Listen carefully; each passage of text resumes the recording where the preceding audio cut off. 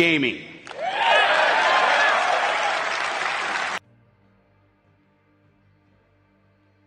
Let's go, Brandon. I agree.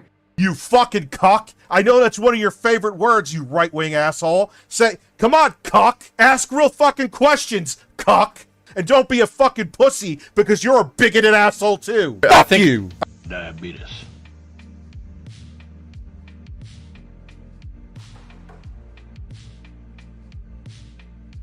Yo, what's up, guys? How's everybody doing? Hopefully good.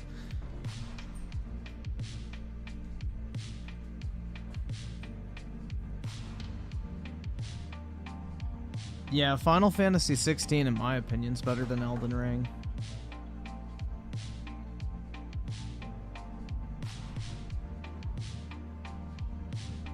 You're feeling gay today? That's awesome, man. Finishing Pride Month strong for the last week. I like it.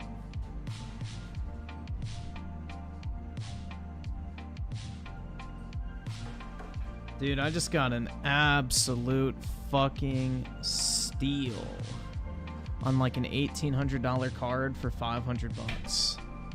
I'm very fucking excited. I'll show you guys when I get it, but until then, I ain't saying shit on what the card is, because I want to make sure it actually ships first. But, dude,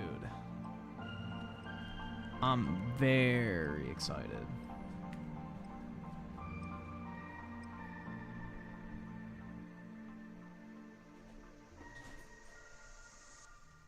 I mean, it makes sense that Starfield was PlayStation exclusive. Literally everything else Bethesda was working on was already, so it makes fucking sense, man.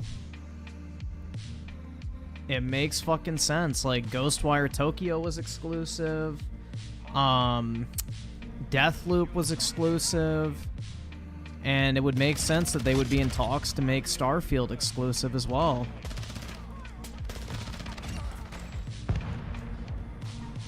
So Sony has money to fucking blow, man. All those third-party sales on their platform, just bank them free money, basically. You know, think about it, 30% of every game sold. You know, they literally have a license to print money on a 120 million person install base. So, you can take that money and spend it on basically as many exclusivity deals as you fucking want.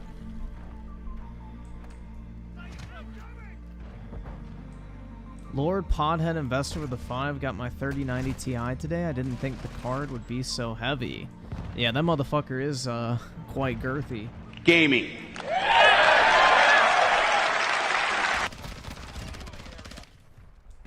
It is definitely a girthy GPU, that's for sure.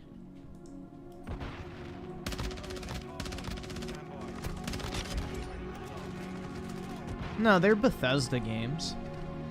Bethesda owns Arcane, and they own Tango Gameworks, so they were all Bethesda games. Dude, I fought Garuda earlier today, and that shit was fucking awesome. Holy shit, man. Yeah, dude, that game is fucking god tier. Like, absolutely fucking god tier.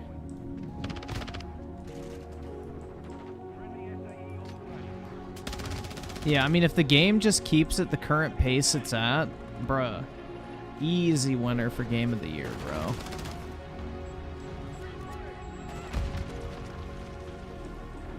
I didn't get much time to play it, but I put in like another 2 hours or so, and bro, that shit was absolutely fucking incredible. I got to level 21 though, which is cool. I just finished up the part after Garuda where you're like going to that little town, and I did like the quests for Martha, and now I'm in the windmill village. That's where I ended. So I didn't get very far today, but I got some time in, which was nice. But yeah, dude, that shit's fucking fire. Dude, I don't give a fuck what wins Game of the Year. Jeff Keighley's award show has zero fucking importance to me. That's like saying that the fucking Oscars get to determine what the best movie is you've ever seen. Like, fuck off. The Oscars always give, like, movies the, like, award to shit nobody's ever fucking seen. So it doesn't matter. Like, Jeff Keighley's award show is the exact same in my opinion. Like, it holds zero fucking importance to me when it comes to, like, actually deciding on what my game of the year is. So. Damn, bro, I think I need to take a fucking fat shit. And of course it's right when I start streaming. Hopefully it goes away.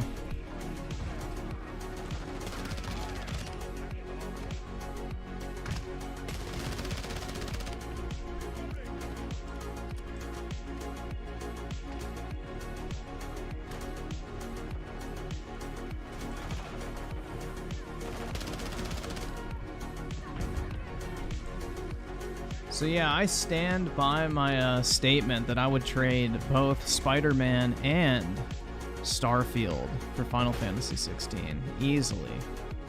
Final Fantasy 16 is gonna body both of those fucking games, hands down.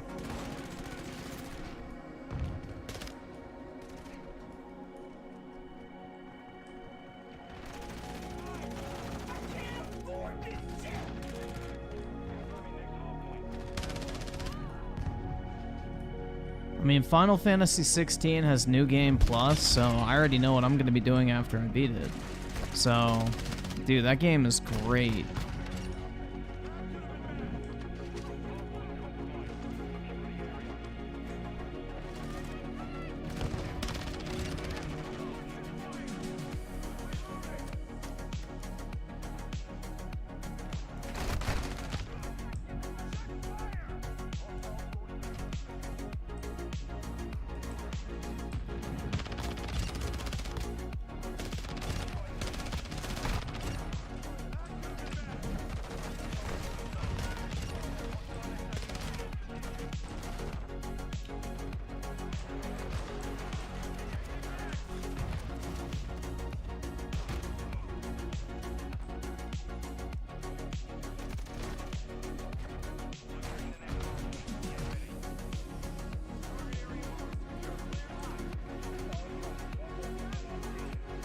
Bruh, I'm like holding in a mudslide here. This shit's bad.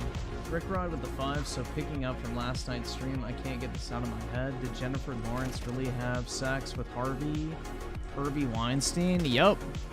He is who gave her her first big role, and yes, she fucked him to get it. Just like pretty much every other female actress in Hollywood.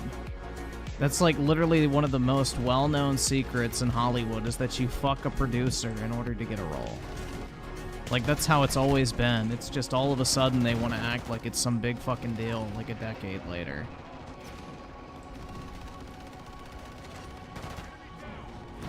But yes. Brian with the 2 Game of the Year is the one who gets the most cash. I don't even think it's the most cash. It's whichever one the fucking journos like the most. Jeff Keighley and his fucking journo fucking panel. So the Kotakus of the world get to pick what's Game of the Year.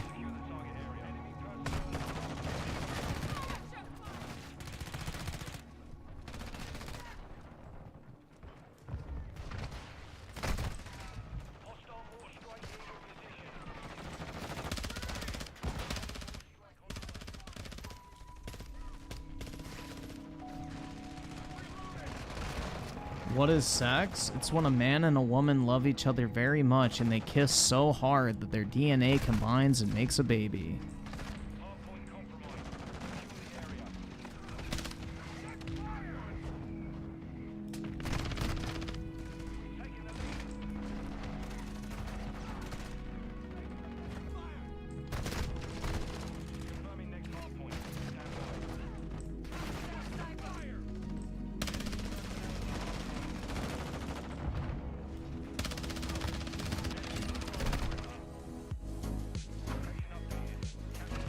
Yup, I got Flame of Rebirth.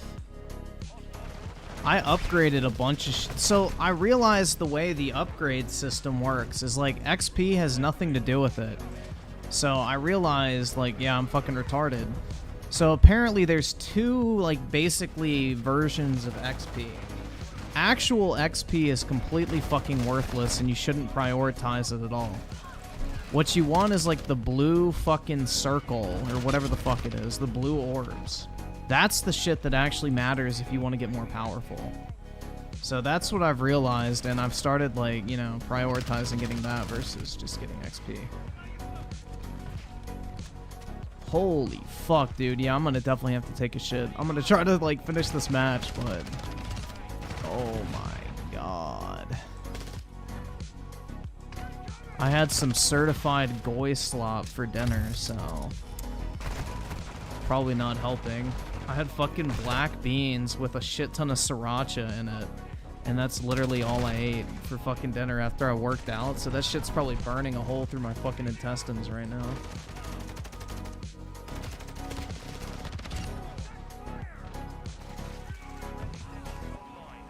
Some certified fucking goy slop. Oski Woski with a 2. No, we'll get into it a little bit later. I just like to allow everybody to come in for a little bit before we get started on that. Brian with the 2, not worrying about the award shows. Cash wins? I mean, I guess. I don't know. All that matters to me is what I enjoy the most, personally. And CIA with the 2, Jill is better than Tifa? Jill is a princess and part of the noble family, so I would agree. I would rather have the princess pussy, bro, than fucking airbag Tifa.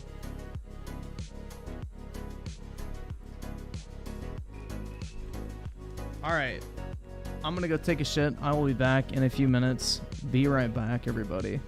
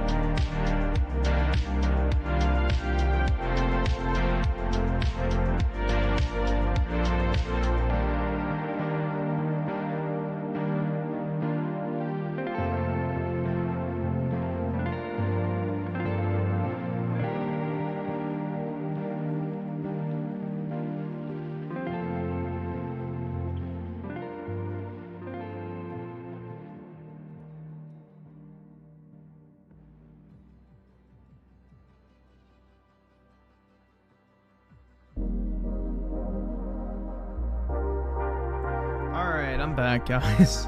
Shit. Ew, I can hear myself speak.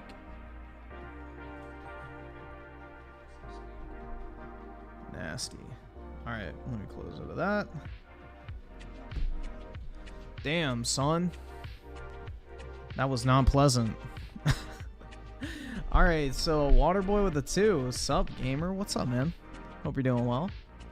And Z-Herb with the 2. Griffin, do you think we'll hear about CODs? I hope. Like, it's kind of sus. We haven't heard shit about it. Timothy Marco with the 2. Jill has a goated voice. No uwu kawaii bull. I agree, man. 100. That's the thing, is like when people say like Final Fantasy is an anime game, I'm like, really?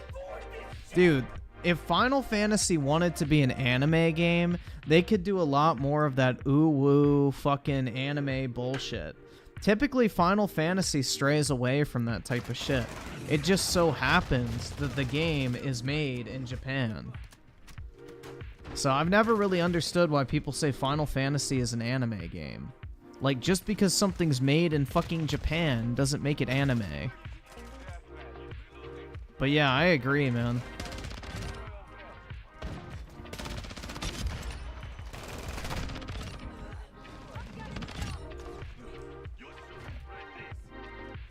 Daryl's on with the 2. Final Fantasy 16 is way better than 15. Well, I'll have to finish the game first, but just the linear style of it, I can probably already guess that that is going to be the case. And I fucking loved Final Fantasy 15. So, yeah, no, Final Fantasy 16 is fucking solid, dude. I'm really enjoying it.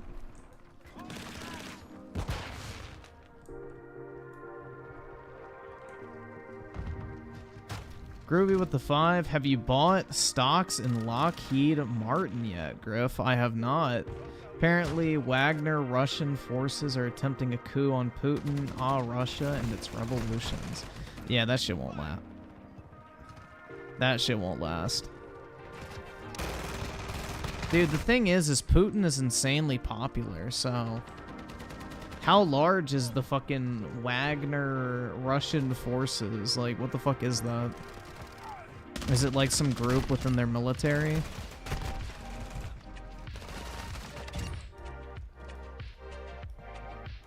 I'm not really up to date on the Russian military. It's like, 25k troops? Yeah. Good luck. Good luck. Dude, 25k troops can be taken out with a couple fucking bombing runs. Good fucking luck, man.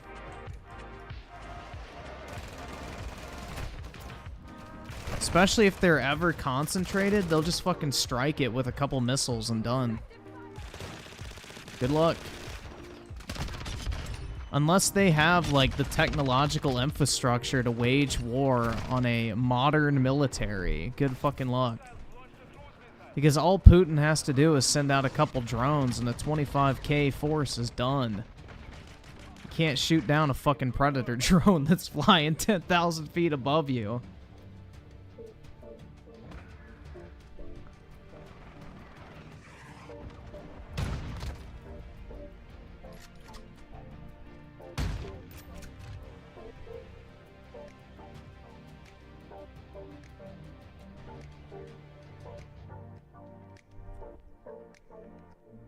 So let me look this up.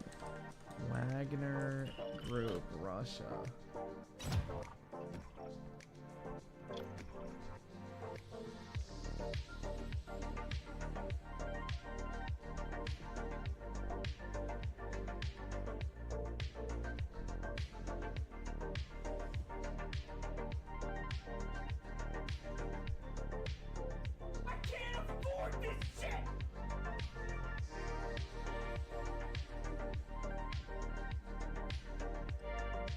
So they're not even trying to overthrow Putin, they're trying to overthrow certain generals, apparently.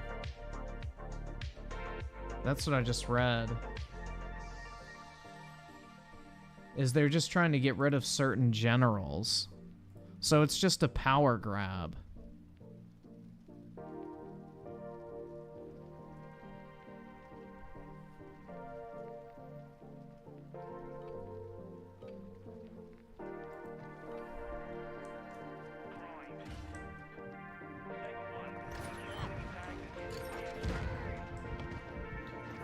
Yeah, so this just sounds like a power grab within the Russian military because, you know, Russia's oligarchs basically rule the country pretty much, and the different oligarchs have their own, like, segments of the military. So it's probably just two individual fucking, or multiple different oligarchs, you know, waging war with each other pretty much. Eastern European problems, man.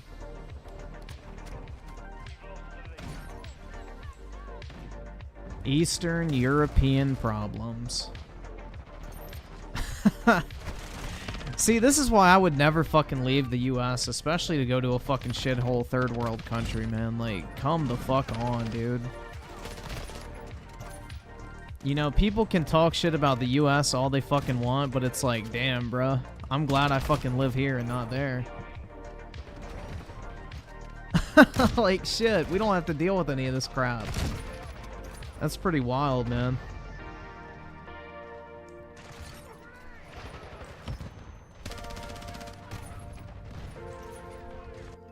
Maximum with the 5, I got a Fortnite victory and got to talk of a transgender bisexual flirt. What the fuck? Also, is this an amogus emoji? No, it's a whip. Like, Z-Herb with the 5, Wagner Group basically thinks they are Russia, Shadow Company. Oh, okay, yeah. Basically, they're edgelords, got it.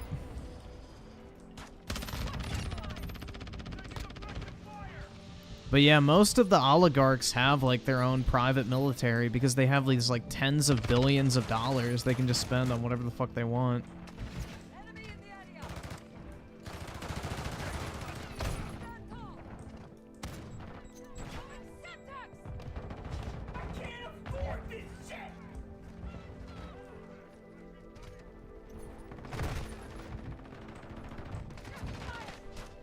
Z over the 5 Wagner Group basically think. Okay, no, I read that shit. Fuck.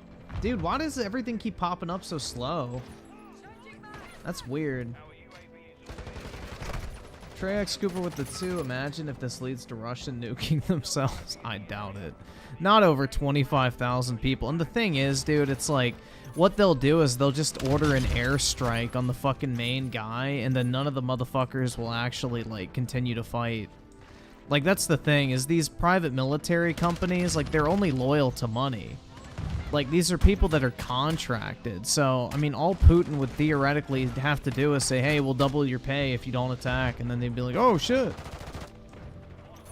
Because the second they feel like their asses are actually in danger, they're going to fucking turn tail, man. There's no loyalty in a PMC.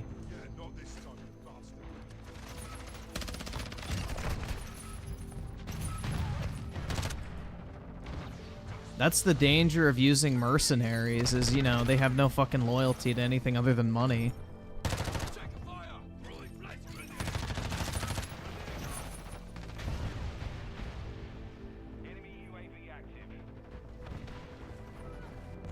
Well, it's not really strange in Russia, dude, because, like, think about it. The average Russian income is, like, $7,000 a year, okay? And you have, like, these ultra-billionaires that are worth tens of billions to hundreds of billions of dollars. No one actually really fucking knows, because they control all of Russia's oil, essentially. And, well, what do you do with all that money when people are constantly trying to kill you in order to take your money and power that you get from having that much money in such a poor country? Well, you build militaries, or security details, quote-unquote. So, it's not really uncommon. Like, think of all the African warlords and shit. What's the first thing they do? They build up, like, their own private military to protect their power, basically.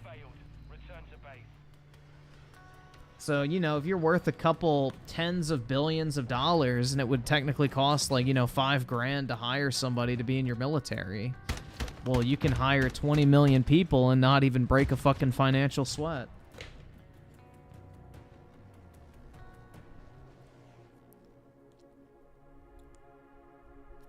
Z-Herb with the 5 thoughts on Shadow Company and the new COD. Absolutely fucking cucked, bro. We can't shoot him! It's like, oh, fuck off, bro. We can't shoot him, guys. Oh. Personally, apart from that one guy, they felt cucked. Yup, exactly. Compared to the original, who was goated and Shepard was... Yeah, dude, they fucking... The whole story of the new MW2 is trash.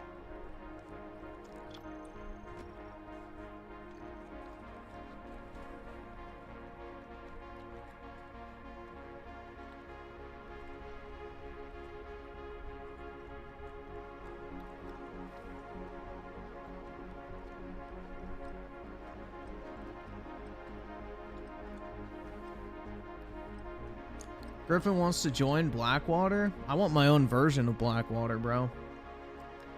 Actually, I want my own version of Atlas Corp from Advanced Warfare.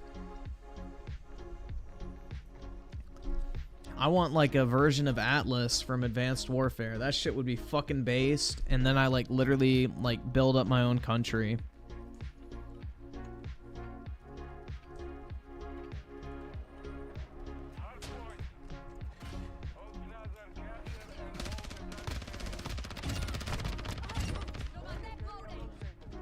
Yeah, if I had, like, that type of fuck you money, bro, I would 100%, like, literally just buy a country, basically.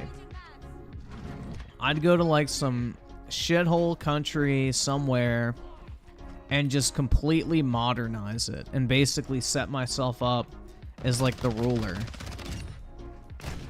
Like, what else would you want to do if you had that much money, you know? What the fuck is the point of anything else? Like, ooh, I can buy a bunch of yachts and houses. Like, who gives a shit, man? Yeah, I would set up White Rock, and White Rock would own the country, and I would be, like, basically, you know, the king.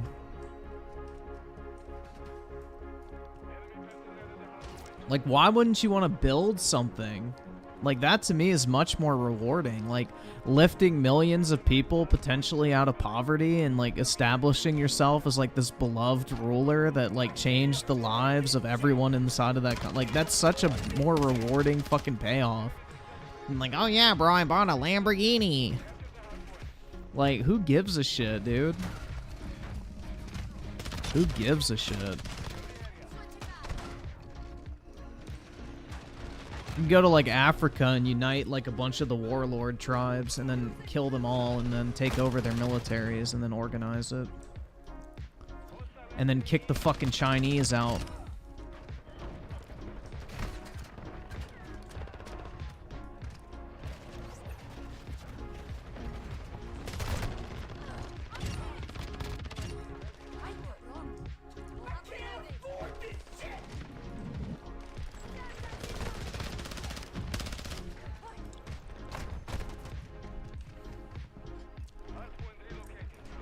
DJ Aftershock with a 2, OG MW2 equals World War 3, new MW2 equals random drug lords.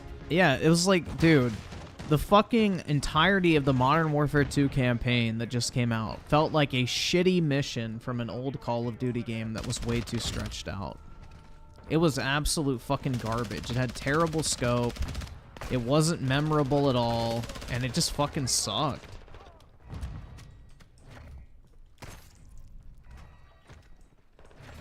CIA with the 2, MW2 should have killed Hassan, then revealed Mac. Agreed.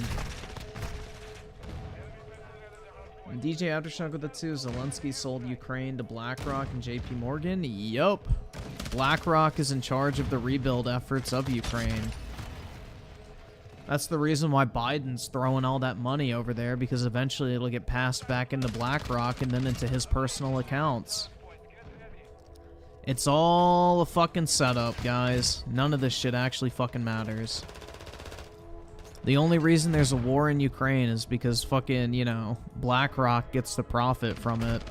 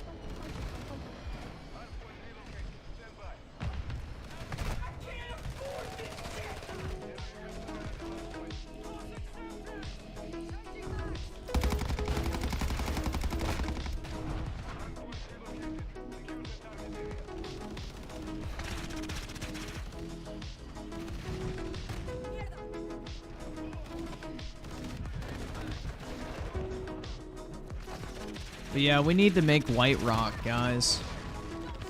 Where basically it's like Black Rock, but not fucking gay.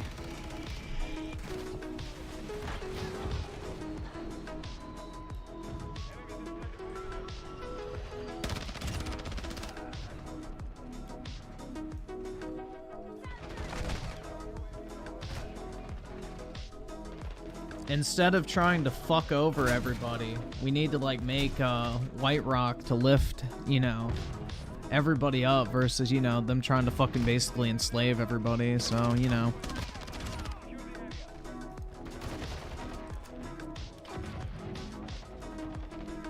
What a statement. It's Black Rock, but not gay. That's right.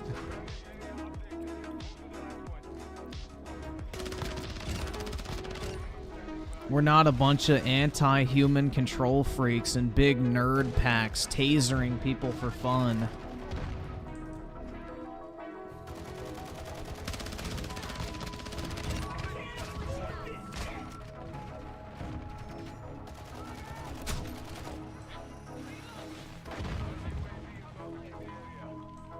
Z-Herb with the 5, you're giving it too much credit. Even a bad mission in old Modern Warfares are better than the entirety of the... Yep, exactly, man.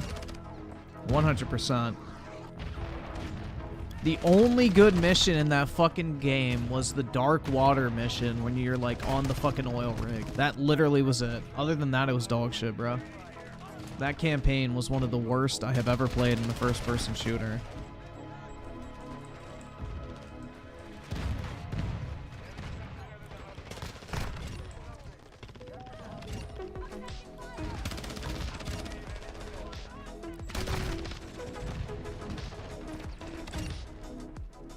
Yeah, I don't understand why there isn't, like, a counter to BlackRock, bro. Like, I feel like somebody, if you could market it, could do that pretty easily. Like, all it would take is just pooling a bunch of people's money. Like, it's not hard. Making an investment company is very simple.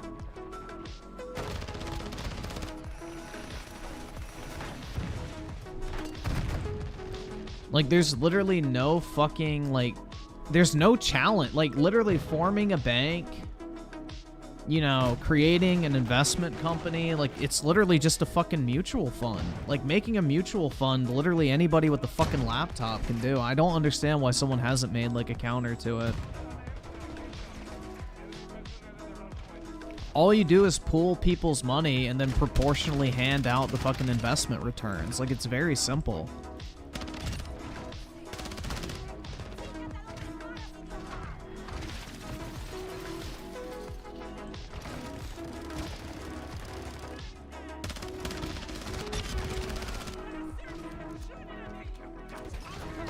Like, there's nothing really complicated about it. The hardest part is if you expect a certain rate of return, but even then, it's like...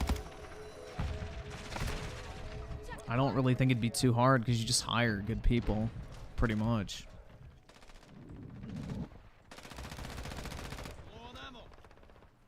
Dude, I don't give a fuck about the submarine, bruh.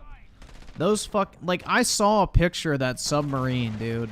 There is a 0.0% chance I would ever fucking step foot in that little rinky-dink ass fucking tin can, dude. Anybody that got in that shit willingly threw away their life in that moment, especially going down that deep. Like, good fucking riddance. Like, that's some ignorance out of the gene pool, hopefully. Like, holy fuck, man. Ain't no way I'd get in that shit. That shit literally looked like a fucking Campbell's soup can with, like, fucking rounded edges on either end. Like, fuck off, bro. 0% chance I would get in that shit. The only submarine I would ever step foot in is, like, a Navy nuclear sub. That would be it. Because those things are built like literal fucking fortresses.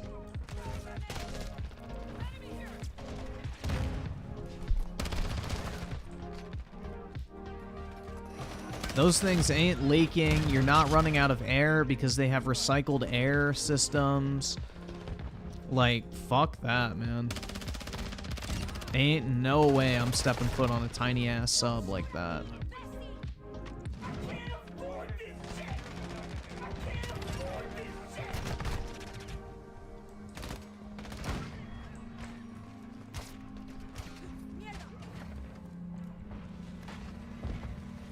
So, CIA with the 5 Black Ops 3 story was garbage, but at least it was fun to play, unlike Modern Warfare 2. Yep, 100% agreed, man.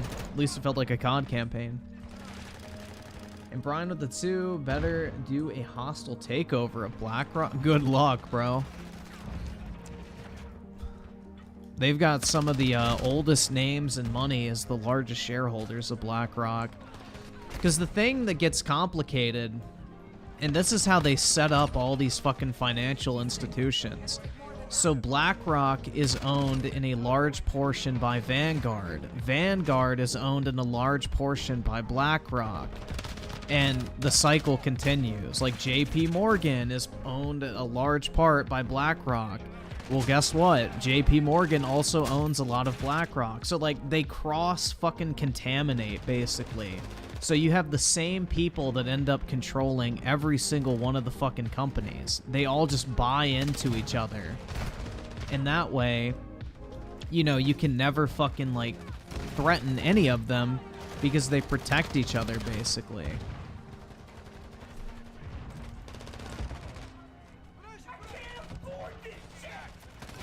Yeah, the reason why BlackRock is worth 10 trillion is because that's everyone's default retirement account, because, you know, all these big companies are bought and paid for, so all their employees, you know, default their fucking 401ks into BlackRock accounts.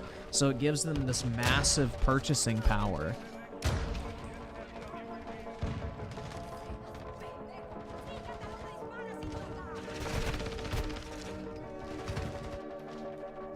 Z-Herb with the 2, James Cameron said that about the sub 2, lol. Dude, there's not a fucking chance I would ever get in a small-ass submarine like that. Apparently a billionaire was in there? Like, bro, how fucking stupid are you if you're a billionaire and you're getting in that small-ass submarine? Hell fucking nah. I'm surprised the BlackRock CEO... Oh, well, he doesn't own the company. That's the thing, is... You know, the owners of BlackRock would never actually reveal themselves and put themselves in the public light because then they would be held up to scrutiny. So they hire, like, fucking puppet CEOs to run it for them. No, they would never publicly expose themselves. Because think about if all the world's anger was focused on, like, the fucking actual owners of BlackRock. Well, you know, most people assume, oh, the CEO's in charge. So as long as they're not the CEOs, then... You know, good luck finding them. Roshdown with the 5, don't care if this deal goes through or not, but Microsoft made the FTC look like college liberal Zoomer, and well, that's exactly who's in charge of the fucking FTC. Throughout this trial this week, yeah, no, it's embarrassing, man. Yeah, no, I think this is a pretty clear-cut approval in the U.S., so I think it's going through. DJ Aftershock with a 5, the right should be encouraging the best and brightest to go to elite schools so they can have influence in corps, but instead they complain. Yep. Hey man, I'm trying to climb the corporate ladder and shit like that to break apart the Black Rocks of the world and form White Rock. We will defeat the current thing, guys. I will become the CEO of my company and remove the 401ks from BlackRock and move it into White Rock.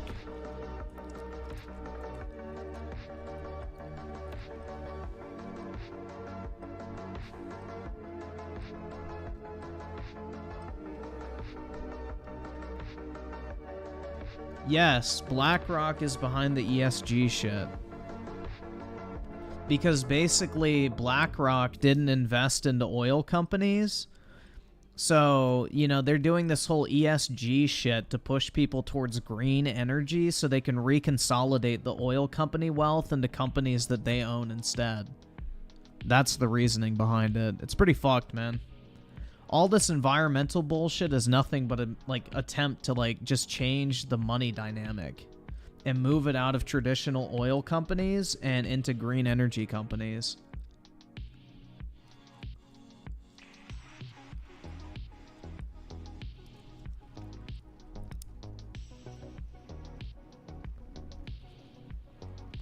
Griffin would sell out to BlackRock. Hell nah, bro.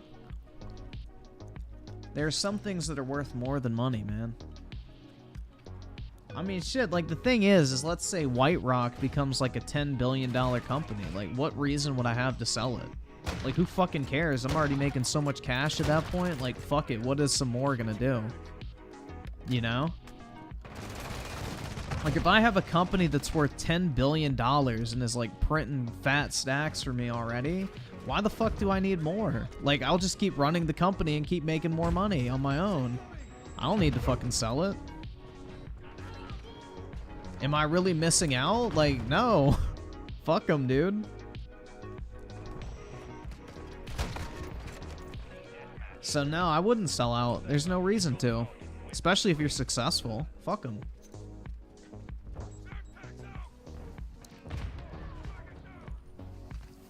So you heard about the 2? Griffin wants to change the current thing. That's right, man. I want the current thing to be my version of the current thing. I want the control. Yeah, the title's true, man. The title is true. That's why I think it's so funny people actually think that Microsoft is in competition with Sony, dude. It's weak.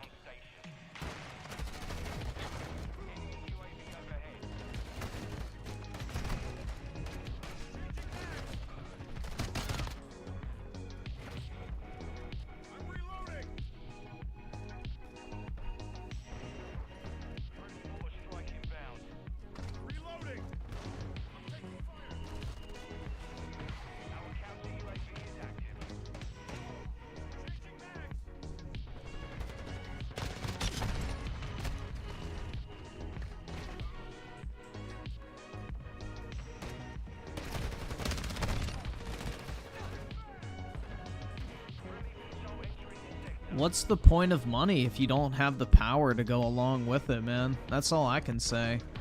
I would rather have a massive amount of influence than a massive amount of money. Because through influence, you can make as much money as you want. But money does not always buy influence or power, so...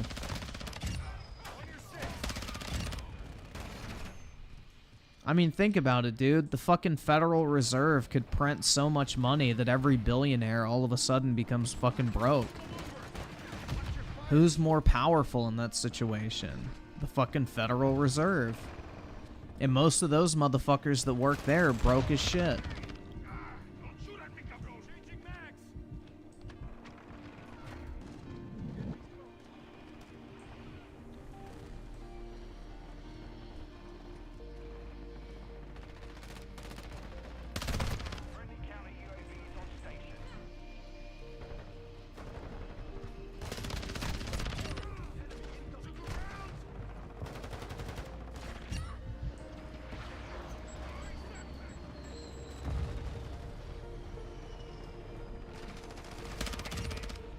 Yeah, that's why they killed JFK, bro. Is he was trying to put us on the silver standard. That's why they fucking gunned his ass down.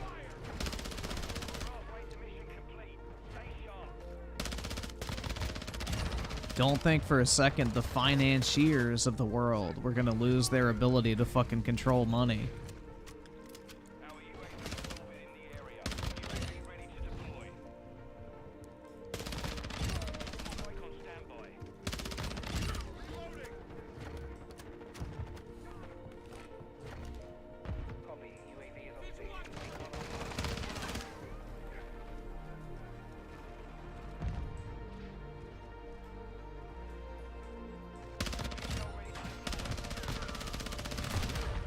Nice.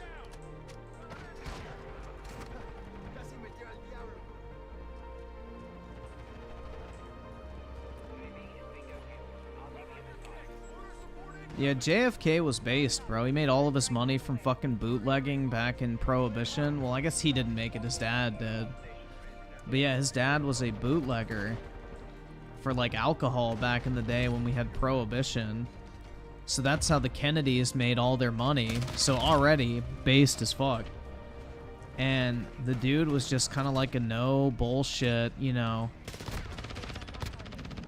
I guess build up the country rather than fucking, you know, special interest groups, let's say.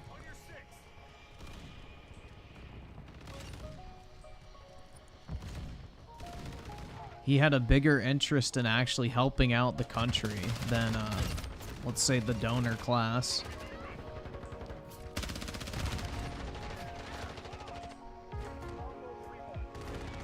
Zero but the two, the Kennedy's wildest...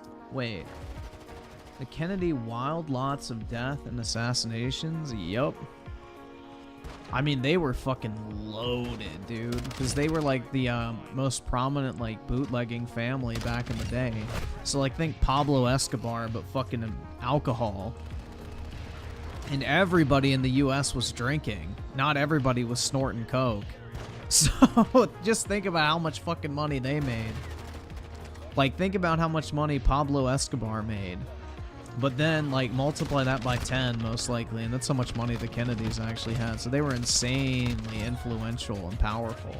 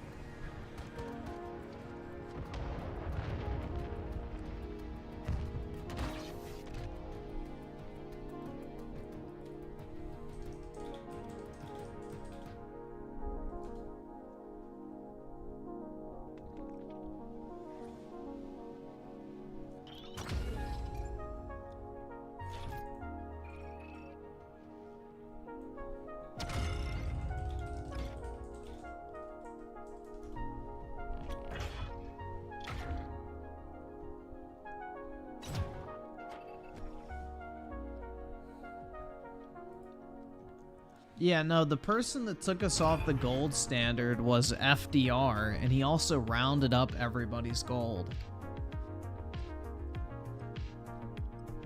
So, y'all want to hear the craziest shit? Do you know how much FDR paid for all that gold that he, like, basically made it illegal to own?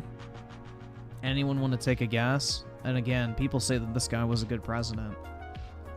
I think adjusted for inflation, he paid about $300 to $400 per ounce. $300 to $400 per ounce, adjusted for inflation. What's gold at now? Let's see. Current gold price. 2,000. So he got a nice, you know, 60% discount?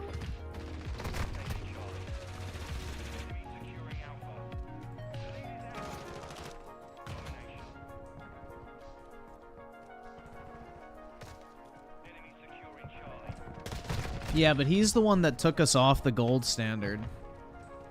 And it just always kept getting suspended, I'm pretty sure. And then I think Nixon is the one who formally took us off of it. But we were already technically off of the gold standard prior to that. No, FDR was a terrible president all around, man. He did nothing redeeming. There was nothing redeeming about FDR. He was a complete fucking loser president.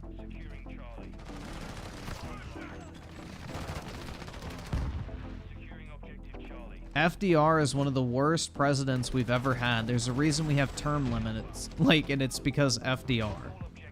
The reason we have term limits for the president is because of how fucking bad FDR was. Just a fun fact.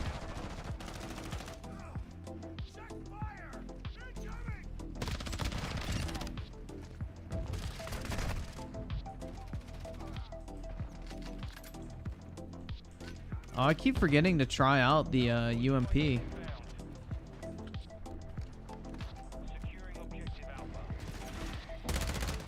don't like the iron sign on it. They should have put the old one.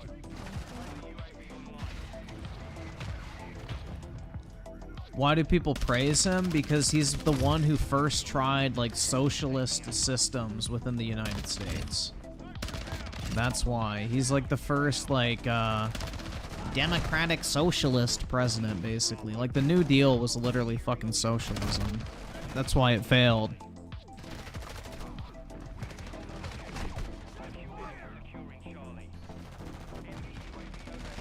Funny. Who would have seen that coming?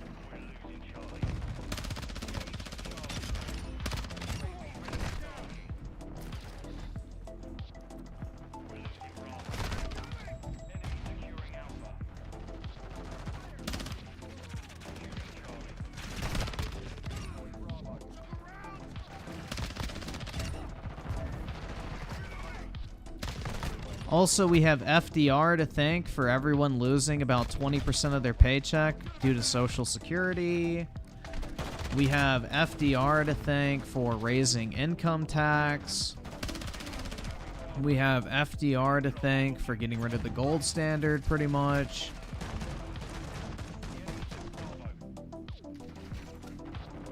We have FDR to thank for the wonderful Federal Reserve. There's a lot to thank FDR for.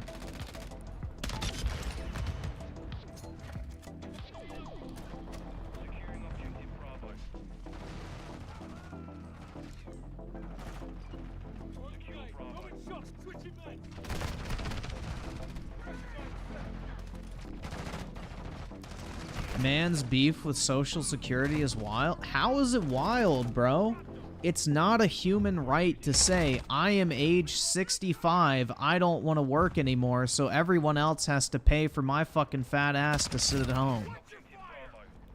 How is that a controversial take? Like, it is not a human fucking right for everybody else to pay for your fucking lazy ass to sit at home because all of a sudden you turn 65 and you don't want to work anymore. Like, tough shit. If you don't want to fucking work anymore, you should have saved money.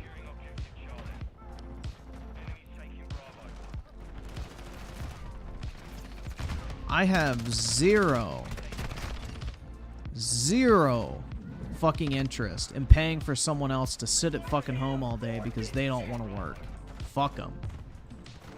If they don't want to work, they can fucking die. I don't give a shit. They can lose their house. They can starve to death. They can die from a medical condition. I don't give a shit. That is your fucking choice. If you don't want to work, go live as a fucking homeless person. It's none of my fucking issue. Like, I hate that shit with a passion, bro. I already have more retirement savings than the fucking average American at retirement age. Like, I have zero fucking sympathy for these fucking retards who expect that we should pay for their fucking retirement because they were too stupid and lazy to save for it.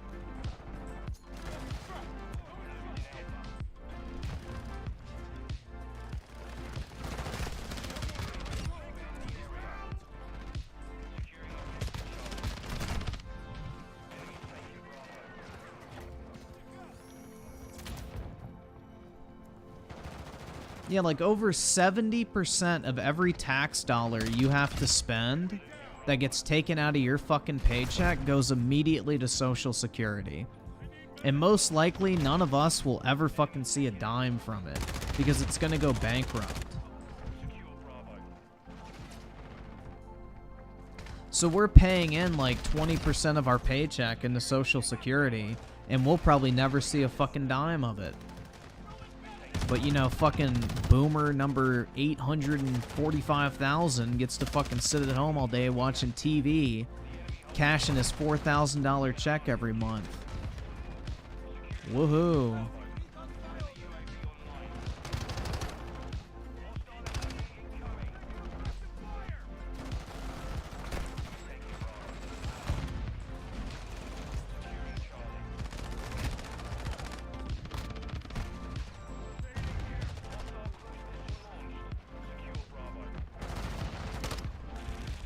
You can't tax Bill Gates and Jeff Bezos because Bill Gates and Jeff Bezos have all the fucking tax loopholes in place set up by the fucking people who claim they want to raise taxes.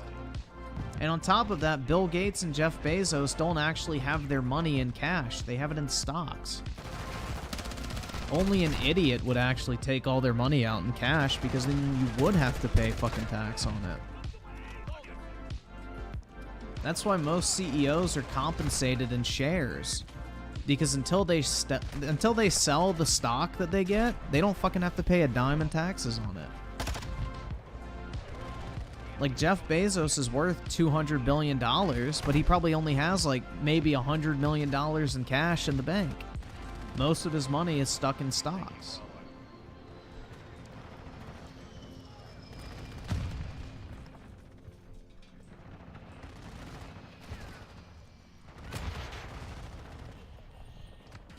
No, capital gains is like 15% or 20%, depending on which tax bracket you're in. As long as it's long-term capital gains.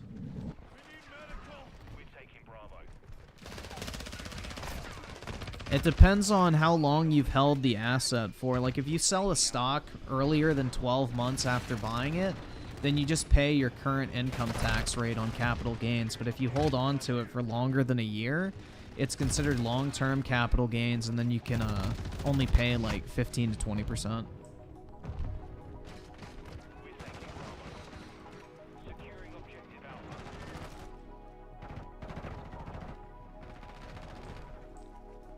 Yeah, dude, Amazon, Bill Gates are not the problem. It's these so-called, you know, Democrats that love to claim they want to tax big businesses, but then write these fucking loopholes in tax bills that billion-dollar corporations who, you know, fund Democratic campaigns, you know, get to take advantage of.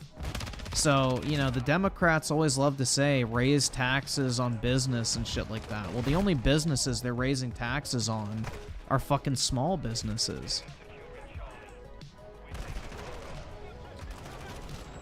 The concept of raising taxes is the dumbest shit ever, and anyone who unironically votes for anyone that says we're going to raise taxes is a fucking retard, dude. Anyone who thinks raising taxes is anything but a negative is a fucking dipshit. Because the taxes will never affect the wealthy, they always affect the middle class and fucking poor people. That is it. Because rich people have the loopholes and lawyers to get out of that shit. Like, anyone advocating for taxes to be raised is literally digging their own fucking grave financially. And they're just too fucking stupid to realize it. Because guess what? Big companies don't pay taxes anyway, so why does it fucking matter if you raise their taxes? They're not paying anything, people. If I raise fucking taxes 30% on a company that pays 0% in taxes every year, what is 1.3 times 0? It's still fucking 0. Like, these people are so fucking stupid, dude. Like, they're absolutely fucking retarded. So raising taxes 30%, guess who's it's going to actually affect? People who don't pay $0 in taxes, aka medium to small-sized companies, aka fucking local businesses. Which means they won't fucking survive, and then the big corpos come in and eat up the market share. Like, it's just so fucking dumb, and like, oh my god, bruh. People are beyond fucking retarded when it comes to financial issues. People are absolutely fucking retarded when it comes to anything financial, man. That's why I strongly believe that anyone who doesn't pay income tax should not be allowed to fucking vote. Because you have no idea what the fuck you're talking about. Until you actually have to pay into the system, you should not get to fucking dictate how other people's money is being spent.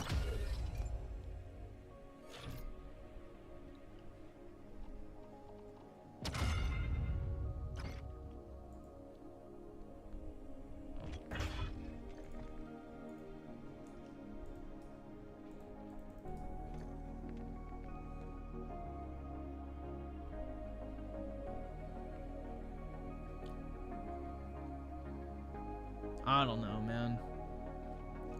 That shit really pisses me off.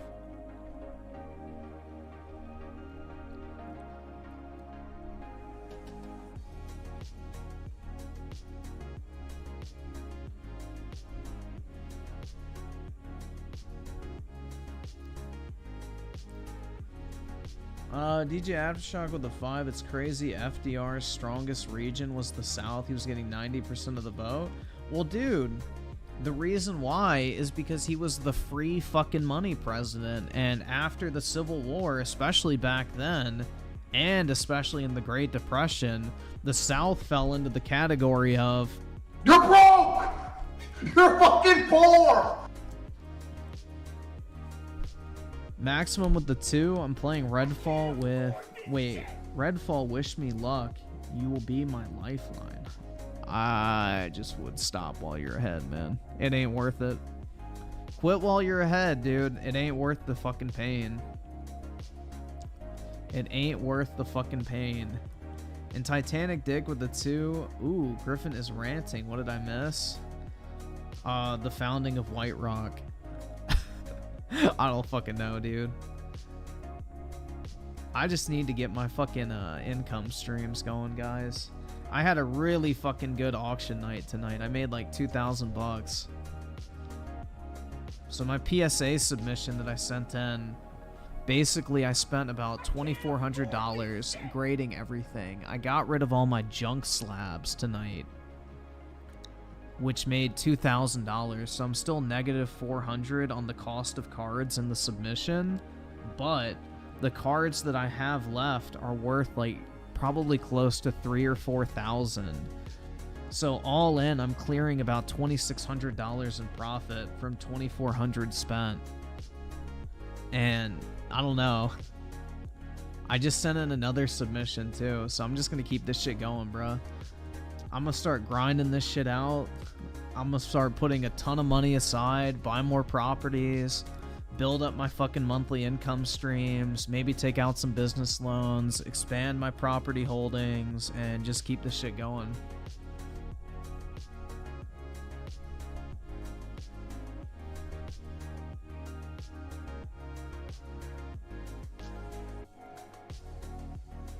I'm key with the 2. Sick of people saying X Defiant is the COD kill. Yeah, that game looks like trash. Oh, let me do a poll real quick.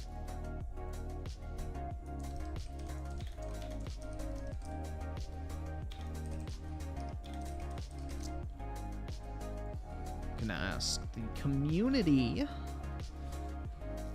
One with the 2. I had to eat brokey ramen tonight. Mom didn't cook. Unfortunate, man. But, you know, Dare I say it, hateful cunt. women, man. Maximum with the 2, but I'm having so much fun. And I spent $80 on it. Damn, bruh. I almost bought the physical edition of Redfall again at Best Buy the other day, or actually yesterday, because I saw it and they still have the copy with the sticker on the back. And I really want to buy it just to grade it for like the fucking memes. But $70 for that trash? Damn, bruh. I'm waiting. I'm hoping it goes on sale.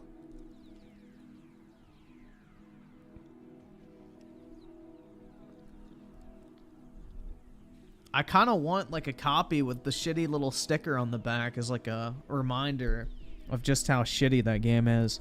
It's like how I own both versions of the Fallout 76 bags. I bought one of the original Fallout 76 bags, and then I bought one of the replacement Fallout 76 bags. I have no idea if they will ever be worth a fucking damn, but I figured, oh, that's kind of a cool fucking meme. I don't know, but yeah, I have both of those.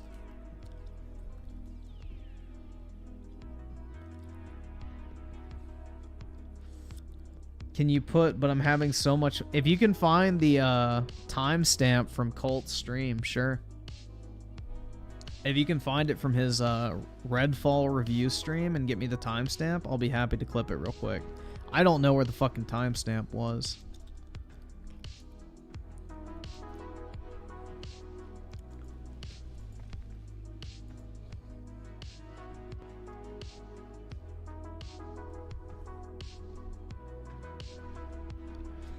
Bobby Kotick calls the judge a slut and then grabs her tit. The judge leans forward with her eyes closed, moaning into the almost a Microsoft, the microphone. He goes, "Oh my God, a little to the right. Now slide your hand down my stomach. Reach into my..." Yeah, you get the point. And then he fucking finger blasts the judge and the deal goes through. DJ Aftershock with the 2, that new Gollum game is a certified banger. I'd rather have played that than Psychonauts or Hi-Fi Slush.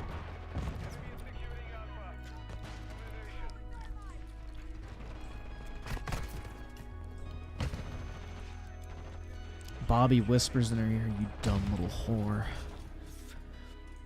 All you need to hear is the sound of my fingers sliding in that wet, gushy..."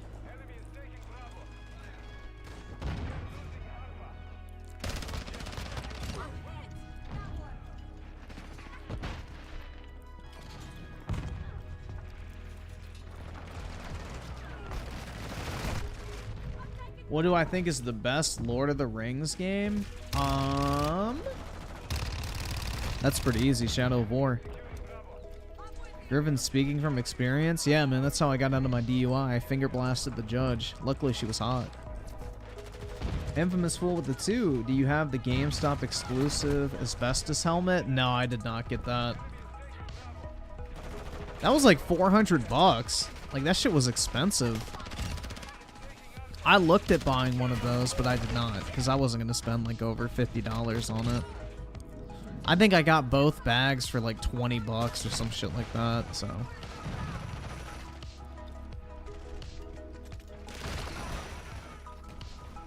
Dude, I'm telling you, people don't like me to play games other than Call of Duty. Everybody always talks shit about me, oh, you only play COD. But when it comes down to it, that's what everybody seems to want me to play. So...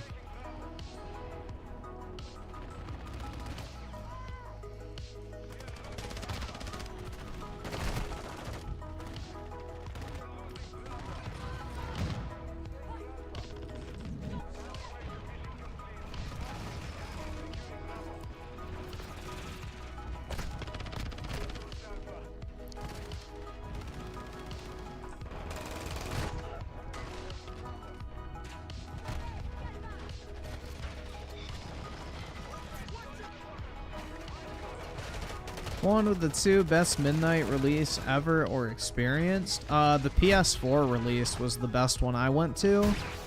The Best Buy where I used to live opened up at 7 p.m. for the midnight release. They had free food, drinks, They had a bunch of like PlayStation 4s set up that you could go in and demo. And they made it like this huge event basically where you would go and pick up like your console, then you would get in a different line and pick up your games, pick up your accessories. You know, they had like monitors set up if you wanted to plug it in and start playing it there, and like a bunch. I didn't stay. I went back home and started playing on my own because, you know, shut in. But yeah, there's like a ton of people like playing Battlefield and Call of Duty and fucking Madden and shit. Like, it was kind of cool, man, honestly. But yeah, they had a ton of like different things set up. Like, you got there at 7 and you could start playing on like the different demo units. They had like 50 of them, bro. Like, it was crazy. Like, the Best Buy went fucking hard for that. But it was really cool. Like, they cleared this big section of the sales floor where like the DVDs typically were.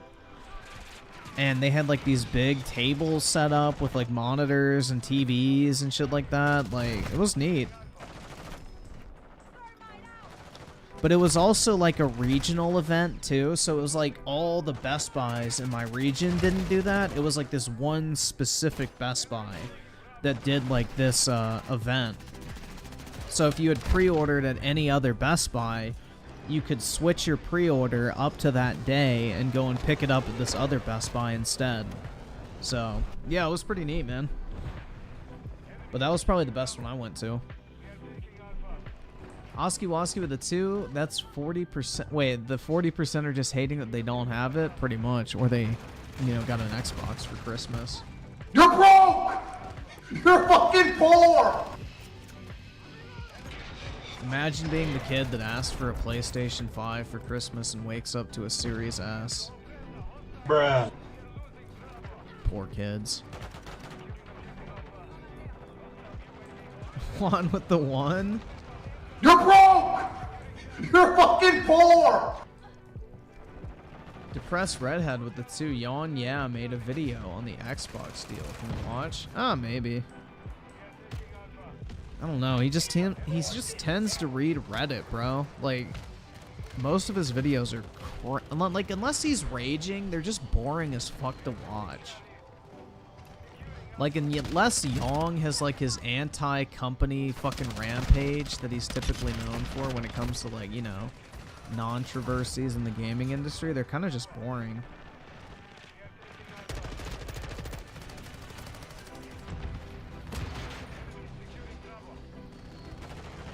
I need to go buy a bunch of fucking... I need to go buy some tape. Not a bunch, but just some. I have like 12... Yeah, 12 of my 47 orders have not been paid for. So that means I got like 35 to ship out tomorrow. Need some tape. Got boxes and all that shit, but not tape. Hopefully I say this right. Care 007 with a 2. Who would you vote for president if you had to vote? If I had to vote between like Trump and Biden, I feel like I'd vote Trump, bro. I mean, that's pretty obvious. Like, everything is so much fucking worse economically right now. And really, that's all I give a fuck about. But then again, you don't really know. I mean, it's pretty, like, I don't think it's really a fucking debate whether or not, you know, we had a better economy under Trump or Biden. Like, it's kind of a no-brainer. So really, that's all I give a fuck at the end of the day, because I just want to make money. I don't really give a shit about the political issues where it's like, oh my god, LGBT, fucking gun right, like, all that shit I don't fucking care about. Honestly. I just want to get as much money as humanly possible. And I can do that better in like a Trump economy versus a Biden economy. So whichever one can offer the better economy is all I give a fuck about at the end of the day.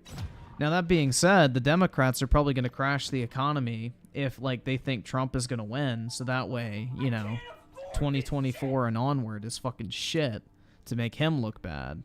Which is why they've printed so much money right now to keep the economy propped up so the Democrats don't look bad. But I don't know, man. It's kind of a loaded question. It's like, well, would you rather get shot in the left or the right side of your head? Unfortunately.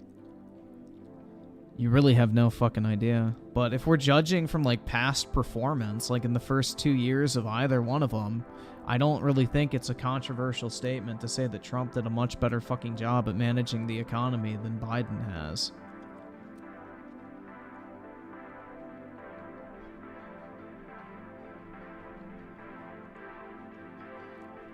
I kind of knew you would prefer Trump. Dude, I hate Biden. Biden is a fucking senile old man that doesn't even know where the fuck he is. Like, I don't know any... Bro, this is the thing. I don't know any hardcore Democrats that like Biden. No one likes Biden. People literally just voted for Biden because mean tweets. Like, it literally was a purely emotional fucking vote. And as a result, we got one of the most unqualified motherfuckers in the history of the presidency. Like, I don't even think it's a political debate at this point. Joe Biden is a fucking joke of a president. Like, literally anyone would be better. Like, I'm surprised Hillary Clinton hasn't come out and said she's gonna run against him. Because she would be 10 times fucking better than him. Anyone would be better than him, bruh. Like, Joe Biden is a fucking joke. Anyone would be better than him. Bruh, AOC would never even make it past the first round of the primaries.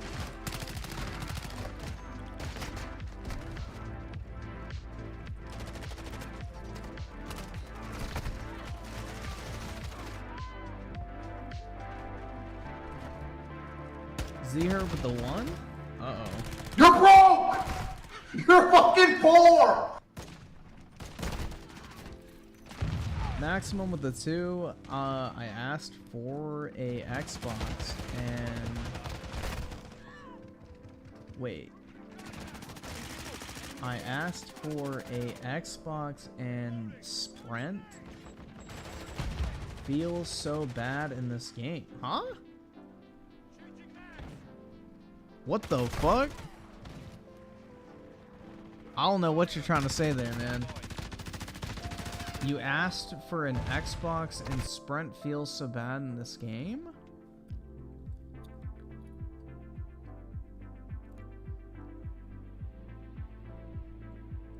Okay. My boy Trace with the 5. Am I missing out for having a Series S and a PS5? No, you're not. You have probably the best combo you can get if you're going to get both consoles.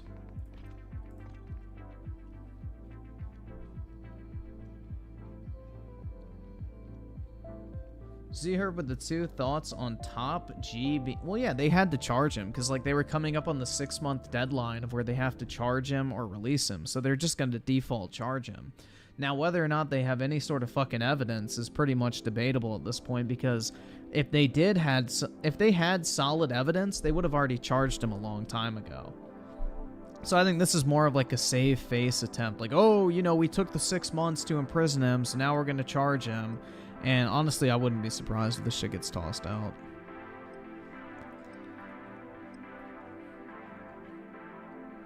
Z-Herb with the 5. Would you support Amazon if they bought Xbox and made it like how it was during the 360 era? Yeah, sure. Well, Amazon is a far less woke company than Microsoft, so... believe it or not. So I think by default, that would be better.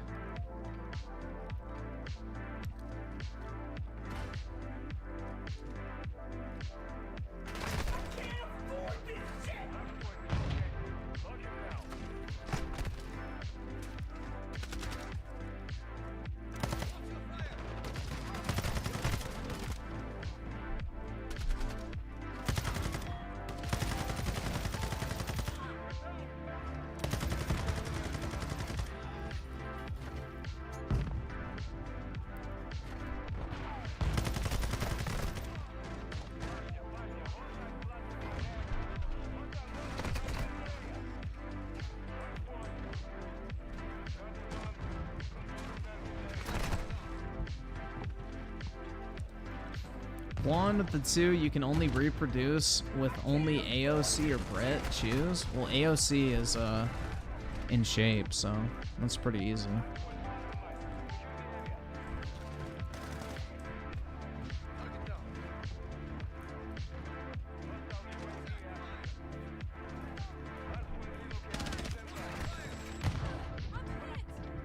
Dude, I could fuck some sense into her if you know what I mean. Ha ha ha.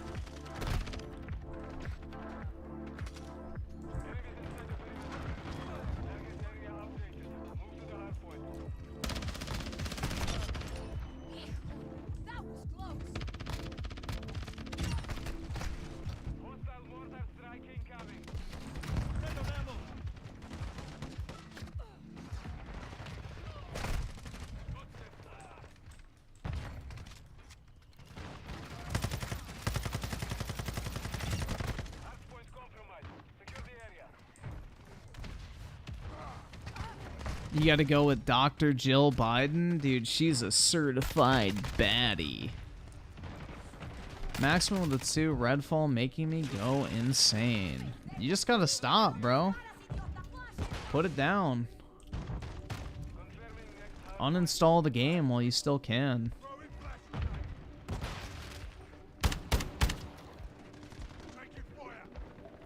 Hey Griffin, random question. What Pokemon cards do you think is a good idea to buy right now and resell them later? That's kind of a what are the winning lotto ticket numbers type question, but I would say what is, hold on, let me check prices real quick. Let me check the prices of 2 boxes and I'll tell you. So Fusion Strike booster box. How much can you buy those for? 120-ish. Let's see. Sold. 140. 150. I see 128. I would just buy that. So Fusion striking up around 120 to 140.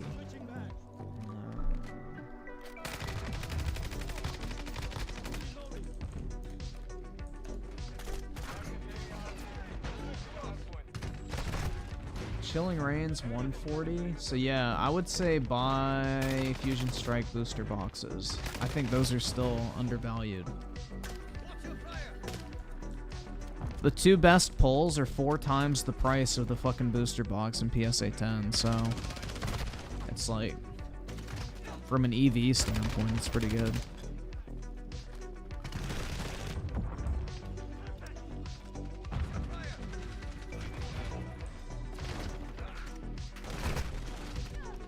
Yeah, Fusion Strike is a really fucking good set. You have Espeon, Altart, Gengar, Altart, 2 Mew Altarts, and there's one other card in there too. Shit. But yeah, it's a really solid set. Like Mew, Gengar, and Espeon are some of the most popular Pokemon in the fucking game, so kind of a no-brainer set. That and Brilliant Stars, I feel like, is a pretty good set. I mean, it's a Charizard set, so it's going to go up in price over time.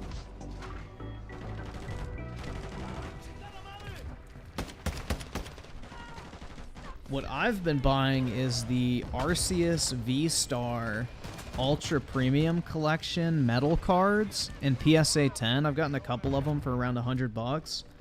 Really fucking cool, man. I think those are going to do really well. The metal cards are neat. No, don't buy Evolving Skies right now. Evolving Skies is so fucking hyperinflated. It's $450. $450 for a box of modern Pokemon cards is ridiculous, man. You've already missed the boat on that one. It's not going much higher in the foreseeable future.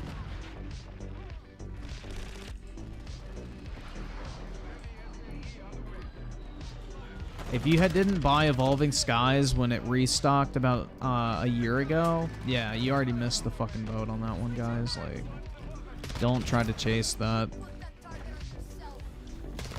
It's already been priced up.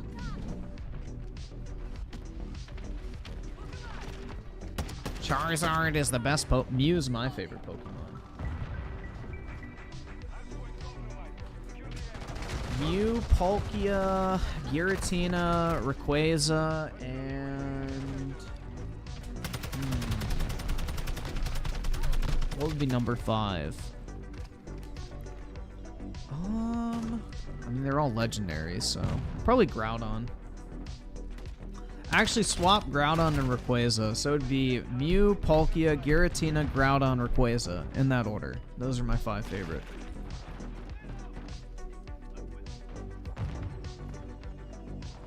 Vivid Voltage is a loser set. If you want to invest in Vivid Voltage, buy Pikachu VMAX PSA 10s. Don't waste your time buying the box.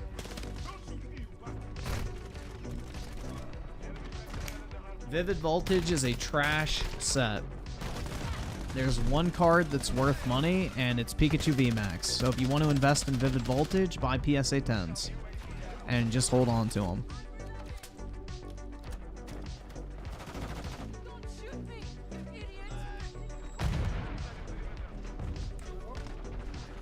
Oh, I love Articuno, man. Aggron as well. Aggron's in my top 10 easily. Aggron is fucking so underrated.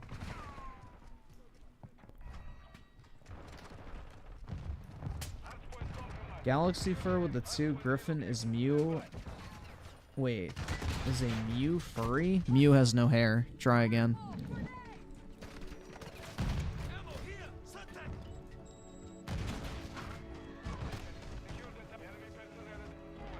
Have I tried reselling AirPods? No. How the fuck do you resell things that are like readily available at all times and constantly going on sale? I mean, I see AirPods go on sale for like 200 bucks all the time, but no, I haven't tried reselling them. You steal them? Oh shit, true.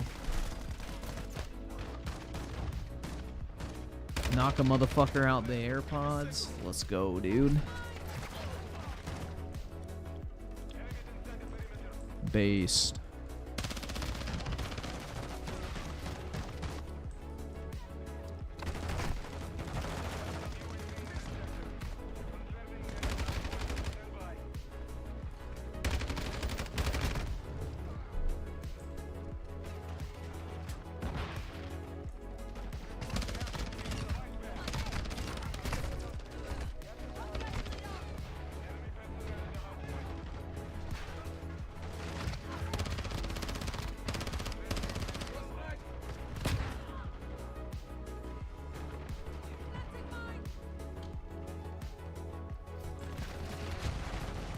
Dude, the new Pokemon sets are really trash. I would wait till they go on clearance. Because a lot of, like, card shops are going to dump those boxes because they're so overprinted and they're really trash. Because the thing is English waifu cards are not worth as much as the Japanese ones. And that's literally the best pulls in the new sets, is like these fucking little fucking 12-year-old girls. And the 12-year-old girl cards sell for like $40 in the US version, whereas in Japan they're worth like $1,200.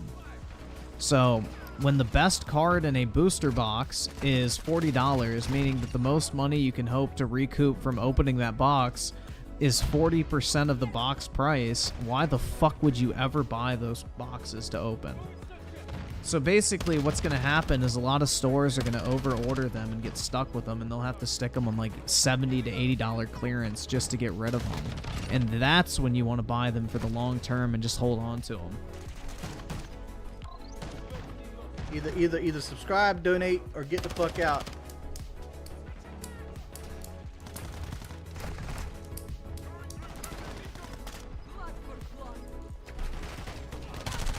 Galaxy Fur with the 2, lots of furries don't have fur like dragons. You'd know all about that, huh? And Shadowban Gang with the 2 months. How goes it, gamer? Pretty good, man. Pretty good. Yeah, well, the thing is, dude, it's not just in Japan. Apparently the Chinese market's going fucking ham on the pedo cards as well. There's a lot of pedophiles in China as well, which is interesting. So yeah, the Chinese are looking for cards to sink their money into, and I guess they want to jerk off to them as well. So the Chinese are like driving the price up of the fucking little anime girl cards for Pokemon through the fucking roof, dude. Like one of my friends, or well, not friends, but acquaintances that I met in the Pokemon community. I would never consider one of those motherfuckers a friend. But anyway, one of my acquaintances that I've met through the Pokemon card community is like a big, I guess, grader of like the fucking anime girl cards. And he said like 9 out of every 10 orders he ships go to fucking Hong Kong. So it's all these fucking Chi-coms that are buying up the anime girl cards and driving up the price because the Chinese are looking for assets to park their money into that the Chinese government can't track.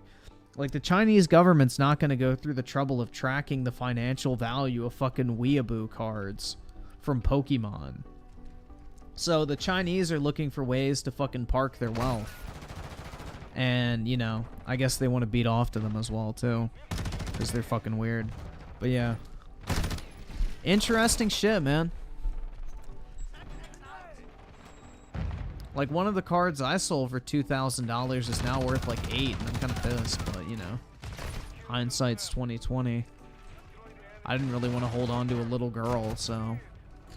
Too bad.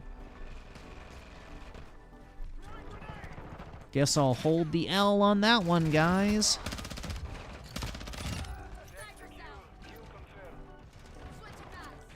Which one? The Lily, Sightseer. I had a bunch. I mean, not all worth $8,000. I think one of them was like Erica's Hospitality. Another one that went up a shit ton is Green's Exploration. That one went up quite a bit. But Sightseer and Lily were the two big ones that I had. Elijah Petty with the 2. Did you hear about Smosh reuniting? Oh, the nostalgia. No, I did not. I can't imagine it would be anywhere near as edgy as it used to be back in the day nowadays, so...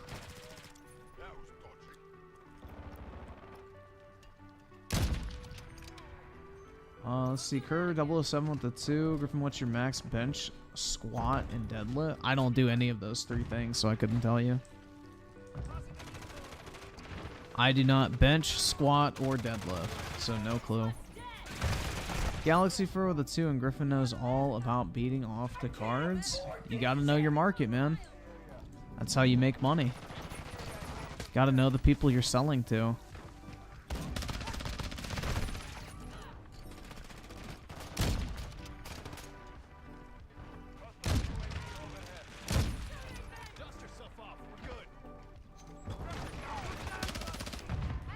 You can't get abs if you don't work out all parts of the body. That is not true at all. You can literally get abs by just not eating.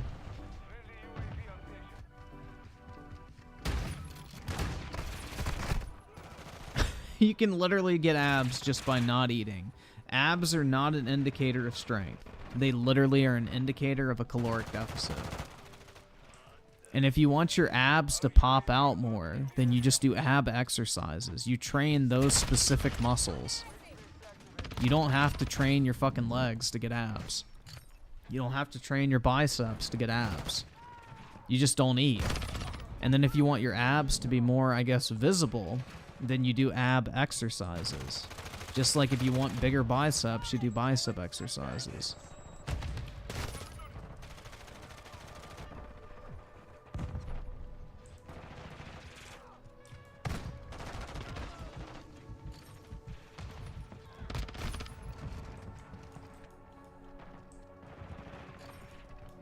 You could never do crunches? Why? Crunches are easy.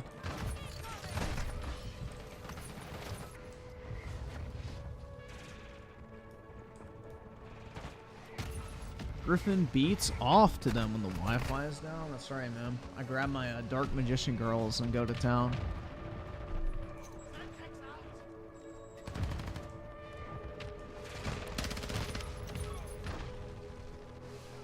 And my Tifa cards, too.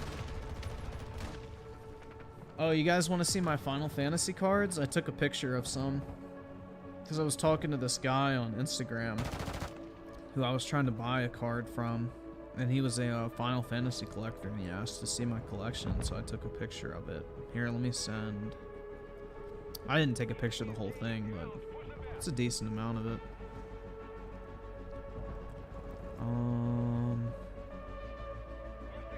Gmail. See, if I had a Mac, I could just instantly share these images, bro. I need to get a real computer, guys. Not these fucking stupid gaming ones.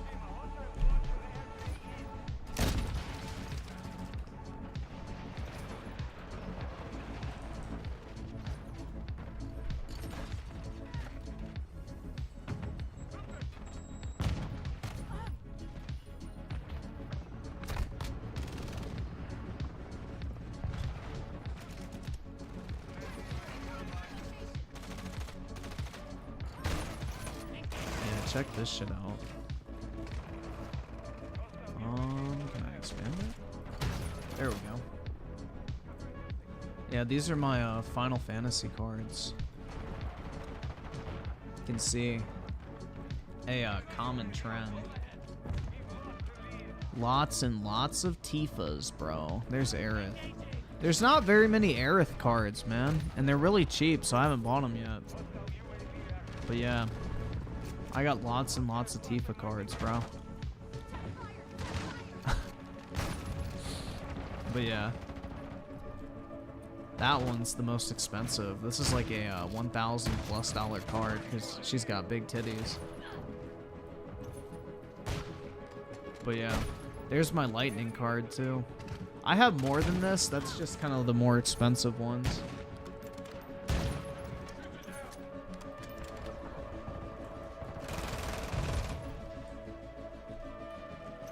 So yeah, I got plenty of fat material when the Wi-Fi's out.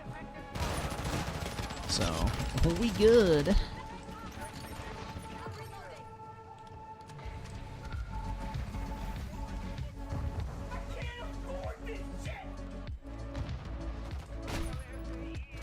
Yeah, the Final Fantasy cards look great, man. I love them, personally. So underrated.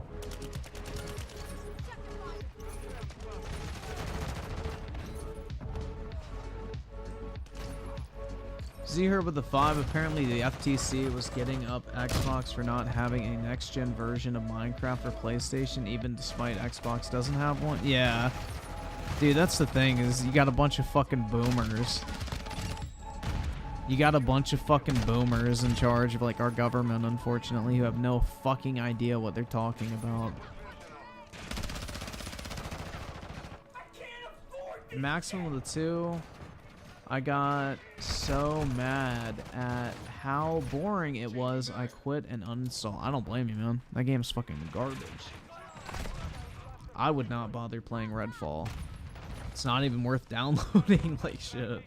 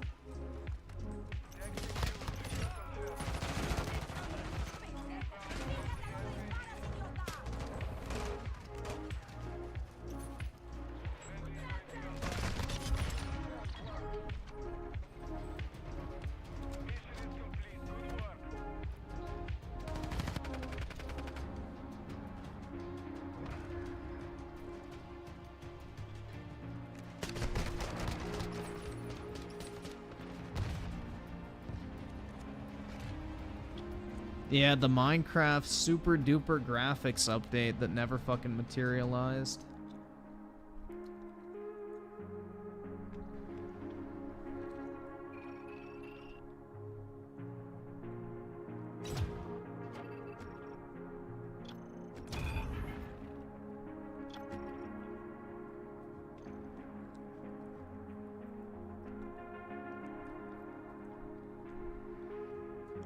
Yeah, dude, Opus 11 boxes are crazy expensive because you pull the really cool Cloud, Sephiroth, and Tifa out of that one.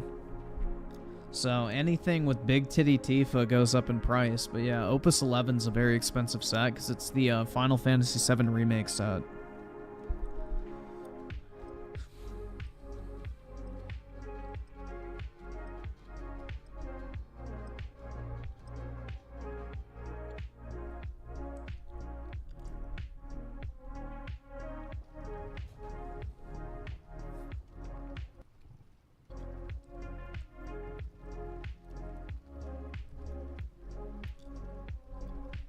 Did my mic cut out? I don't think so.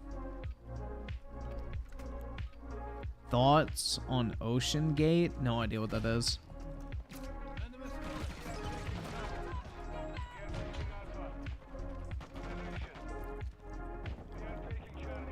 Tifa is the woman we all deserve. That's right, man, but we'll never have, right?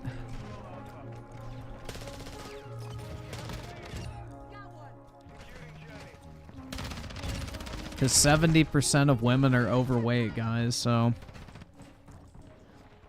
It's a shame.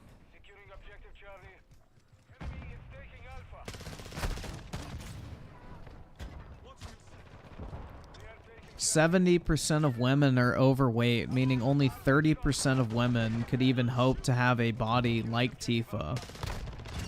And probably less than 1% of them actually do. So, GG, unlucky.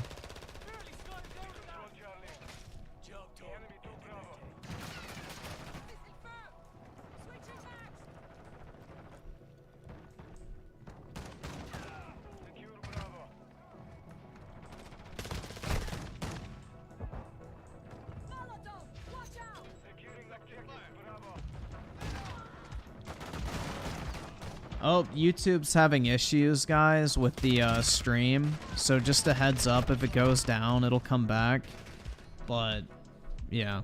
YouTube's having fucking server issues with live streaming. I'm getting that fucking warning where we're not getting enough video input. It's like, what the fuck does that mean?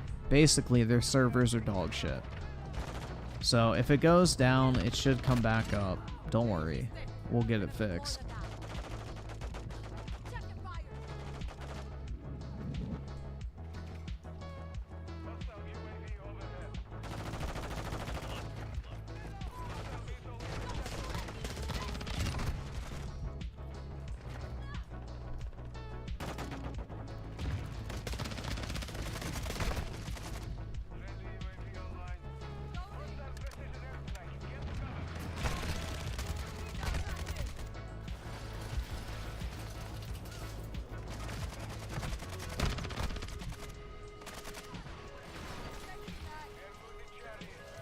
How much you taking for a kick deal?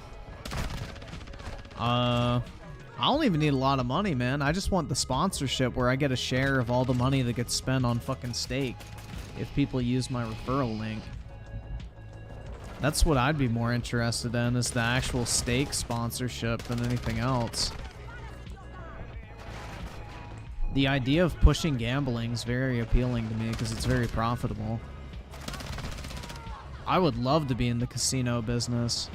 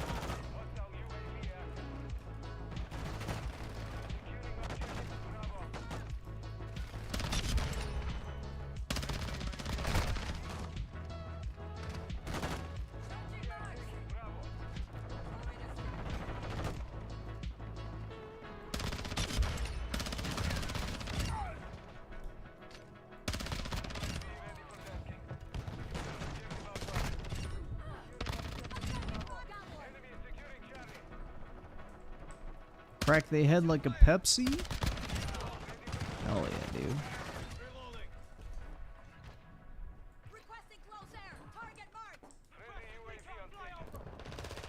I'm gonna be honest, I have not checked my YouTube email in like fucking probably a year, so I have no idea what type of sponsorship offers I get anymore.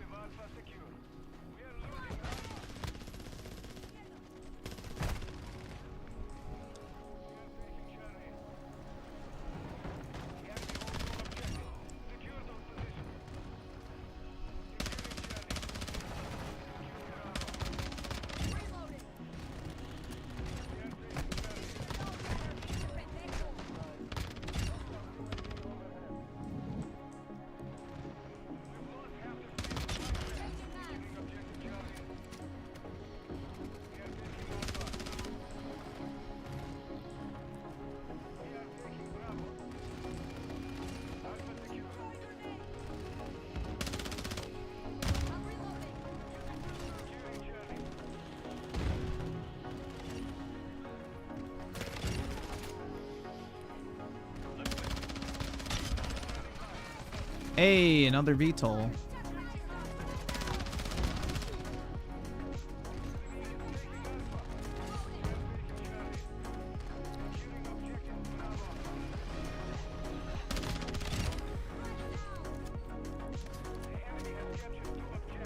Come on, crash already, bitch. Fuck. Wait! Wait! I got raped, guys. And it didn't feel good.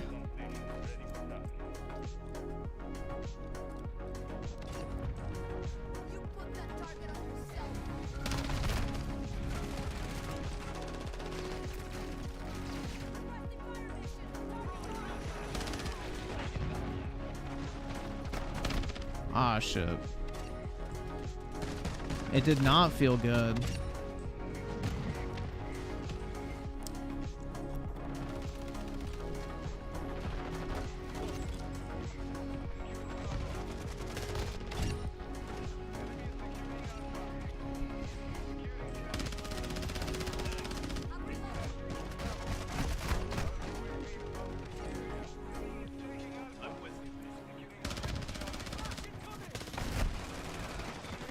Able with the two, so buying Bethesda was a fuck you move? Pretty much, man. And Bethesda's been carrying Xbox this entire generation, so it was a good decision. It was a very good decision.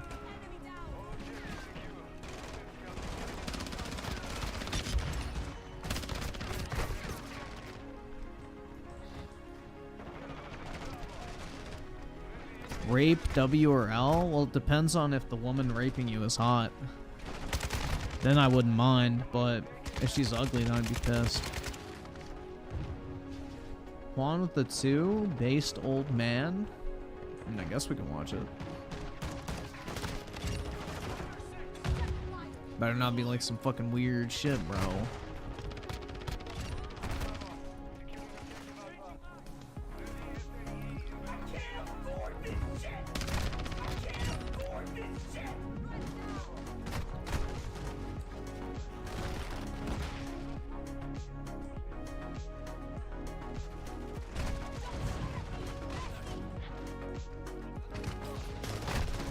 Yeah, if like a attractive girl rapes you, would it just be considered surprise sex? Personally, I think so. As long as she's hot. But if she's ugly, then it's 100% rape. And I withdraw my consent.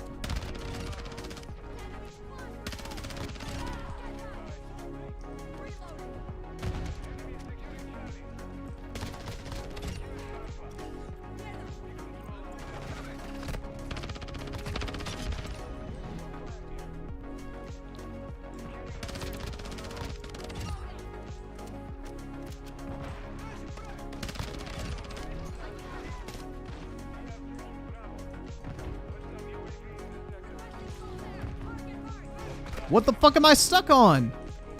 What the fuck? Bro, I couldn't move. That was odd, bro.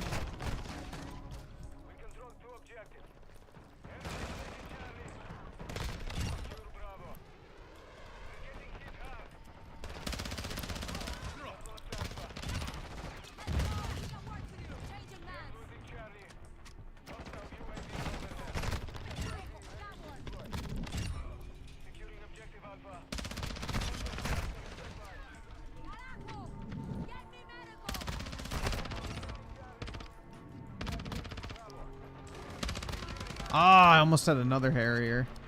Dude, I popped the fuck off on those tards.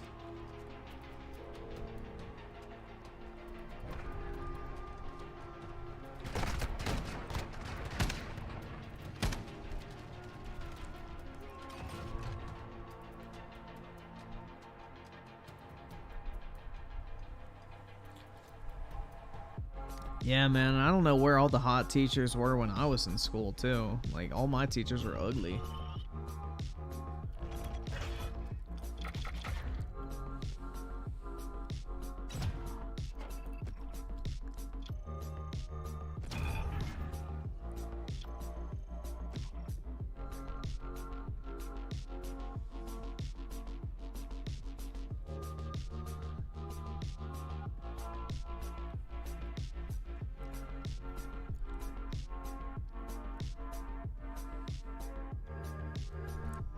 You're hot for teacher? Are you saying that you're a hot teacher yourself? The fuck?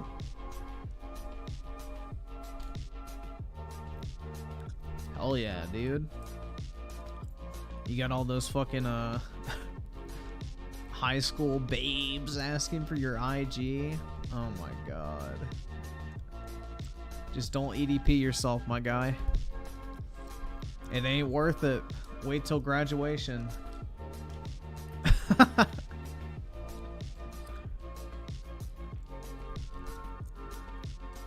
Wait till graduation rolls around. Then it's free real estate.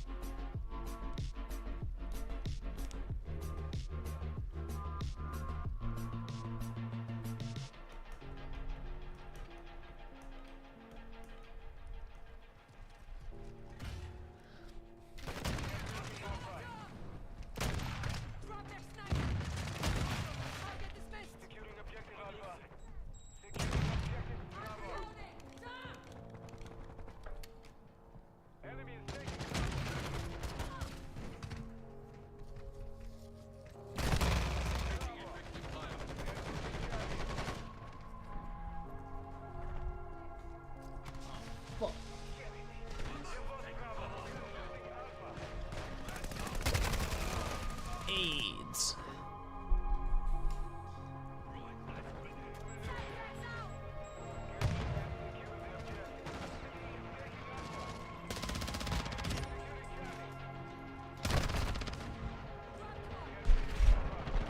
Why is Final Fantasy 16 so peak? Because it's an actual fucking good game with good gameplay, a good story, really awesome visuals. Like, it's just a gamer's game, guys.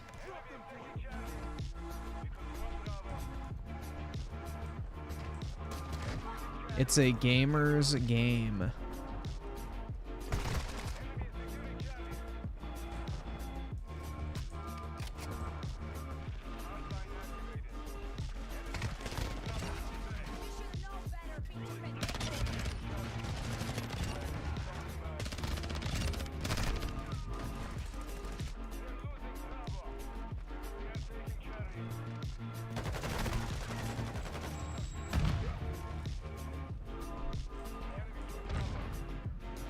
Yeah, the boss fights are really fucking fun, man. The cinematic sequences, too, are fucking crazy good. Like, it actually feels like a showdown between, like, two fucking gods. It's, like, wild. It just makes me question, why the fuck did Sony not do the same thing with God of War, man?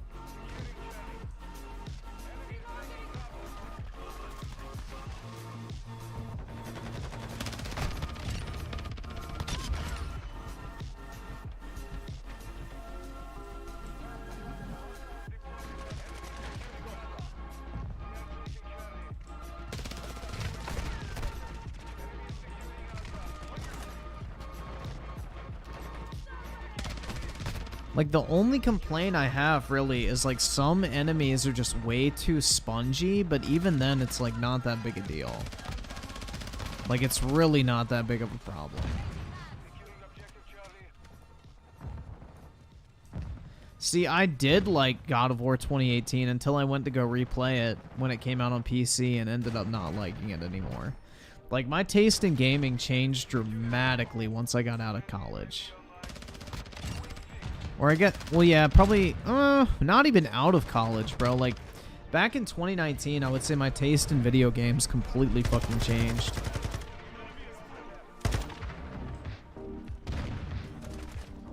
Yeah, in God of War Ragnarok, you literally don't even kill a single fucking god, pretty much. You kill, like, some fucking no-name retard, and then both Odin and Thor you don't actually kill. It's like, yeah, the two gods that people actually fucking know about from, you know, Norse mythology, you don't even fucking, like, kill. Some other random character does, basically.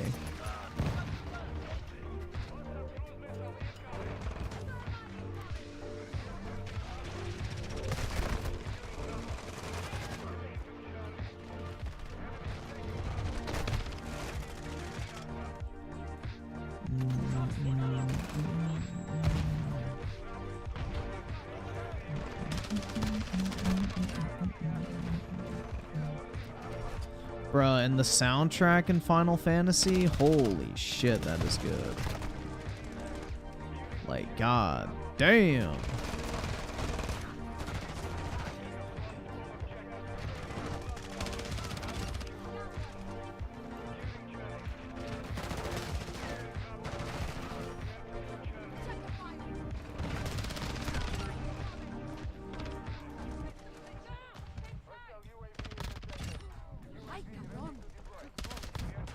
Oh shit.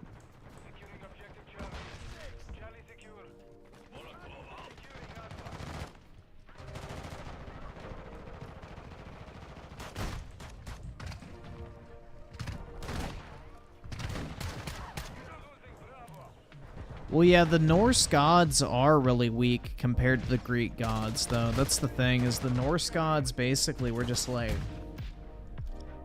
basically like drinking buddies to the Vikings, pretty much. There's nothing really that special about them.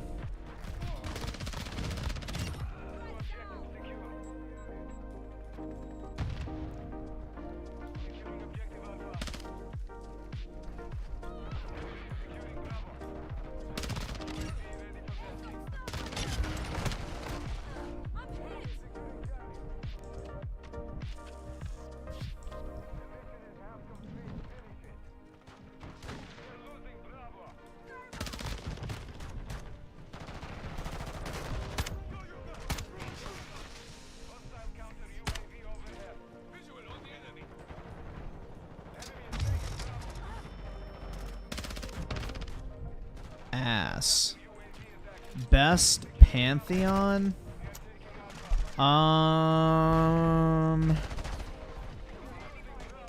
Probably Greek mythology, but I would say the Egyptian pantheon is pretty close. There's some pretty cool shit in there too.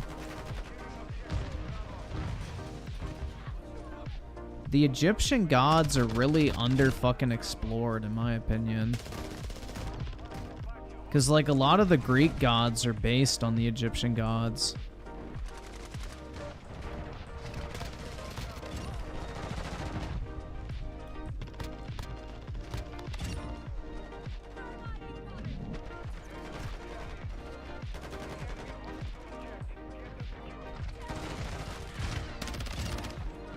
Dude, why people simp over Elena Pierce, I don't understand, bruh. She's not even hot. But she's a girl that plays video games, guys, so we gotta fucking simp. Oh my god, guys, she plays video games just like me, I have a chance. Like, that's what these fucking dorks are thinking.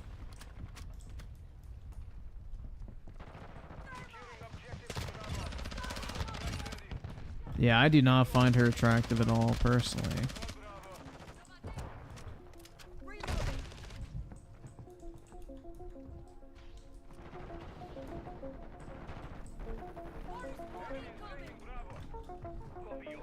And it's not just because of the tattoos and dyed hair.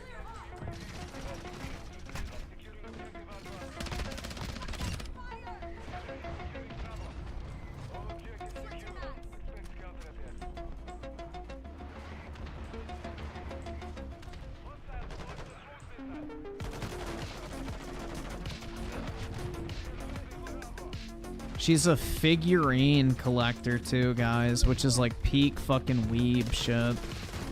I wouldn't even say weeb, it's just like fucking weirdo. I don't know, man. Like, any girl, like, say I'm dating and I go to like her fucking apartment or whatever and she's got like a bunch of comic book figurines and video game statues, I'm fucking leaving. I'm not sticking around. That's fucking weird, bruh. Like, it's one thing for a girl to, like, really like video games, but it's another thing for them to be, like, fucking collectors of, like, fucking video game statues and shit. Like, that's creepy, man. Ugh. It's like walking into a girl's apartment and she has a wall of plushies. Run. If she's got a couple, that's fine. But if she has, like, one of those rooms where, like, the entire fucking floor to the ceiling is, like, stacked plushes... Run for the fucking hills, dude.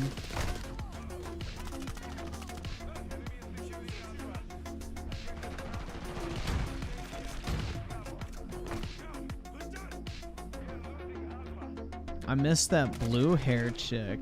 I have no fucking idea who that is. How's my wallet? Kind of weak.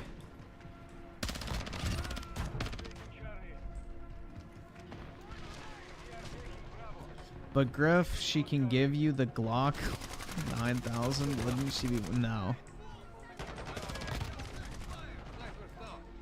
I don't know, man. At this point in my life, I'm not fiending for the puss. Like, I just don't give a fuck at the end of the day. Like, pursuing some weird chick just to get your dick sucked ain't worth it, in my opinion.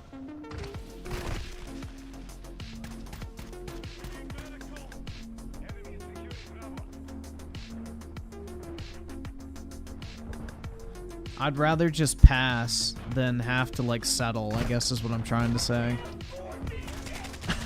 Personally. Abel with the 2, would you rather fuck Elena Pierce or Pokimane, bro? Easily. Pokimane has those breeding hips. Something to grab onto when you're railing. But yeah, I think Pokimane's younger, too, so there's that also. It's not that hard of a decision.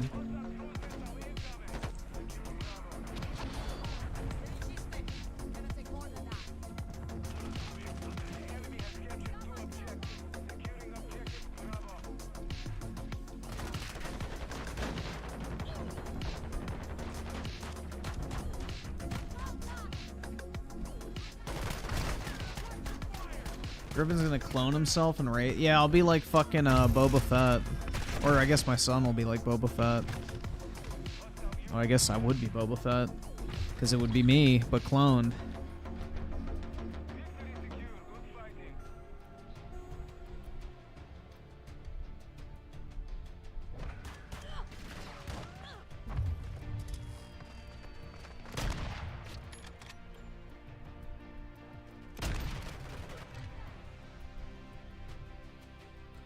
No, but do you not get it? Jango Fett is Boba Fett, and Boba Fett is Jango Fett because they're fucking clones. There is no difference between the two. So you would be both Jango and Boba Fett because it would be a clone of yourself.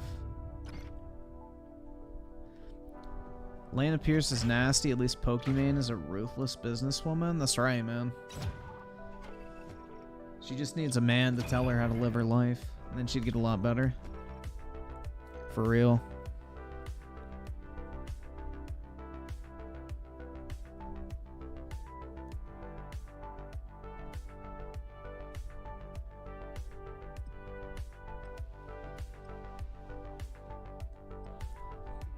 Titanic dick with the 2, with 200k kids with millions more on the way. That's right, man.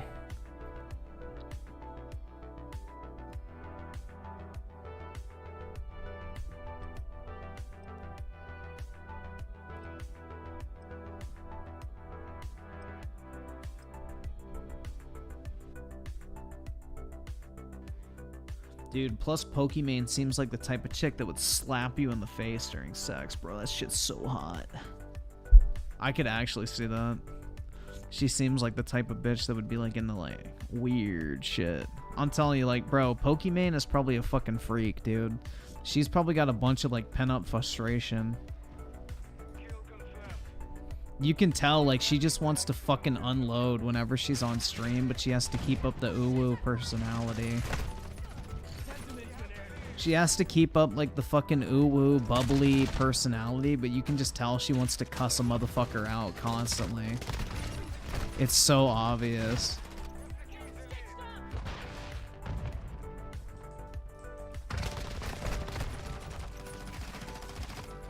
Like, she's one of those people you can tell absolutely fucking hates streaming. Absolutely fucking hates it. But she loves the money and influence that comes with it. But she hates having to interact with the fucking, you know, lower class, basically. You can tell. Which, I mean, I don't really blame her, because she's like a multi-millionaire. I'd be the exact same way. Like, I would have zero fucking patience for some fucking dipshit that works retail telling me how I should and shouldn't live. Like, real talk. So, I can understand from that perspective, but it's like she's addicted to making the money and having like the influence.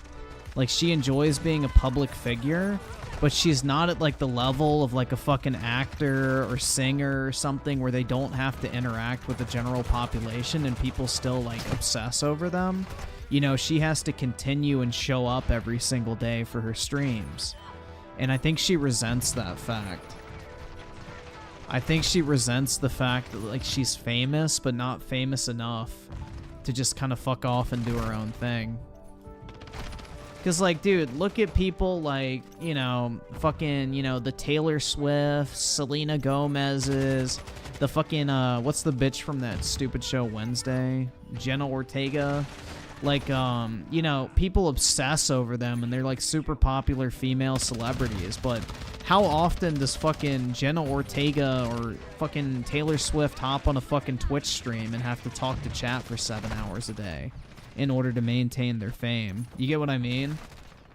It's like Pokimane views herself at like that next level, but she's not, and it drives her fucking crazy. That's the vibe I get from her. Is like she feels like she's more famous than she actually is and resents the fact that she actually has to interact with like the fucking plebs.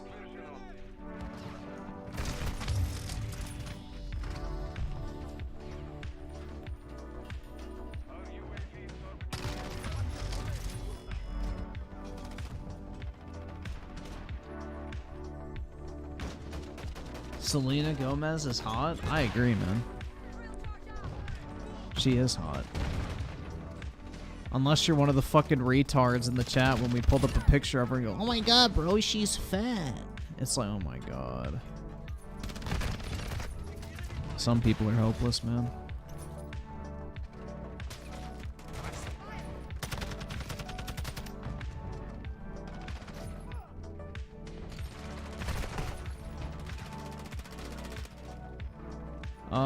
Oscar the 2, Final Fantasy 16 clearly won. Hop on it. I don't know, man. That's kind of too close of a margin. Sucks like wet dick in a fucking Olive Garden parking lot. Gaming. She used to be hot? Bro, do we really have to go through this again? Like, we literally pulled up, like, one of her most recent Instagram photos, and she literally was not fucking ugly. I don't know, man.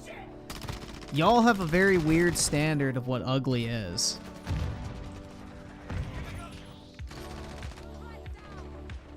I'm not going through the motions again. You know, go pull up her Instagram and tell me with a straight face that she is ugly.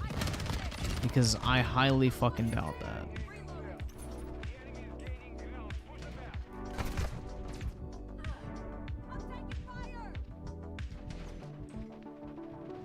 How is she plastic looking? Oh my god, bruh.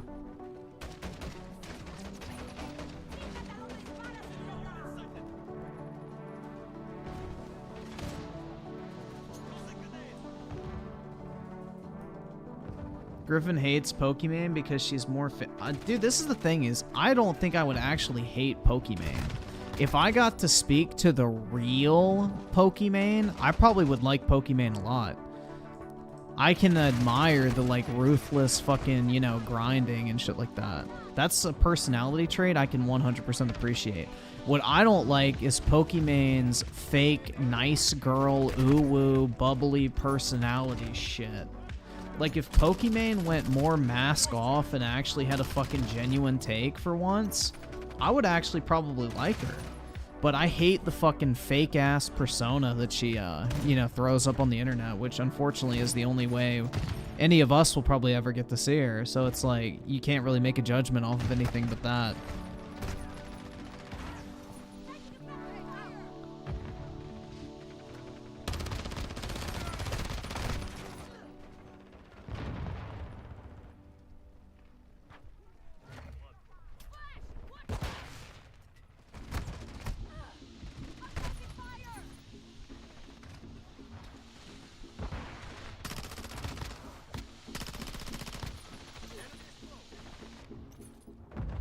Yeah, I really don't think Pokimane is that hot, though, in all honesty. She's like a 6, I would say. She's like a 6.5 to a 7. If we're keeping it a $150. 6.5 to a 7. If she would lose the nasty ass fucking makeup, it'd be a huge improvement. That would put her in strong 7 category in my opinion. But the makeup is a major L. Like, she has so much fucking makeup on, she tries to make herself look Asian. Titanic dick with the 2, I work fast food, even I understand what she means. Yeah, that's the thing, is like, you know, it's like what Kanye said in the song, man. I don't take advice from people less successful than me. Like, it'd drive me fucking insane if, like, some fucking dipshit who, like, is literally making, like, you know, 20K a year unironically thought they were smarter than me at, like, you know, anything financial related. It's like, yo, fuck right off, man. Hell no, I ain't listening to you. Griffin's an 11, though? Thanks, man. Yeah, right. I'm like a 4. And not just in inches.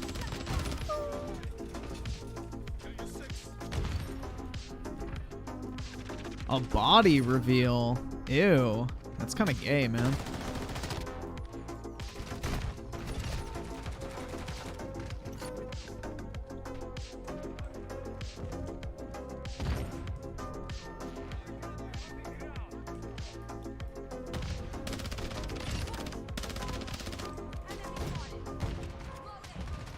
I'm as beautiful as DSP, if only, man.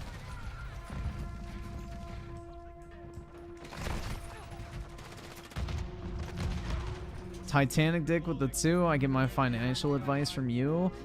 Dude, actually, I give 0 financial advice, and anything that I say on stream is just my personal opinion and cannot be used in a financial context.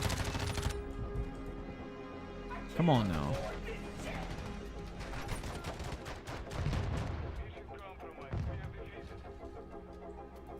He heard your gym growth and wants to beat off bad.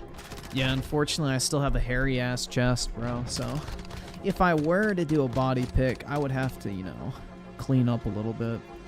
I don't want everyone to see my carpet nips. Bruh.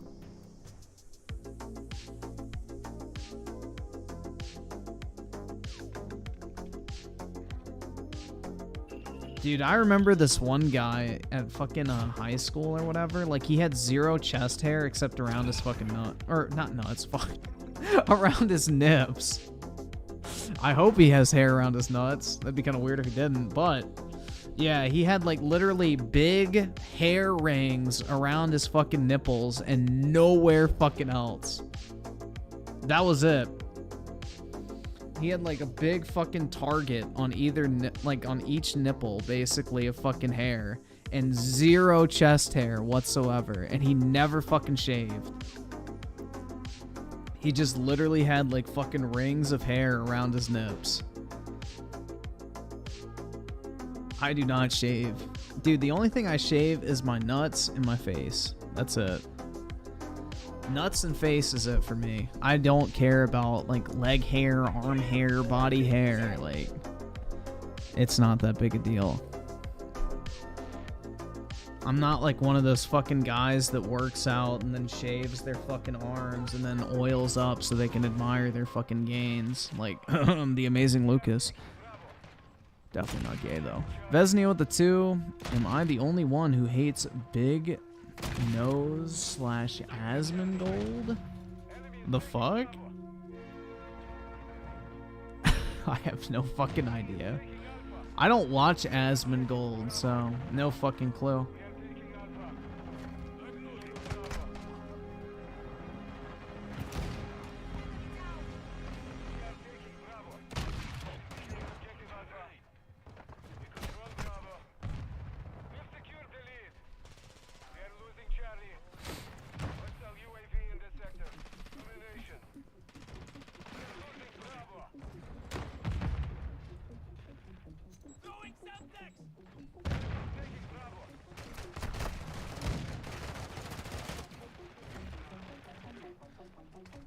I know who Asmongold is, I just don't watch him. So I don't know if I like him or not.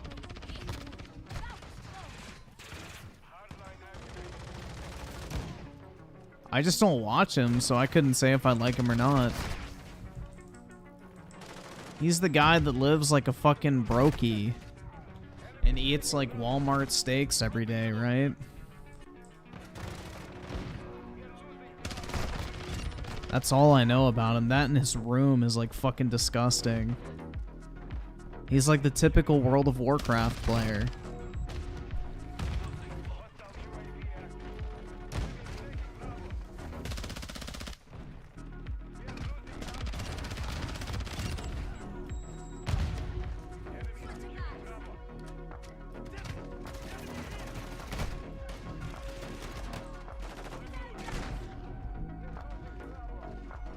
Dude, unfortunately I see clips of Hassan. I've never actually watched any of his actual content. Z-Herb with the 5. Bro, I was playing Halo Infinite's campaign. I remember what Amazing Lucas said about it and started laughing, lol. It's alright, man. It's a gay love story. The best type.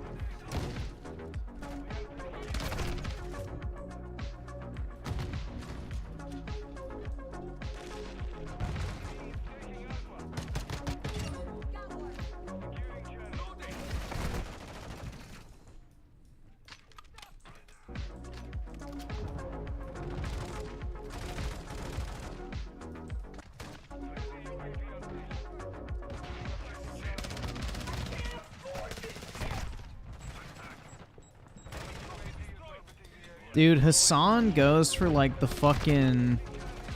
He goes... I don't know. He like tries to implement kind of like the twink look into like his style, but at the same time not completely. It's weird. I don't know. He basically dresses like a metrosexual, I guess is what I'm trying to say. He dresses like some fucking metrosexual hipster. And then, you know... I guess to cater to like the fucking female audience. I have no idea, man. Or his fucking gay audience.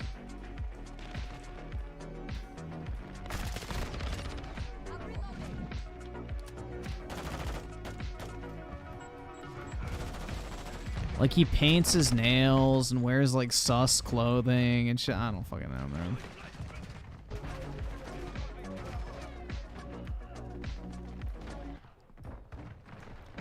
Z-Herb with the 2, you have to be gay to see that though? Oh yeah, man. I mean, Amazing Lucas is always on the hunt for gay love stories so he can live vicariously through them. Since, you know, he's still afraid to come out of the closet. 100%. You fucking cock. I know that's one of your favorite words, you right-wing asshole. Say, come on, cock. Ask real fucking questions, cock. And don't be a fucking pussy because you're a bigoted asshole too. Fuck you.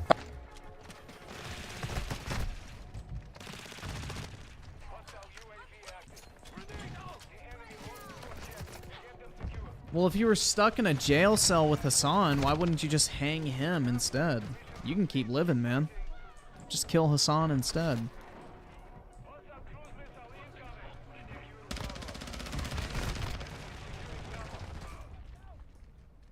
You don't have to kill yourself, dude. If you're already in prison and you're not getting out, then, you know, YOLO.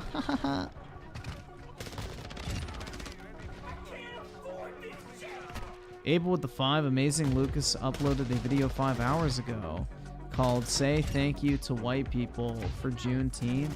He's just a character? Probably. He's just a fucking political grifter, man. That's it. He's a political grifter desperate to hang on to his YouTube career that is dying day by day. A lot of people in the political grifting category seem to be going out, man. I think people are getting bored of it. Like, there's only so many fucking super shekels you can farm for so long, telling people what they want to hear before people get bored and move on to the next person.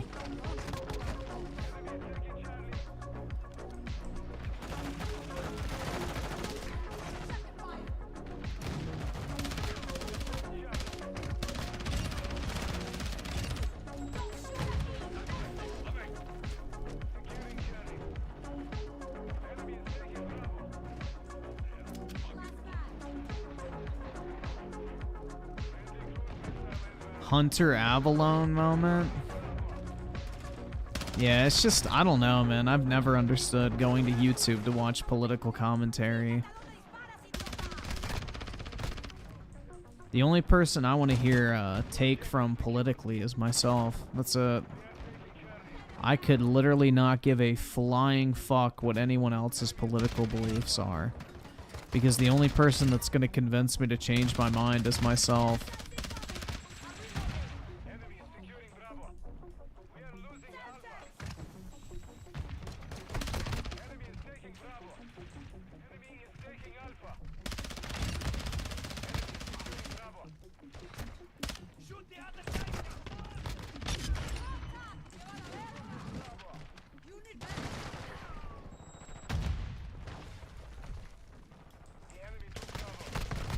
Fuck.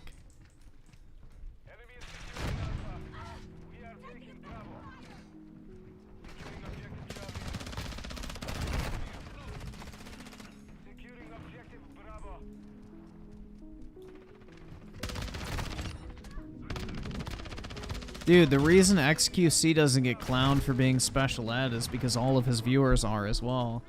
Like, he attracts the fucking autistic special ed audience that are homeschooled and sit on fucking Twitch streams all day for their form of social interaction. So that's the reason why.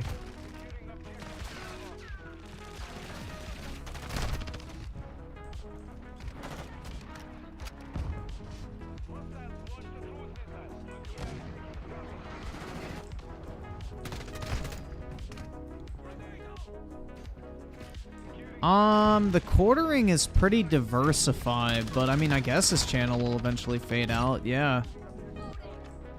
But the quartering's pretty diversified. Like, he doesn't just talk about like politics, he talks about like movies, TV shows, actors, fucking companies. Like, he's pretty diverse in like the topics that he covers. So he attracts a lot of different communities into his channel, so he'll be better off than like, you know, your typical, like, you know, pick a topic and stick to it type political grifter.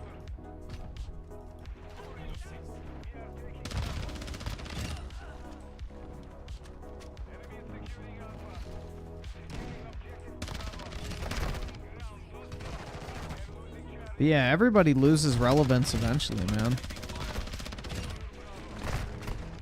It's just the natural cycle. I mean, look how many washed up celebrities there are in Hollywood or the music industry or whatever. You know, there's a shit ton of actors out there that were in like blockbuster fucking movies that now work as like real estate agents or fucking, you know, like consultants, accountants, random shit, waiters even. Like, it's interesting.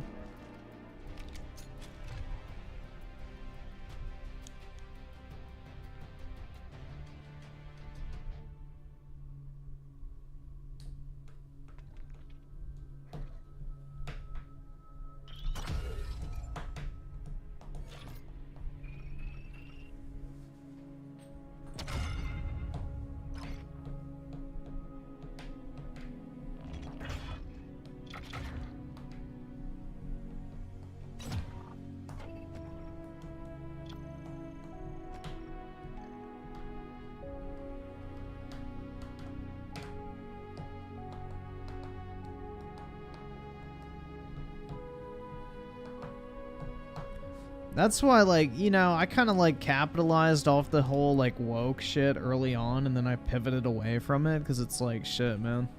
That is not the type of content I want to make long term, but it's a great way to get attention up front. Like, it's easy fucking views, bro. You literally just fucking echo the popular, like, anti-SJW shit, and you get insta views, bro. Like, it's easy cash. So, yeah, the griffining. There you go. That's my next venture.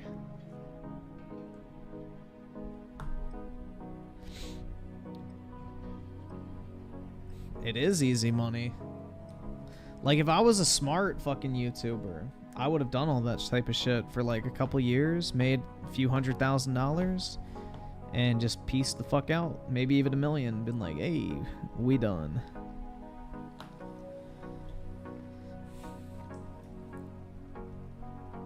Now go on a political rant like Griffin Tech USA. All right, man. You fucking cock. I know Dare that's I one of say your it, favorite words, hateful you cunt. right-wing asshole. Say, come on, I'm just cock. gonna Ask say it, real fucking since you're questions, talking shit about cock. me with your And big don't be a fucking ugly fucking mouth. pussy, because you're a bigoted hateful asshole too. fucking Fuck you. racist bigots. Fuck you and fuck your fucking podcast.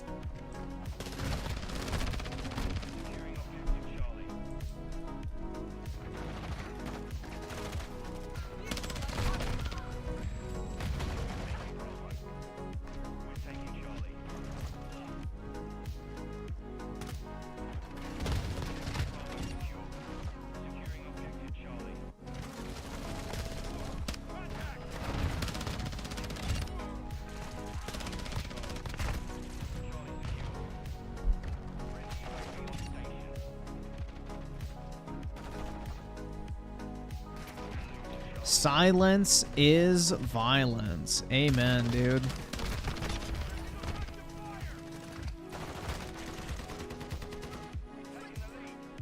Black Lives Matter. Stand with Ukraine. Trans voices are valid. Love trumps hate. Love is love. My body, my choice, unless it's a vaccine. What are the other ones?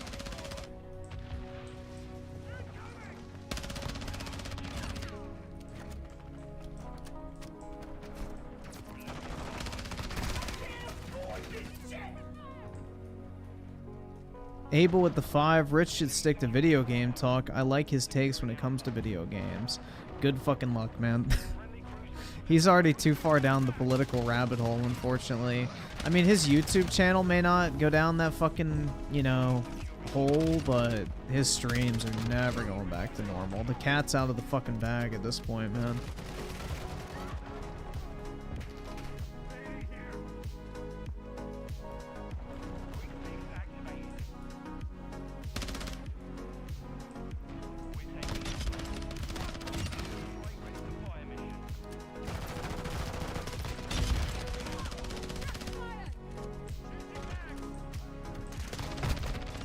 I don't think I don't think Rich even really plays video games anymore, though.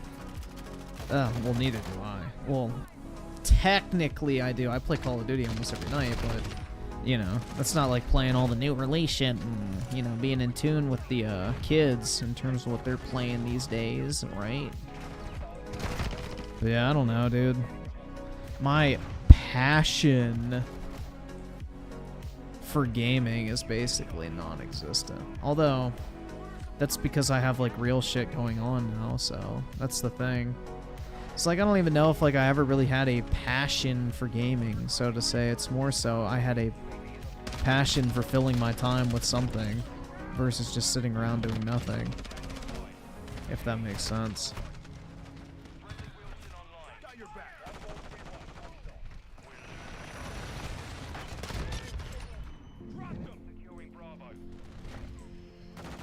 I think that's what it is for a lot of people, dude. It's like you play a shit ton of video games when you're younger because you have a ton of free time that you don't really know what to do with.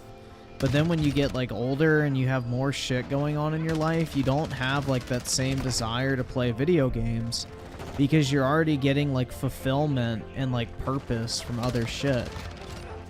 Like, you know, when you work 8 hours a fucking day plus, you don't really want to come back and fucking grind side quests in a video game. You, like, want to go hang out with friends, grab something to eat, you know, go for a walk outside with your dog. Like, you want to do something other than just sit in front of a fucking computer for another 8 hours each night. Whereas, like, when you're stuck in school all day, staring at a fucking, you know, chalkboard or fucking whiteboard, bored out of your fucking mind, well, what do you want to go do? You want to come home and, you know, sit in front of a TV screen and play video games.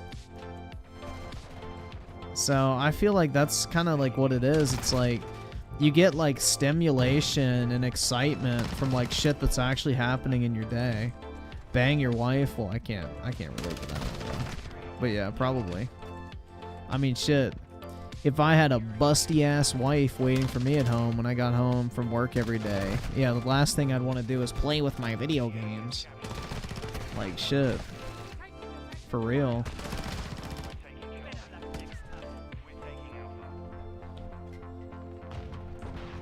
Well, the people who feel the opposite, I feel like, are unhappy in life. Like, they're not happy. Maybe they're in a shitty marriage. You know, they're stressed out because of their kids. Like, because video games are an escape from reality. And, like, the older I get, the less I want to escape from reality. And the more so I want to start, like, you know, fucking conquering it. You know what I mean? It's like, I don't really want to escape the real world and reality and shit like that. I want to go out there and kick its fucking ass. Not fucking put on, you know, my little fucking video games and shit and, you know, sit there and do nothing.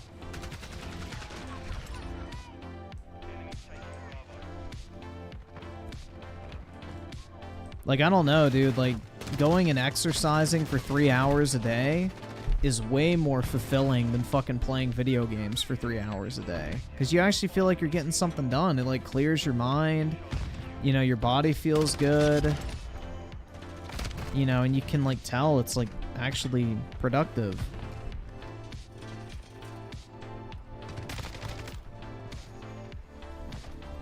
It's me or the gaming PC, Griffin's dissatisfied wife. The PC would be gone.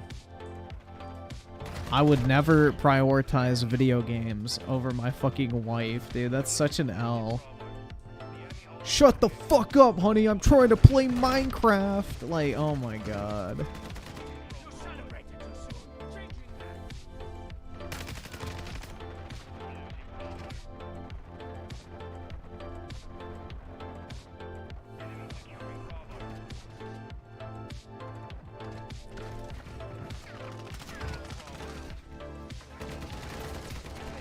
Yeah, I don't know, dude. Like, the whole fucking idea that you got grown-ass men sacrificing real life, basically, to just sit there and play video games with zero fucking benefit is kind of sad.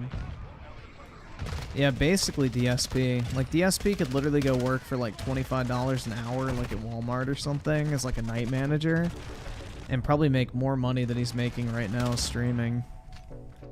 With way less fucking stress, and then he could just stream in his free time and make more money on top of that, but he's too fucking stupid.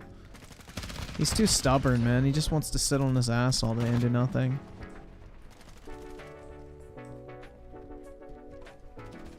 No girl right for you would tell you that? Then we have a different definition of the right girl. Like, if my wife or girlfriend didn't tell me to stop being a worthless piece of shit and get my fucking shit together and do something with my life and encouraged me to sit around and play video games all day, then yeah. That's not really someone I'd want as my life partner. I'd want somebody to actually encourage me to do shit that actually matters, not sit around and fucking waste a bunch of time. Personally, but hey, different strokes. Yeah, dude, Walmart pays well. Like, Walmart's starting pay in most state, or I think in every state now, is $14 an hour. So if you're like a fucking store manager or something, you're making like $25 an hour.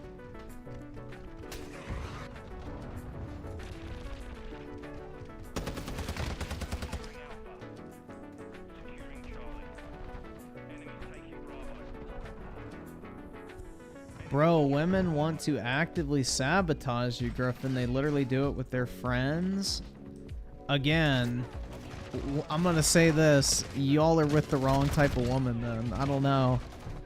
Like, why would I be with someone who's trying to sabotage my life? And I don't really consider someone telling me, hey, let's go do something instead of playing video games as sabotaging my life. If anything, they're getting me to live my life. So, yeah. Once again, different strokes, man. Different fucking strokes.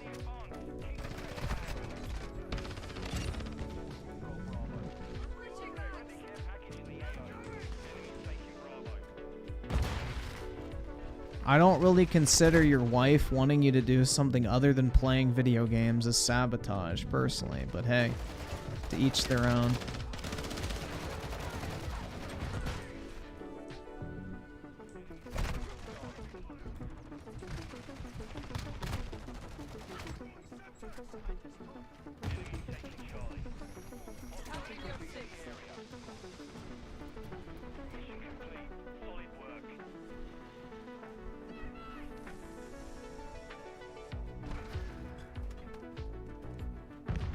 I should be the marketing manager for Bud Light, bro. I could turn it around.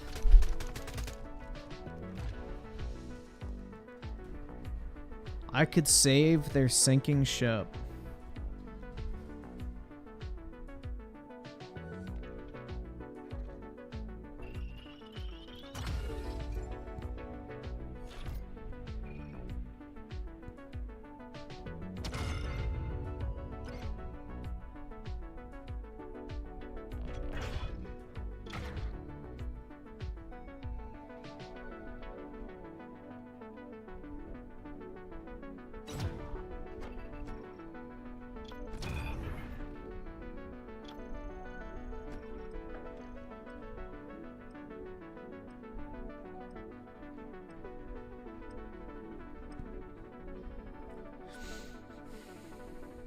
If you're not spending all your time on a video game and doing what you gotta do and she tells you it's me or video games, then that's a problem.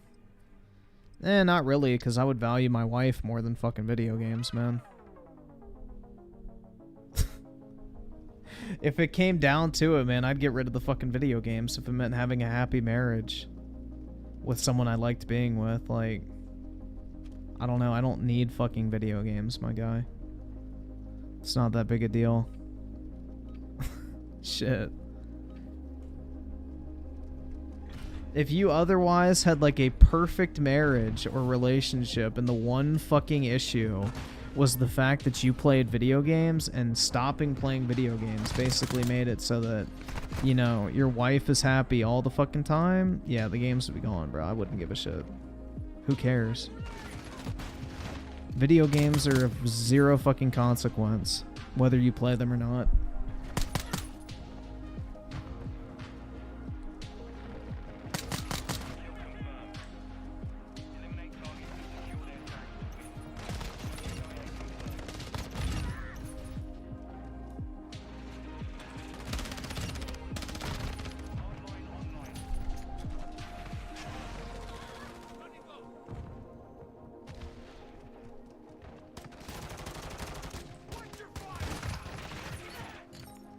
If anything, if I'm in like an actual relationship and married and, you know, at that point in life, I would hope I'm not even playing video games anyway. Like, I'm hoping I get to the point where it's like I got so much other shit going on that I don't even want to fucking think about playing video games. Like, hopefully I get to that point in life anyway, where it's like I don't even pick up a controller.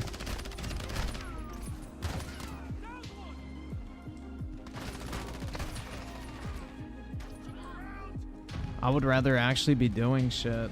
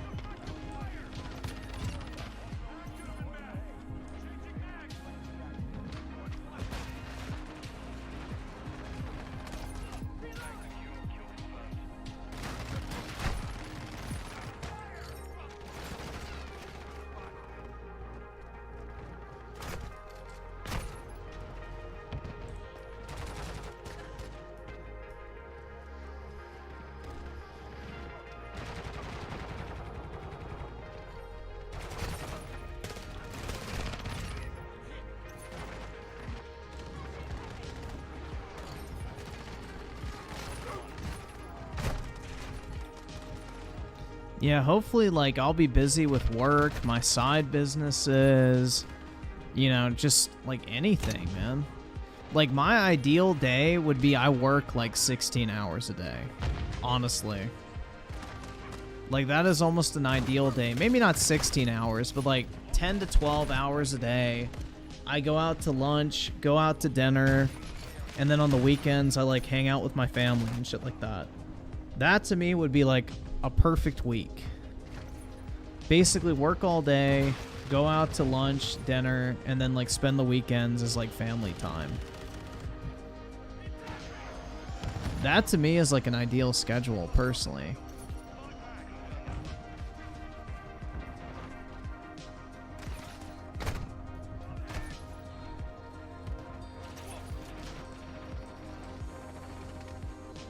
$16 hours a day is not a lot. I mean, shit, dude. Substitute the time I spend streaming with, like, working on a side business or something. Like, I already basically fucking do that shit anyway. It's not that big of a commitment. It's really not that hard. So, I'm somebody that likes to be busy. Like, I don't like sitting around wasting time, man. I don't know. I would rather be busy doing shit and, you know, making that cash money, baby. Yeah, I know, like, streaming could be considered work, but, like, I don't know, like, if I substituted streaming with, like, working on a side business or some shit like that, like, let's say I got, like, really heavily into reselling shit, and it's like I spend 6 hours a day working on that versus 6 hours a day streaming. Like, that to me would be preferable to spending 6 hours watching TV every night. Unwinding, quote unquote, you know.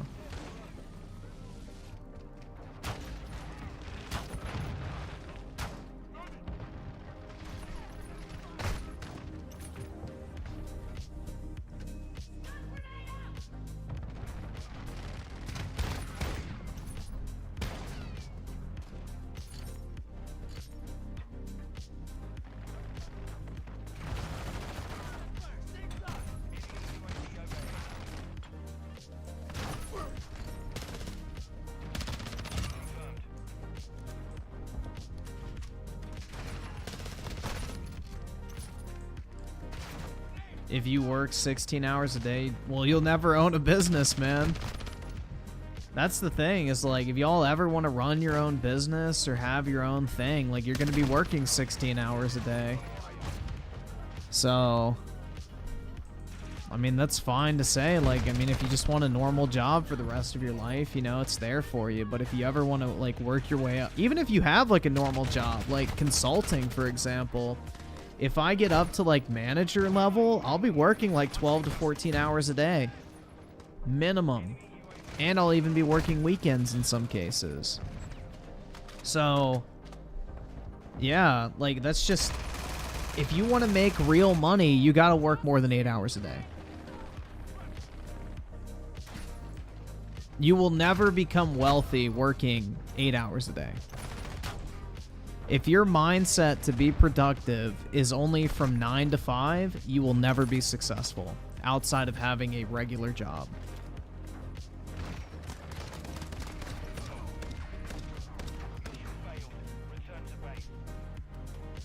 Do you think fucking anyone at a corporate level who's like in corporate management is working 8 hours a day? Fuck no, they're not. They're working probably like 10 to 15 minimum, and they're working on the weekends. Do you think a fucking person who manages $100 million property portfolios can sign off every night at 5? No.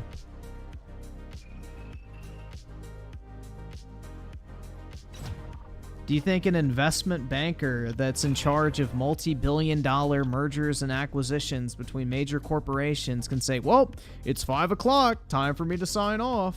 No. Do you think a fucking successful lawyer gets up at 8:30, signs onto their computer at 9, and then calls it quits at 5 even though they have a trial the next day? They're like, well, I put in my 8 hours, man. That's all the preparation I'm gonna do. Fuck no. If you want to be successful, you have to be willing to put in more than just the minimum expected work.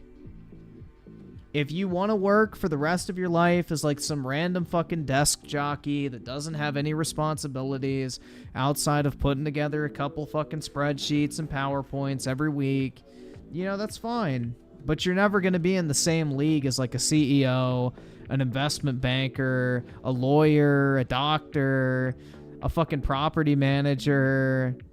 You know, that's fine. Like, there's nothing wrong with being average, but if you want to make real fucking money, you cannot have the I only work 8 hours a day mentality. That will not fucking work. Once you get to the higher, even if you have like a desk jockey job, like if I get to manager status in consulting, I will be working 12-hour days. And I will be working on weekends as well, too. Even though I'm only paid to work 8. Technically. I'm paid to get the job done, which is more of the kind of what I'm getting at. So if you want to be paid to only work 8 hours a day, you will not make real money. If you want to make real money, you have to be willing to work more than 8 hours a day, basically. That's just how it is. Otherwise, you know, everybody would be a fucking millionaire. Because if all you had to do is put in the minimum required work each day to become successful, then everybody would be fucking successful.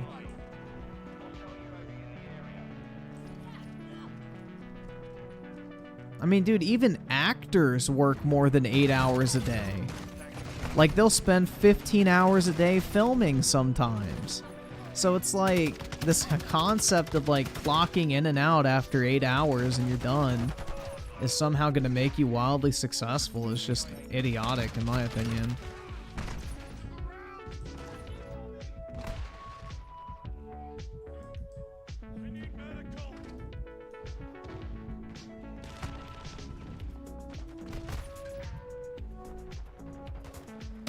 Don't really give a shit about balling as a CEO and shit.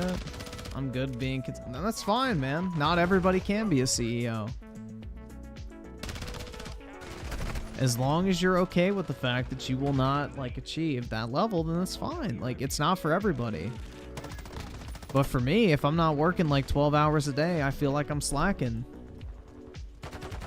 Because I know working 8 hours a day is not going to get me to the point where I want to be in life. And that's why I enjoy being productive and busy, because I know like my time is actually beneficial.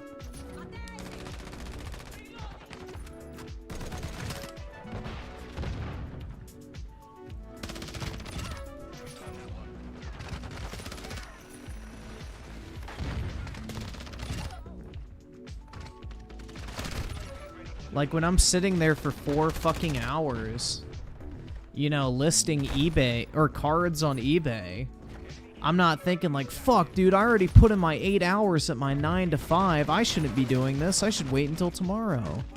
It's like, no, I gotta get this shit done so I can get paid. It needs to get done, so I'm gonna fucking do it. Then why am I streaming then? Because it earns me money on Key. Duh.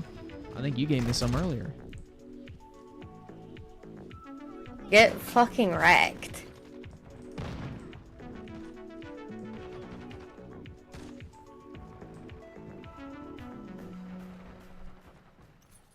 I'm brainwashed by capitalism. So because I want to earn money, I'm brainwashed? Okay, bro. I would consider the people who think a 9 to 5 is the secret to success are more brainwashed than me, but hey. Different strokes, right?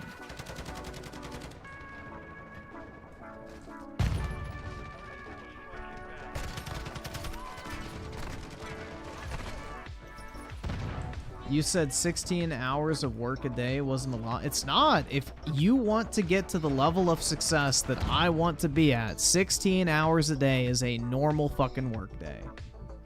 If you are the CEO of a major company and you're not working 16 hours a day, I would genuinely be shocked. Honestly.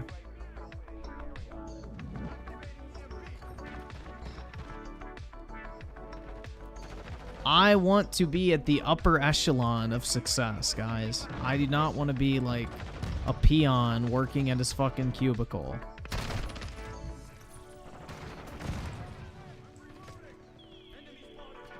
I don't think Jeff Bezos works sick. He 100% did when he was starting Amazon, I'm key. He 100% did.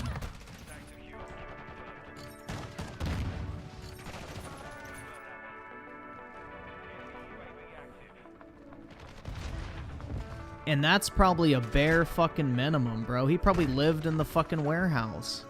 Just like Elon did when he was starting Tesla. Literally sleeping in his fucking office.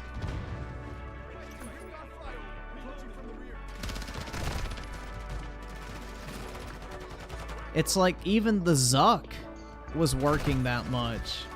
If you watch that stupid fucking, you know, puff piece on the Zuck, you know, they have that thing where they're like wired in or whatever, and they're just sitting there coding for like hours upon hours.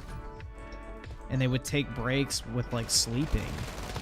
Like, dude, if you want to be ultra successful, you have to put in more effort and time than other people are willing to. Otherwise, everybody would be a fucking multi-millionaire.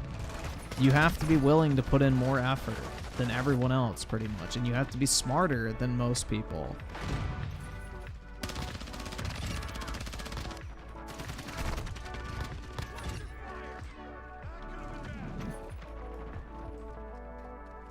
Are you doing computer science, Imkey? That's smart. You'll make good money. And guess what you'll be doing if you have a deadline coming up for an application or something you're developing? Working more than 8 hours. Bruh.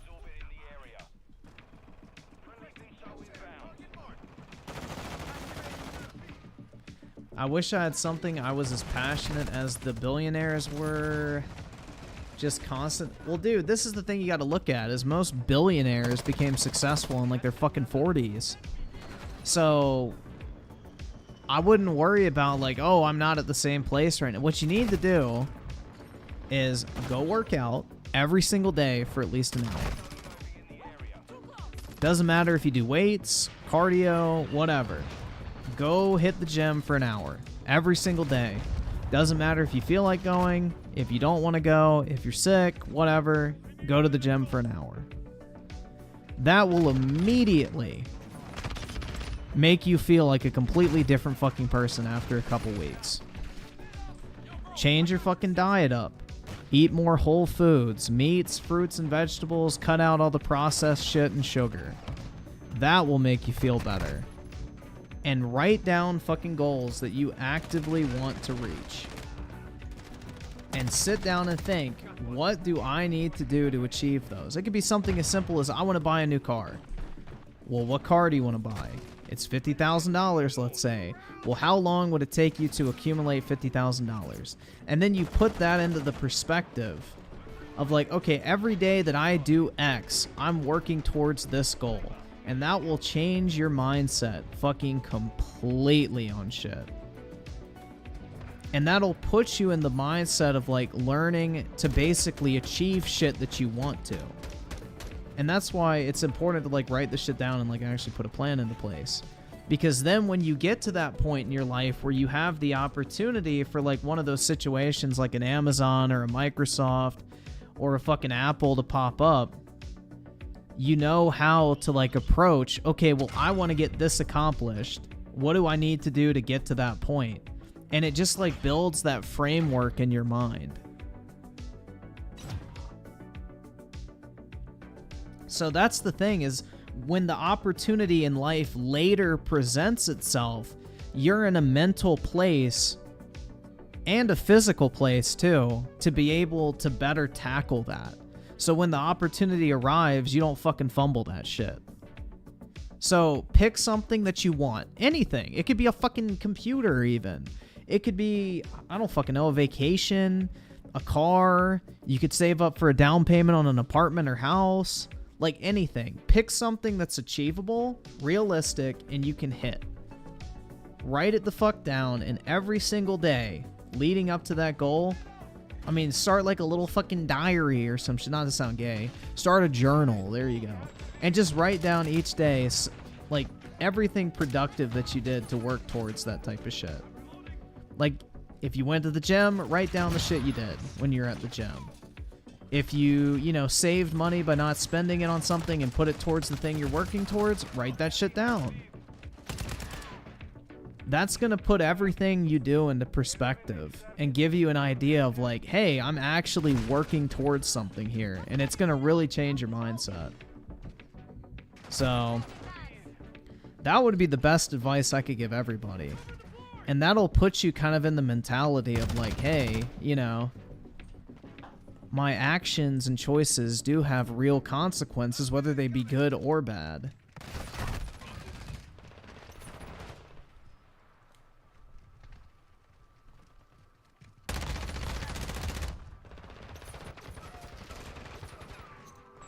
You'd rather do something than write stuff down? Well, you gotta do something first in order to write it down, my guy. Otherwise, you have nothing to fucking write down.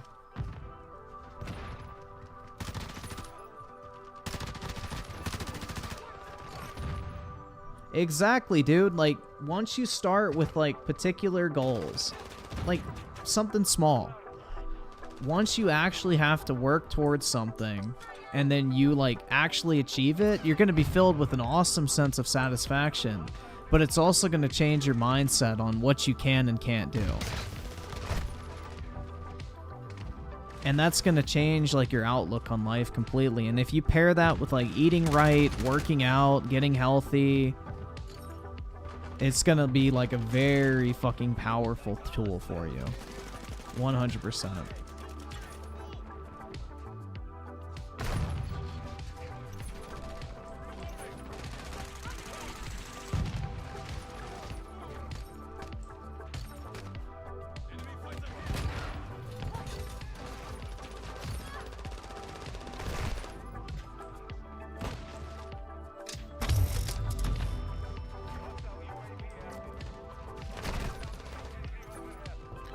No, I'd rather do stuff than write it down and not do it is what? I don't fucking know what that means. Tony Esquire with the 5. Excellent call on Final Fantasy 16 recommendation, Griff. It's dope. Yup, it is really good, man.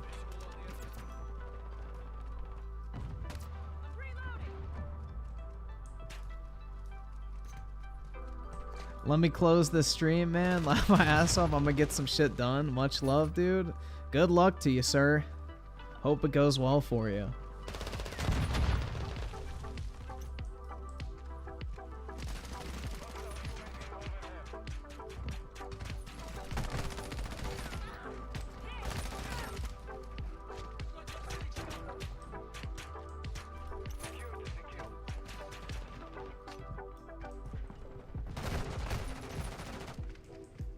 He just got off to beat his meat. Hey, man. It is what it is.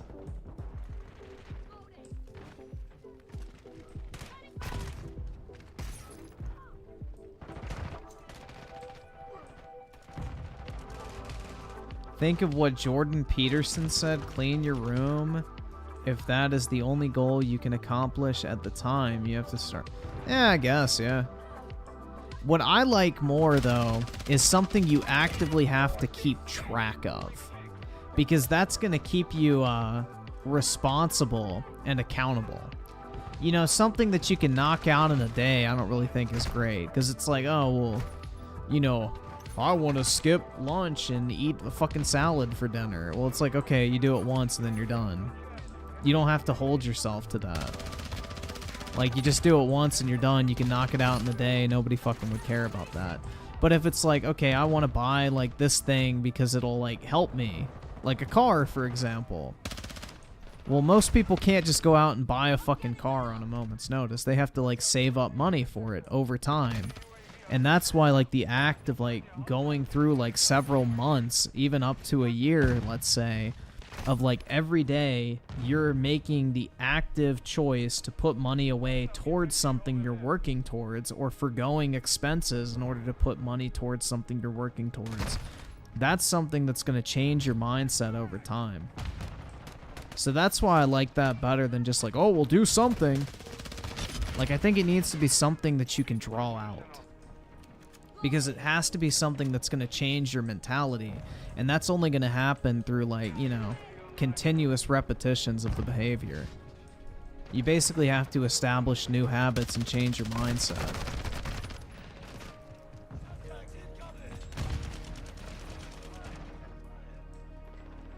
And then that gives you kind of like the mindset and knowledge of how to frame shit in order to accomplish long-term goals.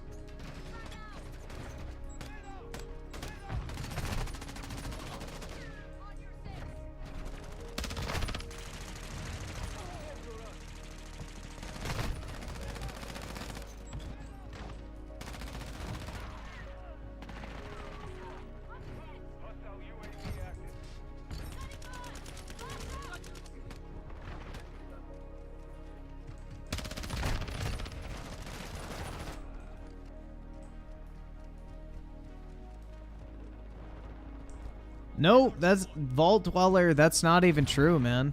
You don't even have to create something new. All you have to do is create something that people want. That's it.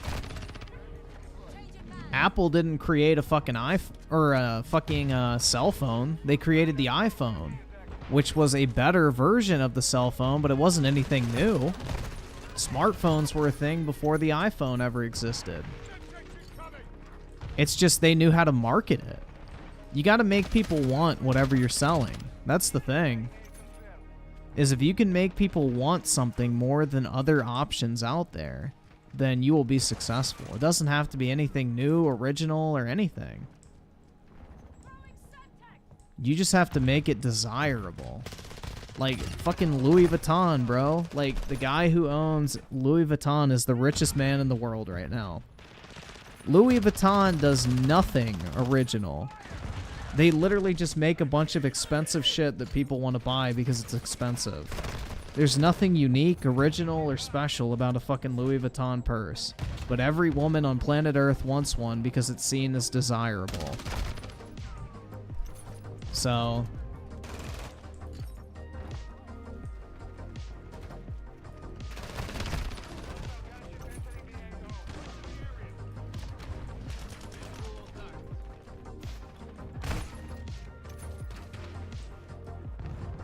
like, prime example, man, like Rolex watches.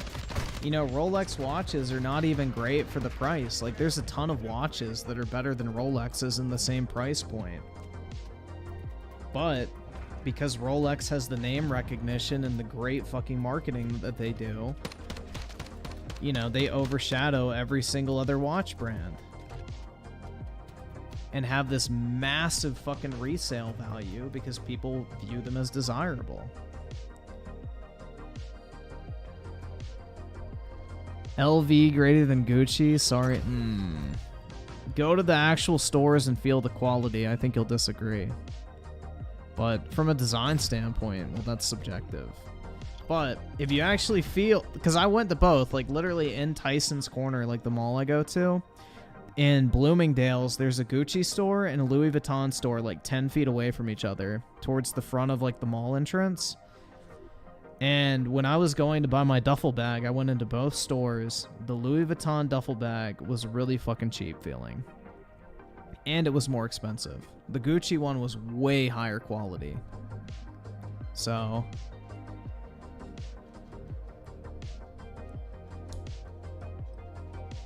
that's just my personal perspective. Because that was the determining factor on which one I was going to get. Was the quality, and the Gucci bag was way nicer.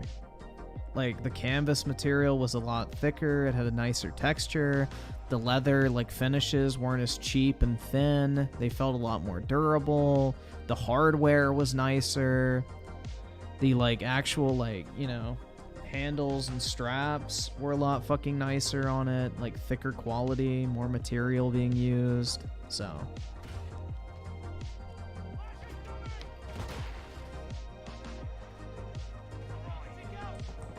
I think Gucci's the better buy, personally.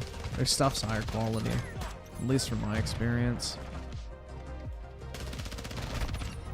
I guess it depends on what you want to buy, right? I couldn't speak to the purses because I ain't gay, bro. Believe it or not. Balenciaga? No thanks. I think Balenciaga shit's ugly as fuck. Even before the pedo shit, I didn't even fucking want that trash. Like, their stuff's just ugly. Like, Balenciaga's the prime example of clothing so ugly, people only want to buy it because it's considered designer.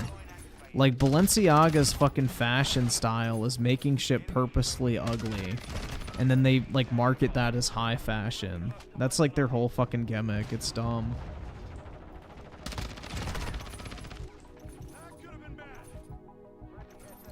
Like, I don't care if something's considered fashionable or not. I'm not buying it if it's ugly. Like, I don't buy any, like, trendy shit. That's the thing, though. It's like, I only buy stuff I like. Trendy shit's gay.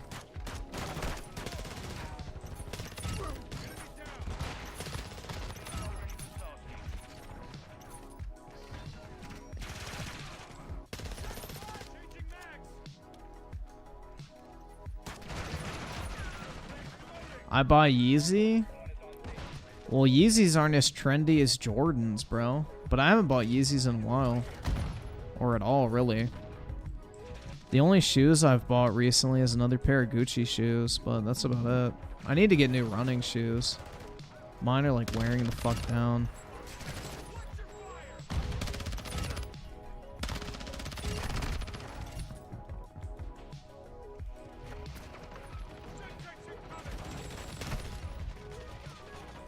No, they don't make Yeezys anymore.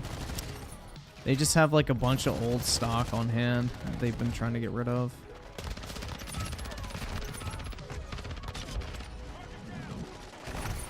Ah, shit.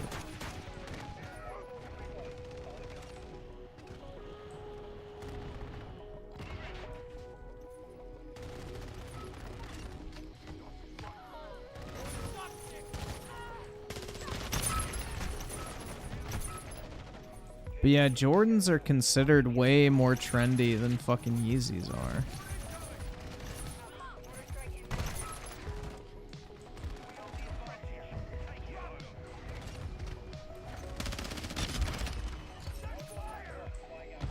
But yeah, I've tried not to spend a bunch of money on clothes and shoes anymore. Like, I've kind of stopped spending shit on that. I mean, I don't go anywhere, dude. That's the thing. It's like, it's a waste of money for me to buy clothes. Especially shoes, dude. I barely even wear the shoes I have. Other than, like, my running shoes. Because the only places I go are, like, to walk my dog and then go to the gym.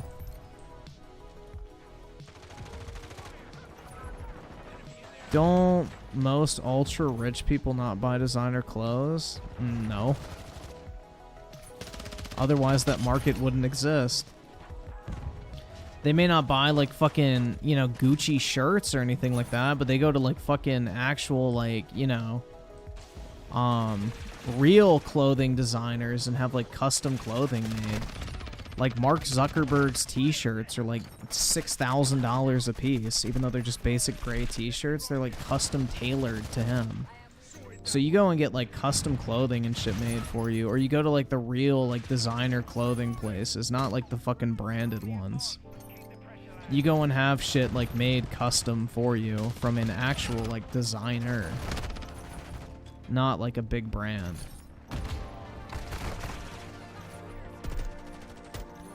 Galaxy Four with a 5. Wagner is taking over Russia. Wagner already took over Rostov-on-Don and captured military headquarters. It looks like gaining in numbers. Yeah, I doubt it. Good luck. I wouldn't believe what the media is pumping out about Russia, man. I'd give it a few days before you jump to any conclusions.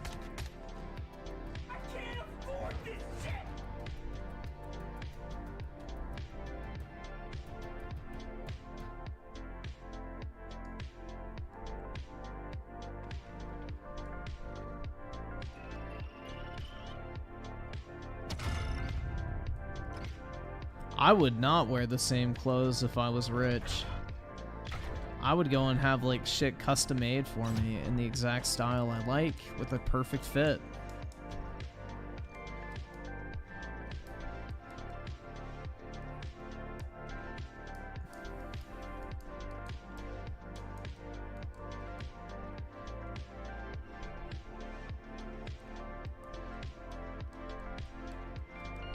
What's the point of having money if you don't enjoy it, man? What the fuck is the point? Like, there's no reason to accumulate a shit ton of money if you never plan on spending it. That's just boring. That's just like greedy. It's like hoarding, basically. Dude, everything is a waste of money. If you really want to fucking boil it down, literally everything is a fucking waste of money if you want to argue about it. Air conditioning is a waste of money. Electricity is a fucking waste of money. You know, only water, food, and shelter is not a waste of money, my guy. Like, everything else is a fucking waste of money. Like, that's such a dumb argument. I mean, if you're buying clothes, wearing it once, and throwing it away, yes, that's a waste of money. But if you go and buy, like, specially made clothes, that's not a waste of money if you have the money to spend.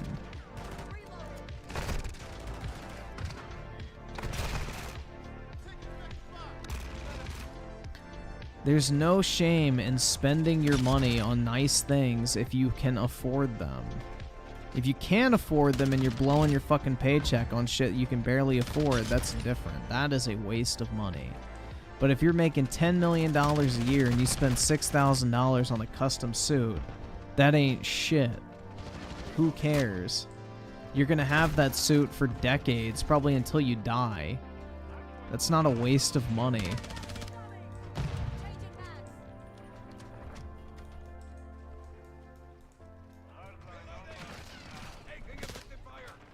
If you're making like $30K a year and you spend your entire paycheck on a Gucci belt, then yeah, that's a waste of money.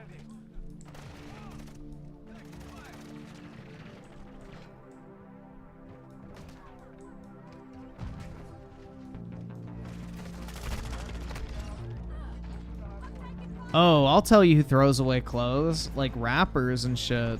I forgot who it was. There's like some rapper that doesn't wear his clothing more than once and he throws it away. Like, he literally spends, like, tens of thousands of dollars a week on clothing. That is a waste of money.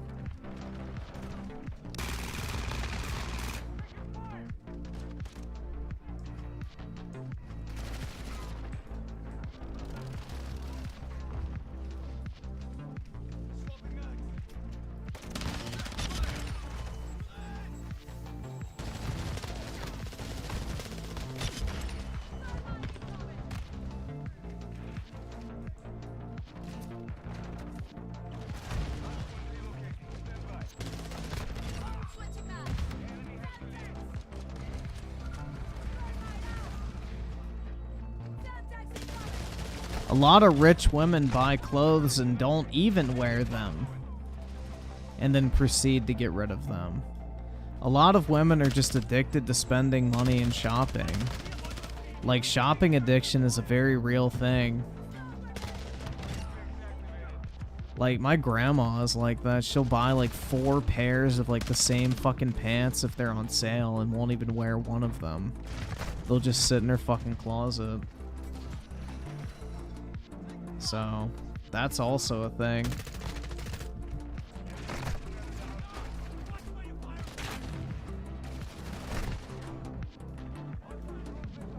And she's not even rich. She just likes spending money.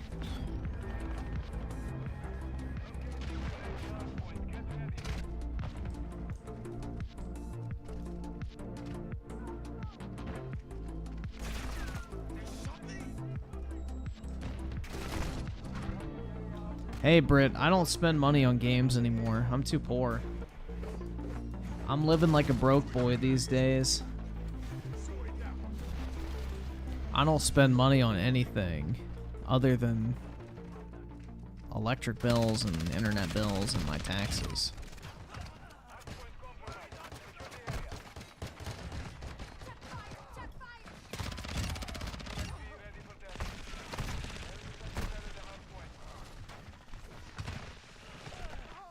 If I had to buy from only one brand of designer stuff, who would it, or what would it be?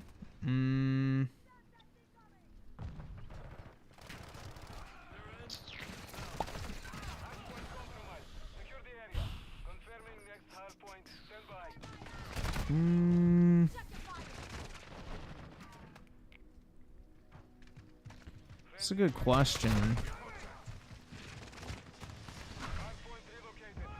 Is this like the only clothing I can wear, or could I buy like regular clothes still? Because if it's the only place I could get my clothes, then that changes it dramatically.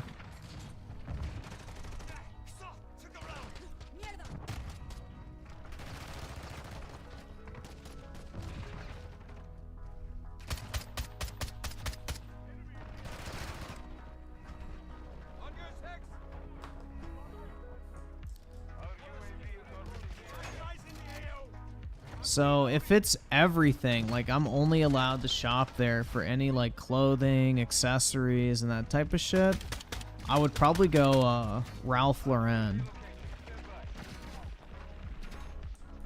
I would probably go Ralph Lauren because like they have really fucking nice clothing at all price points, like really cheap to really expensive. So I would say that's probably like the most versatile choice, and like their stuff looks really good too.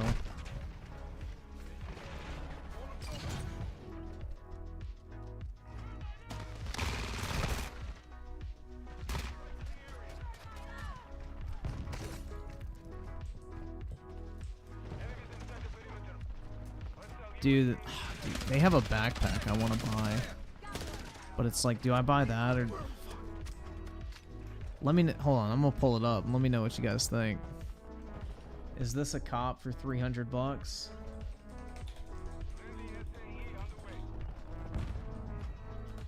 You gotta let me know. I really, dude, I almost bought this when I saw it because it just looks so freaking fire.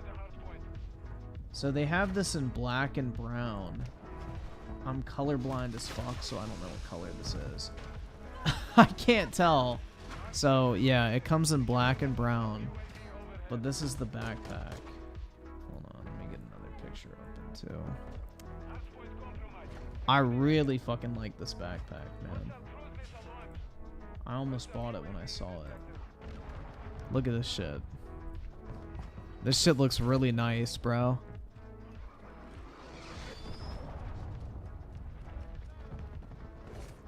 I think this is brown, right? I really can't tell if it's brown or black, but it comes in brown and black. Yeah, it's leather. I think it's made in Italy, too, so it's not like China crap. But yeah, this shit looks absolutely fire, man.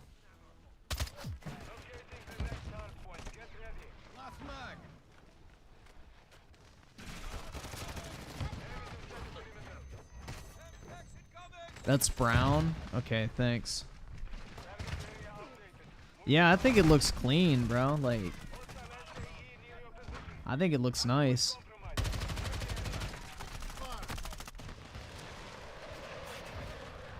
I put my bento in it? What is... Oh, Japanese lunchbox. There you go. So do I just shop for clothes? No, I don't shop for clothing at all. I just saw that when I went to the mall the other... like, a few weeks back. I don't shop at all anymore, Britt. I'm broke. I can't afford anything.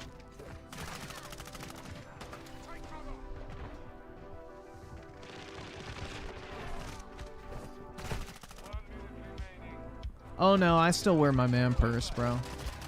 Don't think for a minute that's gone. The man purse is still in full effect. It's too convenient. Telling you. Like, I can walk around with my AirPods, a portable charger, my wallet, my keys, and anything fucking else, and I have zero fucking pocket bulges. Shit's great.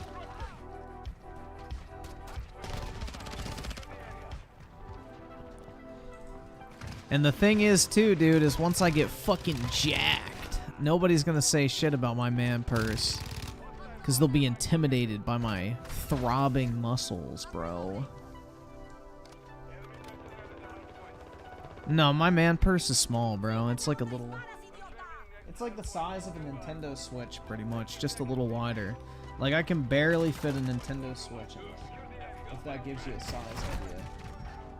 It's more expensive than most women's purses, so maybe that puts them to shame, but not size-wise. It may be black, but it ain't big.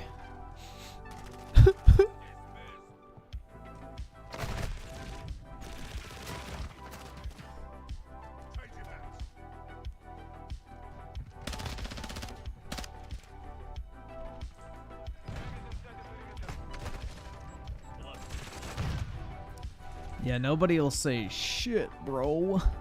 But yeah, I don't know. I don't really care. I like the man bag, bruh.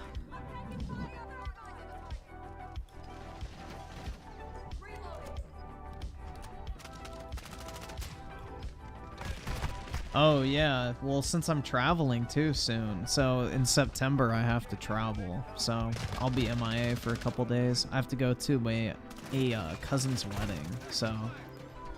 It's actually local, or not local, but it's like a couple hours away, so. In fucking, Maryland. So, yeah.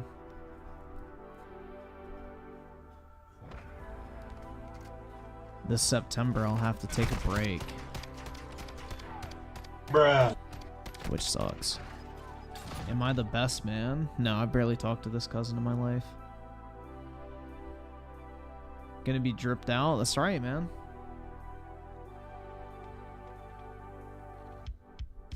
Show up to the wedding with my fucking man bag, bro. Hell yeah. Where did I get my man bag? From the Gucci store? At Tyson's Corner. Open bar at the wedding? Hopefully. I should get the new Gucci hoodie with the two... Wait, what?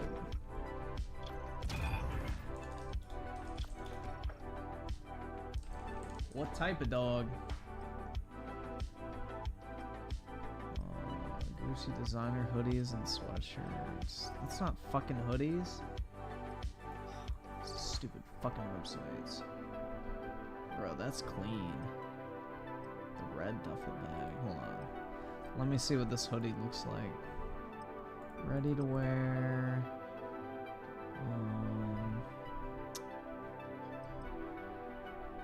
Why don't they just have a fucking tracksuit and sweats, maybe?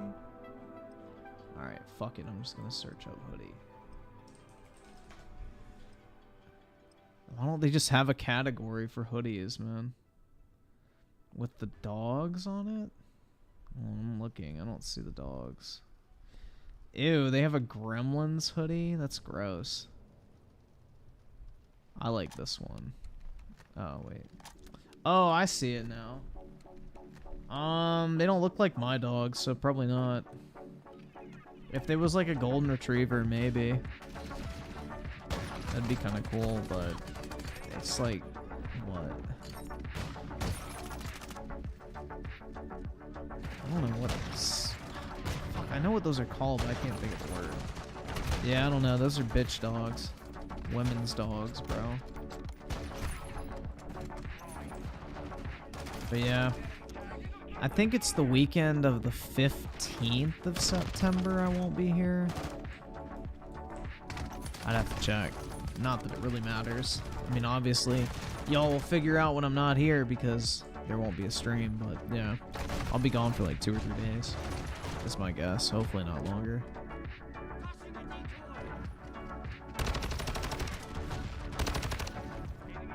Swoon the bridesmaid? Oh god, hell no. Bro, I'm just there so I don't get fined.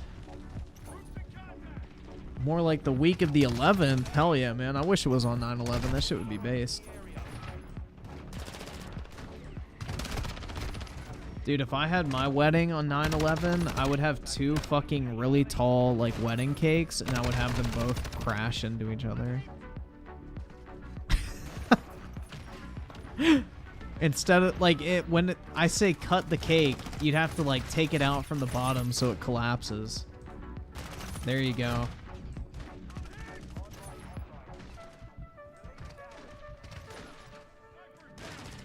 Well, you don't wash Gucci hoodies, man. You get them dry cleaned. You don't wash a $1,000 hoodie, my guy.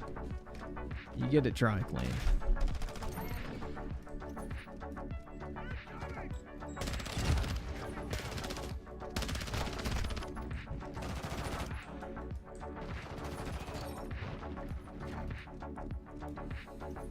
Also, if you're worried about, you know, damaging a hoodie, you shouldn't be buying it in the first place. Like, that's the thing, man, is if you're afraid to use something you pay for, you shouldn't be buying it. Dude, I'd have... Oh, fuck, that means I gotta go buy, like a dress shirt and shit, because none of that stuff fits me anymore. I think I'm down to like a medium in dress shirts and shit, so unlucky. Changing mags.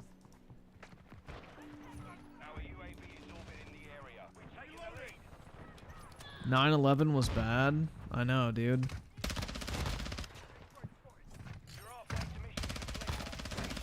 Sucks that other plane missed. Gaming.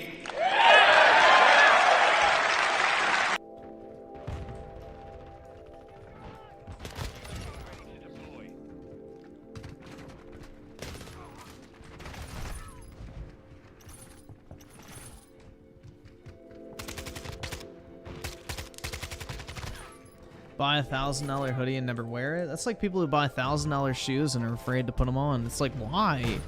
Why are you buying shoes you don't want to fucking wear? Like, I hate that type of shit so much, man.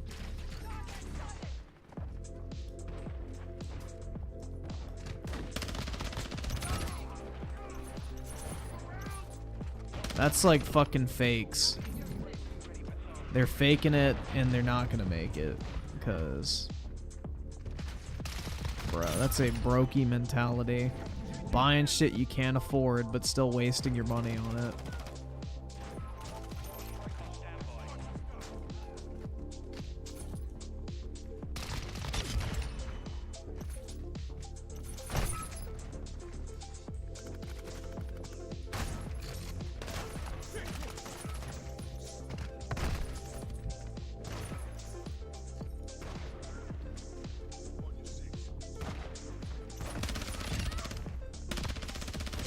Yeah, it'd be like if I spent like 100 grand on a fucking car. I literally drive to the gym every day, and that's it. I haven't put gas in my tank in almost 2 months. Like, I do not fucking use my car. Like, it would be such a waste of money for me to buy like an expensive car. I don't fucking drive anywhere. I think I do actually need to get gas. I have like 70 miles till I'm empty.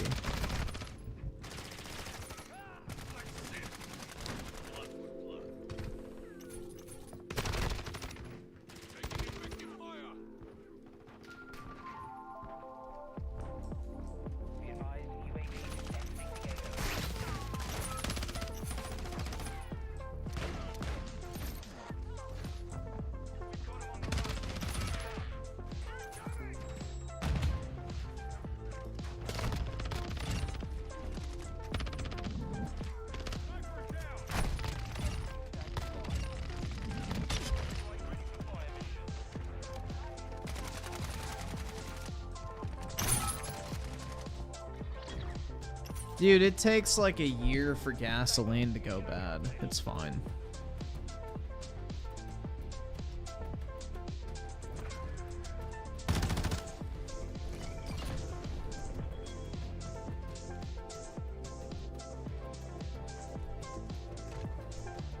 I actually need to go to the grocery store tomorrow because I'm out of food. Literally, I had a can of black beans with fucking sriracha for dinner tonight because I'm out of food. So I need to go buy some. But yeah.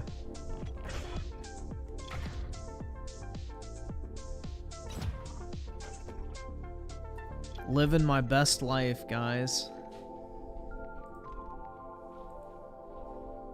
Yeah, straight goy slop, man. Straight fucking goy slop.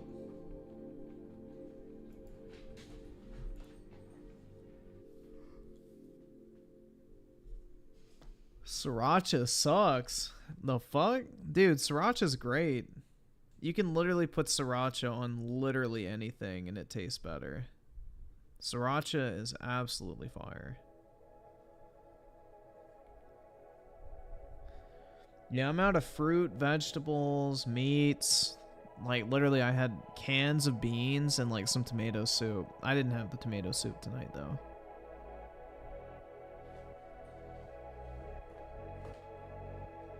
Yeah, I told y'all, guys, I'm broke as fuck.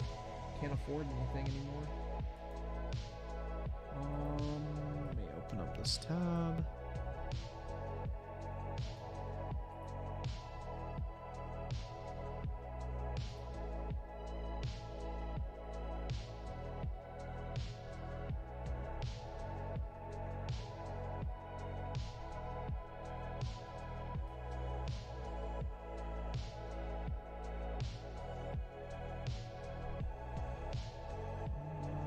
There we go.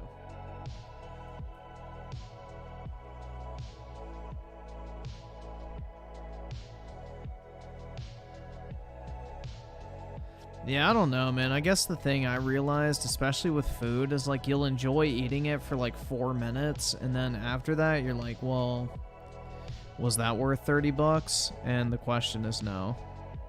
The only way I can really justify spending money for food now, like, well, I guess not spending money, but like spending a lot of money on food now is like if you're going out and having like an experience. But ordering like fucking takeout and eating it in 5 minutes sitting alone in your fucking like apartment is not really a good use of money. Can literally just make some goy slop at home, you know?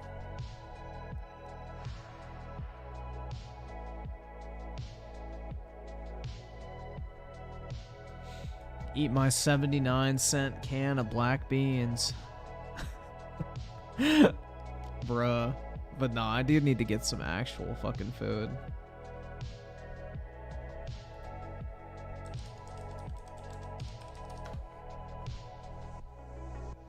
Where does the word goy slop? I don't know, man. Let's look it up. Goy slop. Urban Dictionary, goy slop. The absolute bare bones nutrition required by goyim to stay alive and continue working / wage cucking, usually composed of overly processed foods, soy filler, and artificial colors and sweeteners. There you go.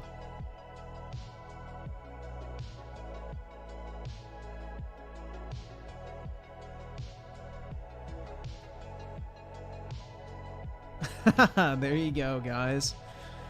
Eat your goy slop.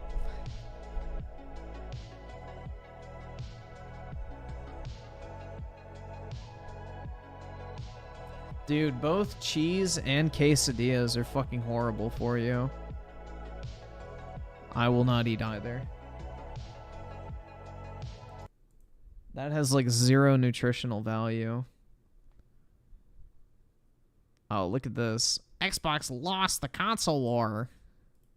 Uh-oh. Dog, he's literally on vacation and he can't stop himself from making fucking YouTube. Is he wearing Sony headphones?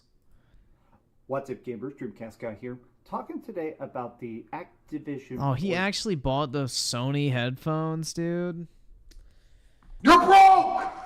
You're fucking poor! Get Bose or fucking AirPod Maxes. Like, come on now. Those are not Bose, dude. I have Bose headphones. Those are not Bose. Deal. Microsoft is in the middle of currently a very weird case. I have the Bose 700s and I have the QC 35s and 45s. So those are not Bose. I know for a fact those are not Bose headphones.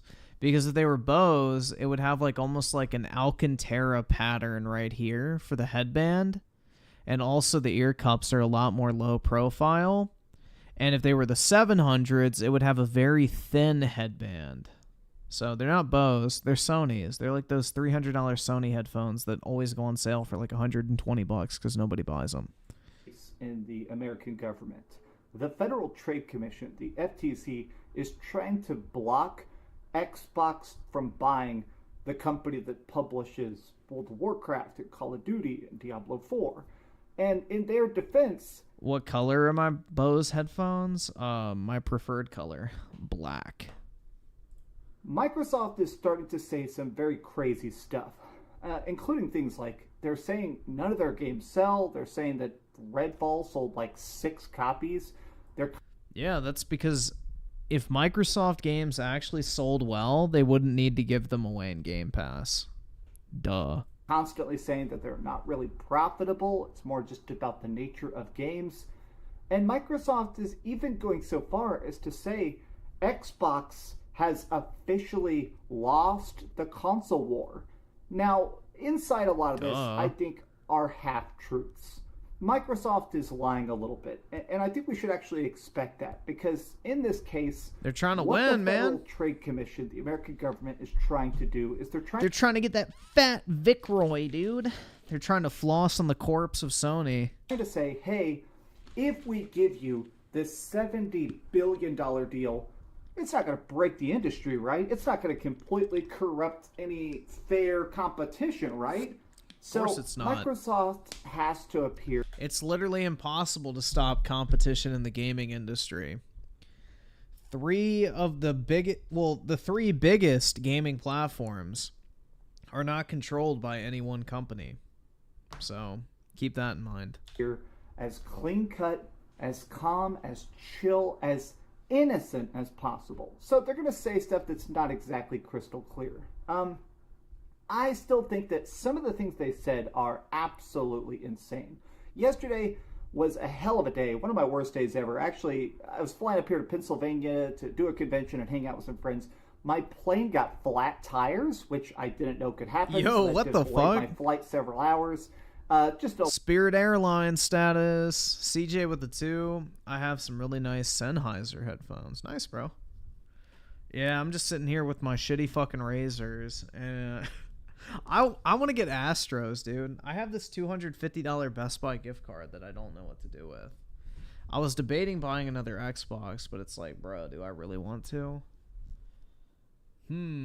What do you guys think? Should I buy Astros with my Best Buy gift card? Or should I save it? I don't know what the fuck else I'm gonna buy. AirPod Pro. I have AirPod Pros. I have 2 pairs of AirPod Pros. One for the gym and one for like just generic use. I could get AirPod Maxes, but I have like 3 pairs of Bose headphones, so that's kind of unnecessary. Maybe I could get an iPad. Be one of those guys. A long, boring day. You can see I'm sitting in a hotel. I'll be honest, I don't know what town I'm in. So while I was doing all that transit, I was actually sitting there just constantly reading all this FTC court case stuff and the internet kind of squabbling about it. And I think the statement people seem to be the most interested in is the entirety of Microsoft saying, we have permanently lost the console war. Well, dude, the fucking gift card's only for $250. I ain't getting the fucking Vision Pro. Like, holy shit. I wish my gift card was that. Dude, Best Buy should give me a big enough gift card to buy that. Because they're fucking bitches. Because Xbox themselves doesn't say this like an insult. They actually talked raw numbers and said they sold like 16% of all the consoles in the world in 2021 were Xbox, which is so crazy. It means PlayStation and Nintendo were 84% of the market share, and they were this itty bitty 16%. But that's pretty bad. That's not pretty bad. That's really fucking bad. Microsoft pitches. That's really bad, dude. Like, they are literally getting outsold 3-1. Uh-oh. This as a positive to the consumers. And that's worse than the Xbox One generation. Actually find this fascinating that they're actually talking about their secret business plans. They said the overall goal is to subsidize the games.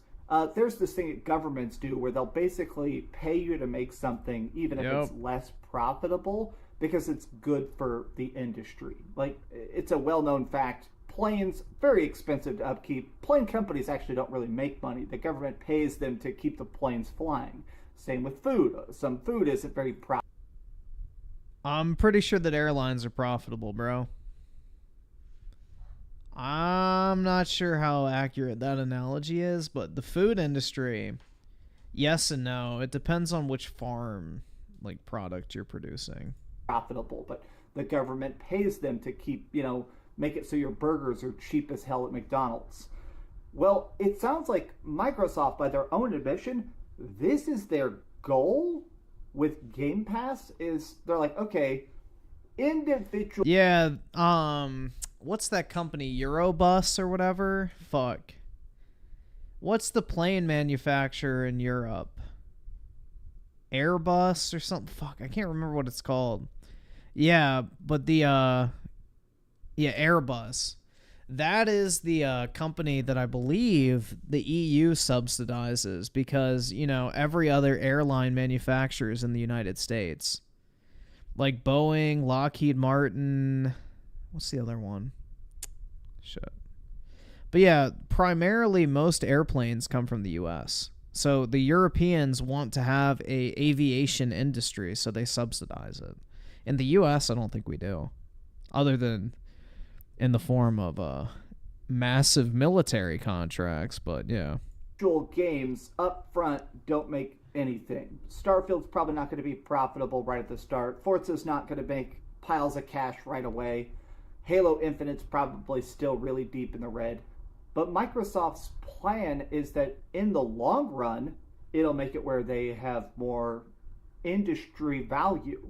They have more actual money in the bank because instead of selling $170 game and selling 3 million copies of it, instead they're trying to get 30 million people to pay $10 a month for it. And they're pretty clear that thus far, this hasn't been profitable. And Wait! Oh, Sebastian Cooper, I'm glad you're in the fucking chat. Because your ass was one of the fucking retards who was telling me the Game Pass was profitable. Oh, no. Are you saying that I was right all along and even Microsoft admits that Game Pass isn't fucking profitable? Oh, shit. Damn. Wow.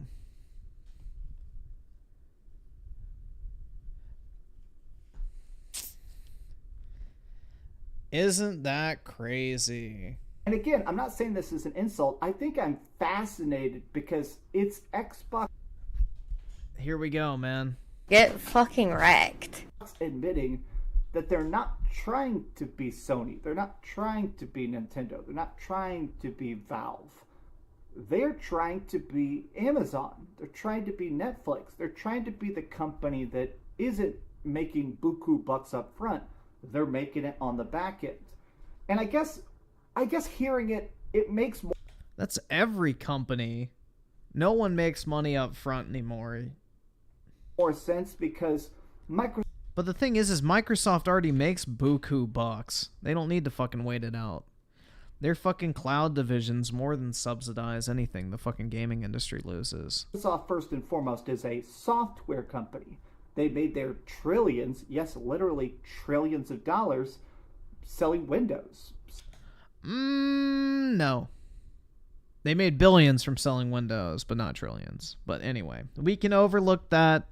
Cloud computing and, servers is how they made their trillions. But yes, Windows is how they got their name out there and made like tens of billions.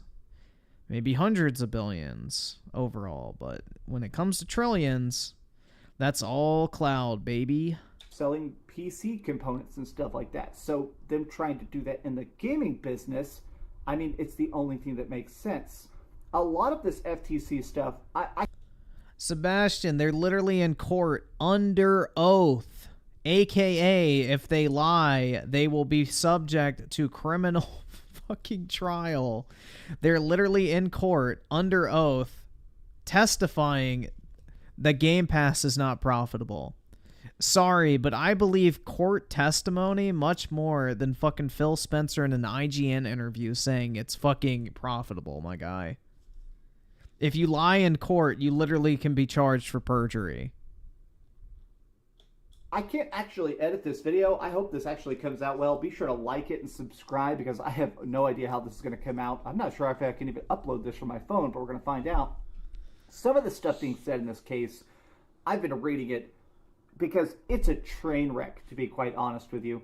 They're asking questions like, if we give you guys Call of Duty and you make a bunch of exclusive skins on Xbox, won't that make people sell their PlayStations? The American government asked that question to only if it's a bikini skin, though. High up executives at Xbox. Now, keep in mind, PlayStation has been paying for exclusive. Windows totally made $1 trillion. Hold on, let's see. Microsoft lifetime net income. So over the past 20 years, do they have like a total? I'm just curious. So over the past 20 years, 130, 175, 215, 230, 250. No, they didn't make $1 trillion over the past 20 years. Nah. They may have made like hundreds of billions off of Windows, but not trillions. I'm looking at their actual net income for their entire company earnings. Exclusive skin rights on their console for, I think, 10 years? I'm sure somebody in the comment section could point this out. Yeah, that's the thing, Sashwat, is like, when you value a company, like, typically what you do is you apply an industry multiplier. So, prime example, if you pull up Microsoft stock, let's see,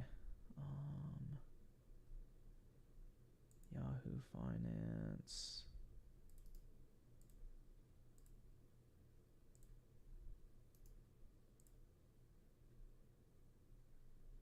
Yeah, if you pull up Yahoo Finance, basically what you have is this. It's called a PE ratio. And this is how you evaluate if stocks are a good buy or not. This is like the best indicator. And what it does is it tells you for every $1 that Microsoft earns, it equates to $36 in share price. So if you want $1 worth of Microsoft's earnings, you need to spend $36 on Microsoft shares, basically. So that tells you that basically for every dollar Microsoft earns, times that by 36.26, and that's how much the company's worth. So that's how you arrive at their market cap, which I believe is somewhere on here. Yeah, 2.25 trillion. So you would multiply basically their earnings by 36.26, and that gives you their market cap basically. So there's like a little bit more of a caveat to that, but basically you multiply their earnings by this, which gives you the share price. You then multiply the share price by the number of fucking outstanding shares, and then that gives you the market cap. So, yeah. You don't really base valuations on pure fucking earnings, which is why you get like a $2.5 trillion company that has not generated $2.5 trillion in income since it's been started. You're valuing it on its future like profitability potential, basically.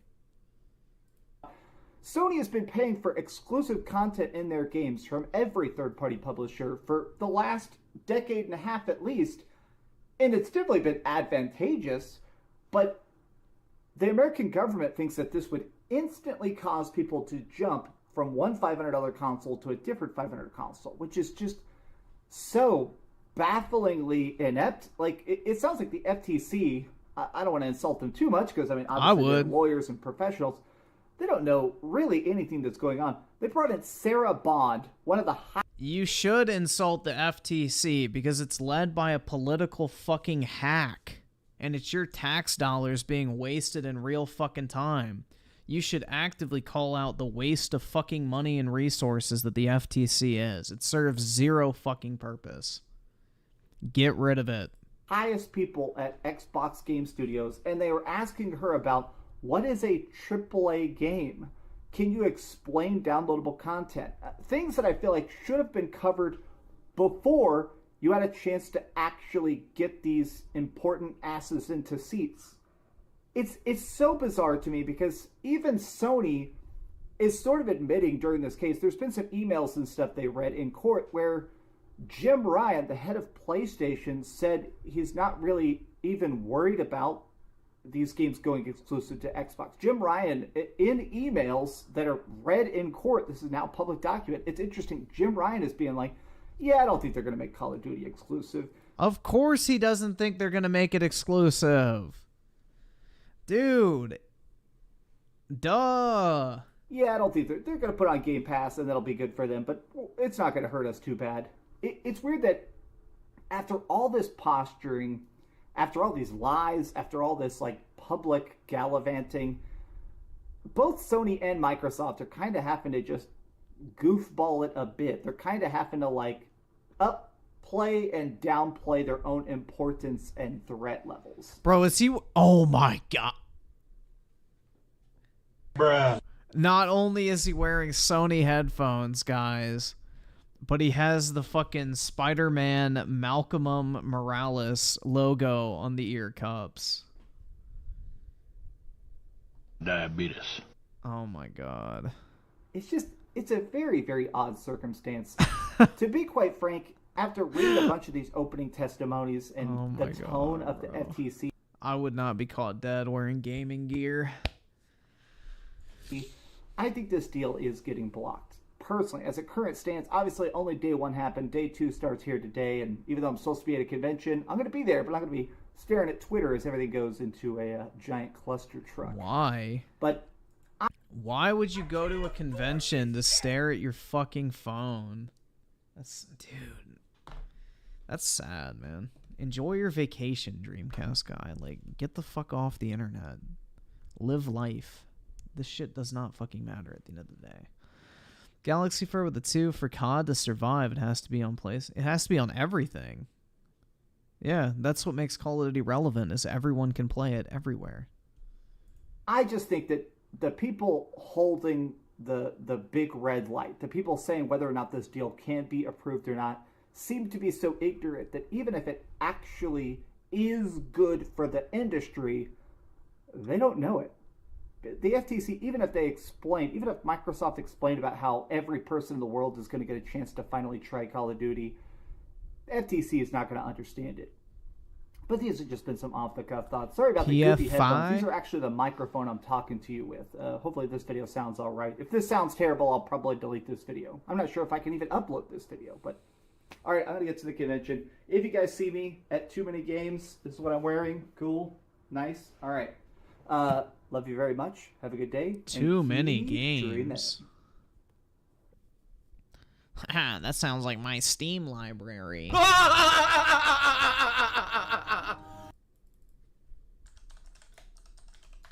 Just because we got to this part last night, I feel like this should be interesting. Benedicta from Final Fantasy 16 makes DSP uncomfortable.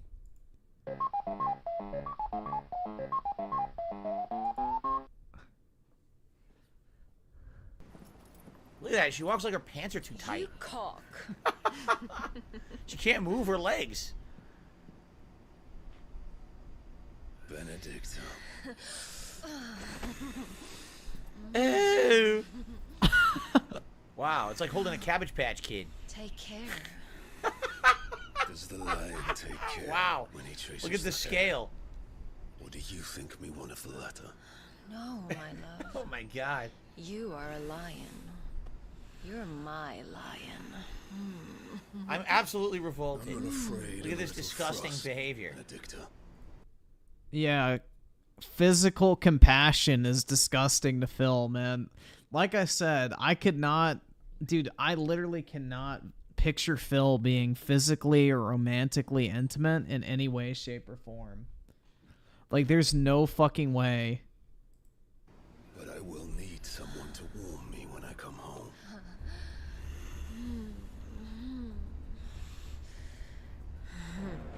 Wow.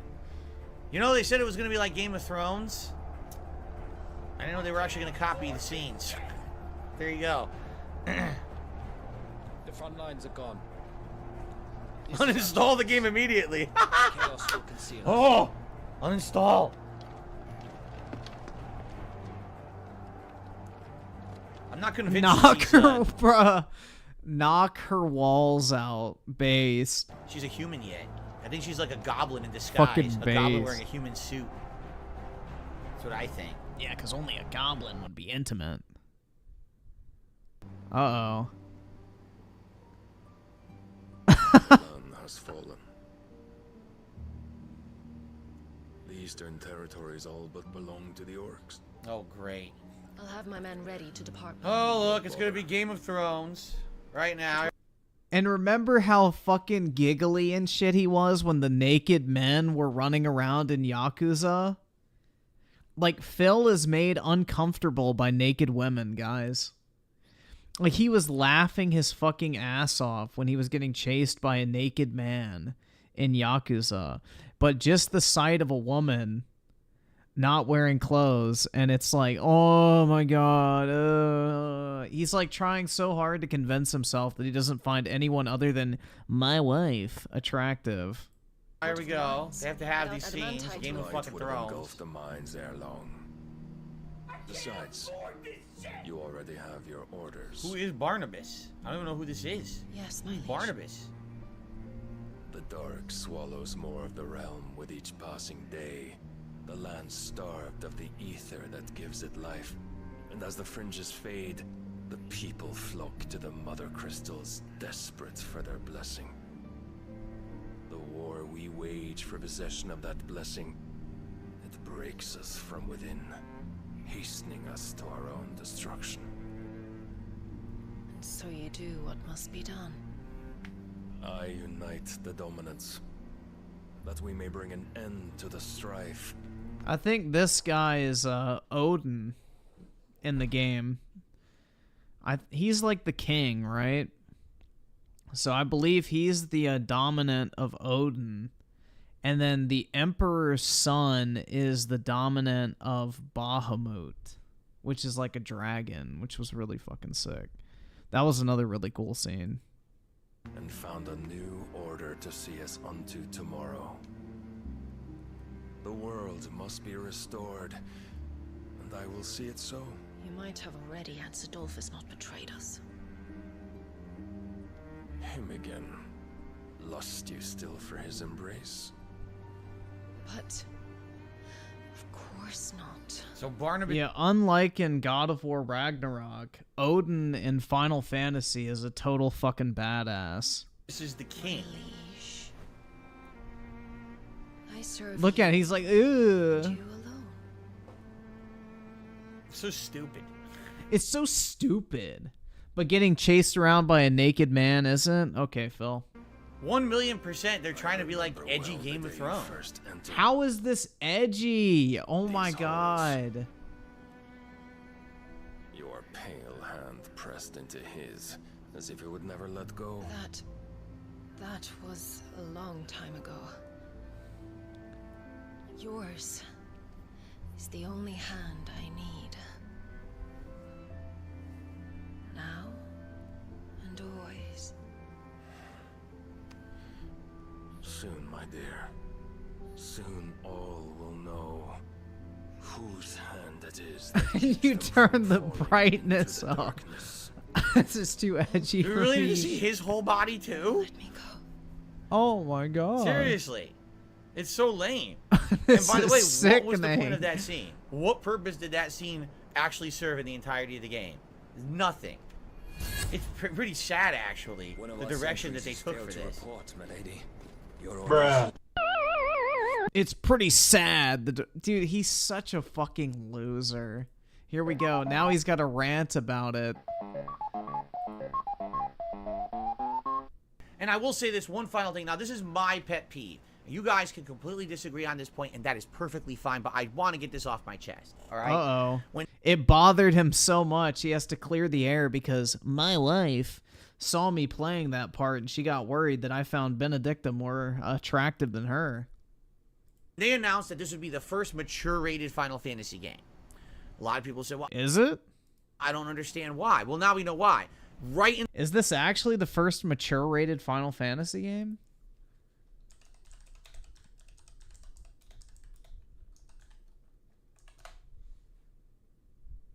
What is Final Fantasy 15 rated?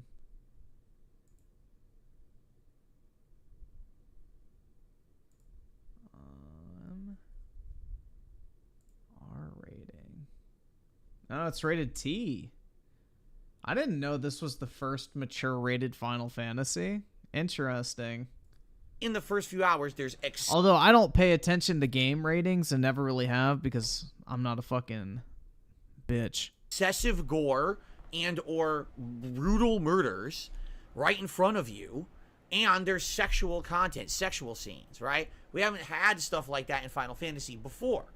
So again, I get it. They're going for the Game of Thrones idea. But you have to understand that in a game like a fantasy game, less can be more. So I'll give you a perfect example. Oh, God. There's a female character who's basically supposed to be a manipulator. She sleeps with guys. She gets them to do what she wants. And because of that, a lot of, like, it's actually the plot is like one of the characters in your party interacts with her and says, you didn't used to be like that. You used to be a good person. I trained you to use your powers. But now you're using everything in your ability for bad. Basically, you're manipulating everyone around you. What happened to you? What changed you to be such a horrible person? It's part of the plot. I get it. But here's the difference. I could have just been told that she's like that. I didn't have to see it. There's literally like a 3+ minute cutscene of her in bed with the king. And literally nothing happens. It was like a minute, Phil. He wishes it was 3 minutes. Cutscene. Nothing. It doesn't add anything. It's like they wanted to have the Game of Thrones sex scene in the game, so they had to have it. You understand? Like, here it is. But what is this adding to the game? Literally nothing. You could have just said it was happening. Or it could have been alluded to, or there could have been a side conversation about it. Yeah, dude, just show me a wall of text. Instead of actually having the whole scene. It's almost like they're trying to cater to an audience that wants the adult content, right? Ooh, I want to see the side boob in the scene. I want to see... Oh my God! See, instead of just saying, okay, the Duke was injured or murdered, they have to show brutal blood exploding and guts shooting out, and it's like, listen, there's an audience for that. There is, but I don't know. Yeah, if it's called adults. Audience, It's called adults, Phil. Most people can look at a side boob and not get a raging erection and consider that cheating on their wife. You know what I'm saying? Like, it feels like they're definitely trying to cater to people who like the over-the-top excess of adult content. No, they're catering to adults. People that don't literally bust a load in their shorts from seeing side boobs. What the fuck is he talking about? Now, the thing is funny about it is there's no nudity in this game. There's not. So the entire scene in the bedroom is fucking stupid because all it shows is, yeah, I didn't get to see her tits and ass, man. That shit was stupid. Arm is blocking the guy's balls and crotch. And, oh, look, the camera angle just happens to only shoot from here up and you can't see anything below. What the hell is the point? Yeah, dude, let me see his cock. Seriously, it's like, it's bad in that regard. It really is. It's stupid. Like, why is this in the game? Like, it's like they're trying too hard to be edgy. You know what I'm saying? Now, that's my pet peeve. How is that edgy? Dude, if they were trying to be edgy, they would have a full-blown sex scene of, like, her titties bouncing back and forth as you fuck her. Like God of War 3, dude, when you're banging Aphrodite. That's edgy. When you're taking Aphrodite to fucking Pound Town in God of War 3, that's fucking edgy sex scenes. That is literally just adult content, my guy. It's literally building her character and showing you her motivations and how she manipulates people around her. Like, he can't handle adult fucking themes in a mature rated game because he has the mind of a fucking retarded child. You can disagree, and that's fine. Maybe it doesn't bother you at all. For me, I've played all the Final Fantasies, and at this point, it's like, dude, why is this in the game? It just doesn't need it. It doesn't add anything. He had the same rant when they had the cross-dressing section in Final Fantasy VII Remake. He fucking was so uncomfortable during, like, the honeybee segment. To have this shit in it, besides, we were trying to be different and edgy, guys. Come on, look, we really did it this time. We went all the way. No, you didn't. No, you didn't. When there's a fucking... a bedpost blocking the guy's testicles so I don't see them, you didn't go all the way. You know what I'm saying? Like, see, he's mad that he couldn't see the fucking balls like he could in South Park. You guys remember that clip when he literally was dying of laughter at the fucking dad's balls in South Park? DSP is upset that he didn't get to see some man meat and fucking ass. That is what he's upset about. He could not see the naked man, so therefore he feels like it didn't go far enough. And he demands more for his money. it's pretty stupid. I wish DSP had reacted to that Like a Dragon 8 trailer on stream so I could stick footage. Oh, yeah, exactly. I received a $3 tip from Shit Swirls. I remember you were playing God of War, there were sex scenes, and since you've gotten married, things have changed. Whenever there's a sex scene or nudity, you cringe, then you go on a rant about it. Okay. The difference here is that I'm older. It has nothing to do with being married. It has to be with I'm older and I don't look for that crap in video games anymore. Dude, you were 30. You were fucking 30 years old, dude. You were like 35 when you were playing those games, most likely. You were not some fucking edgy 14-year-old, bro. You were a full-grown ass man. You were in your fucking 30s, my guy.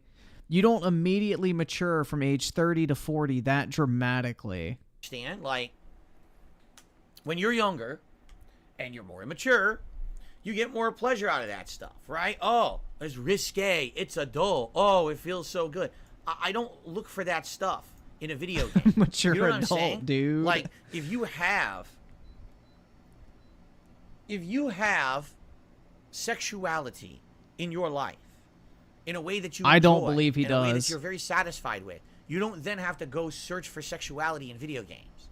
I don't play video games for sexual content. I play them for gameplay that's enjoyable. I play it for good stories. I mean, it's okay to have romance in a video game. That's perfectly fine. Not if we watch your clip from yesterday. But for example, the scene that I referenced yesterday in Final Fantasy 16 was literally superfluous to anything. It wasn't needed. It didn't prove a point. It literally was character development, my guy, but go ahead. Literally could have been explained in a sentence, but they had to show the scene. Dude, he's upset that his wife doesn't look like Benedicta. To appeal to a certain audience. Which, to be fair, most people's won't, so unlucky. Do you understand? That risque audience looking for the adult content ate it up and gobbled it up. Oh, I love it. The adult Game of Thrones adult content, you see? When I was younger, what was I doing on YouTube? I was trying to cater to a young, immature audience. I constantly was making sex jokes, racial jokes, gender jokes. I was doing these jokes all over the place. He was entertaining. To constantly fill dead air and entertain an audience that otherwise yeah, exactly. When he was a young 33-year-old. I'm glad somebody fucking said it. Exactly.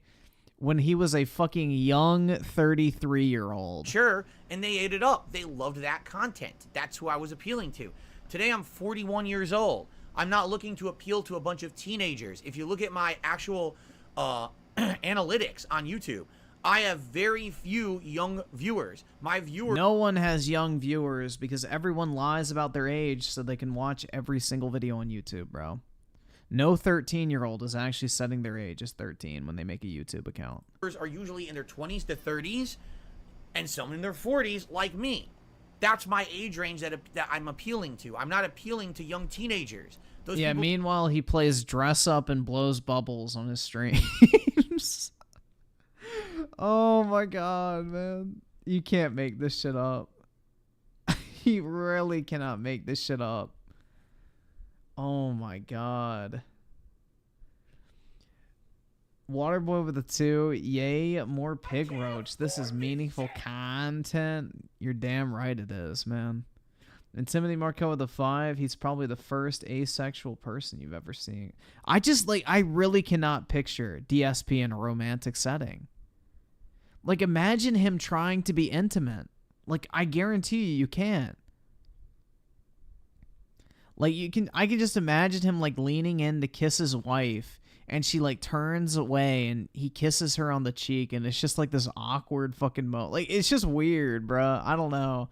I just can't see DSP as a compassionate person or intimate in any way, shape, or form.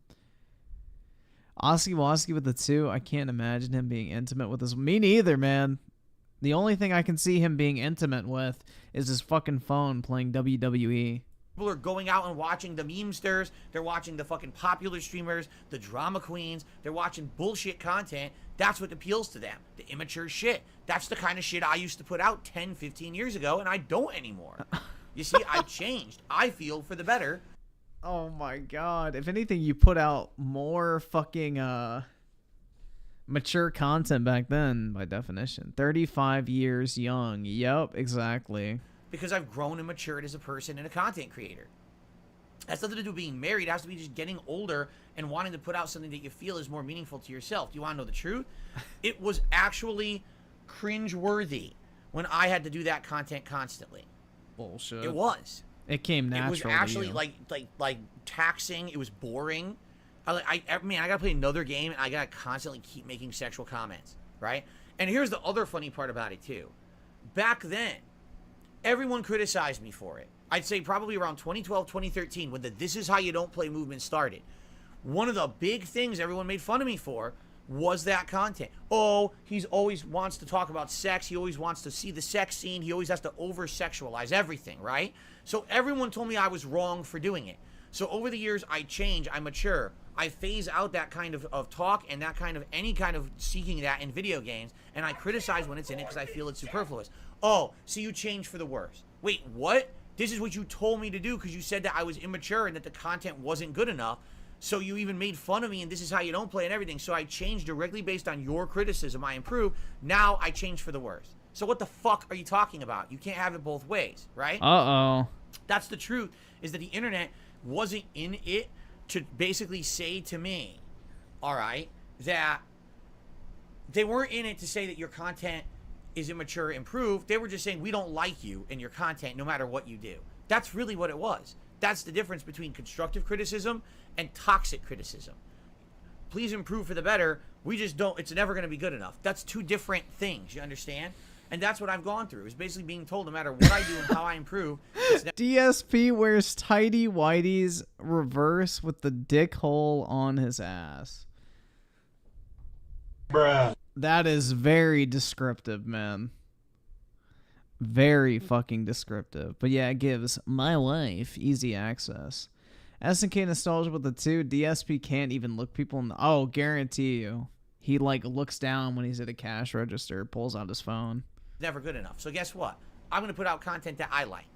All right? So yeah, if I see that shit in a game and I think it's stupid and it's unnecessary, I'm going to call it out. There was no reason to have that scene in Final Fantasy 16. It literally added nothing. And it was laughably cringeworthy because, again, here they go with their editing. Oh, look, the arm is blocking the nipple. The fucking bedpost is blocking the dick. Like, what is this stupid shit? Like, I feel like I'm fucking watching something from 20 years ago that's like a fucking National Lampoon or fucking Naked Gun movie or something. You know what I mean? Like, what am I watching? It's so dumb.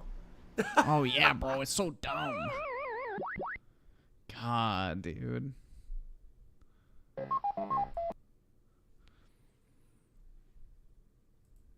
But, like, hold on.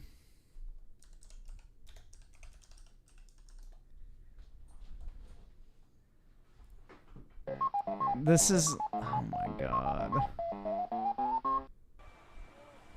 Hey, get out of the way! Move it! Come on! Hell yeah, dude. Yes. The GOAT. The Madam M makeover. Where the fuck are their fireworks? What the fuck? Madam M really paid for everything, huh? And y'all are really gonna say that Tifa's better. Cope. Over. Cope. She looks exactly the same. She looks exactly the same. Ma'am.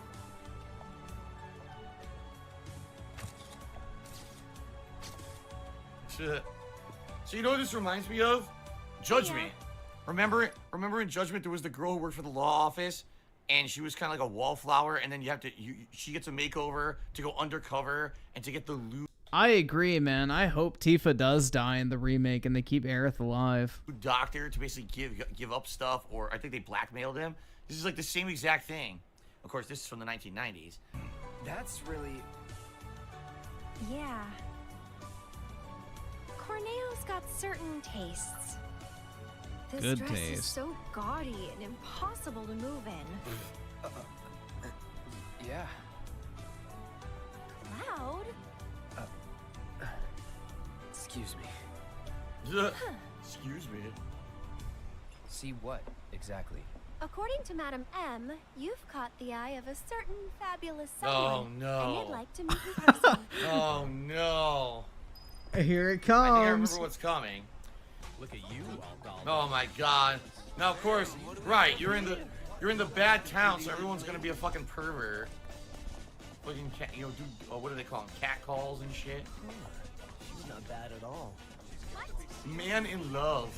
Woman in love. Say that again, asshole. Hey there, kid. Put your nuts up. Why don't you let me buy you a cup of coffee?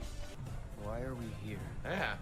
To see the Honeybee Inn's Andrea Rodea and convince him to give you his stamp of Oh approval. no. You said you didn't want me going alone, right? Well, with Andrea's help, you can join me. It'll be fun. And honestly, I think you'll look pretty cute in a dress. Oh no. What? Come on! Don't you want to save Tifa?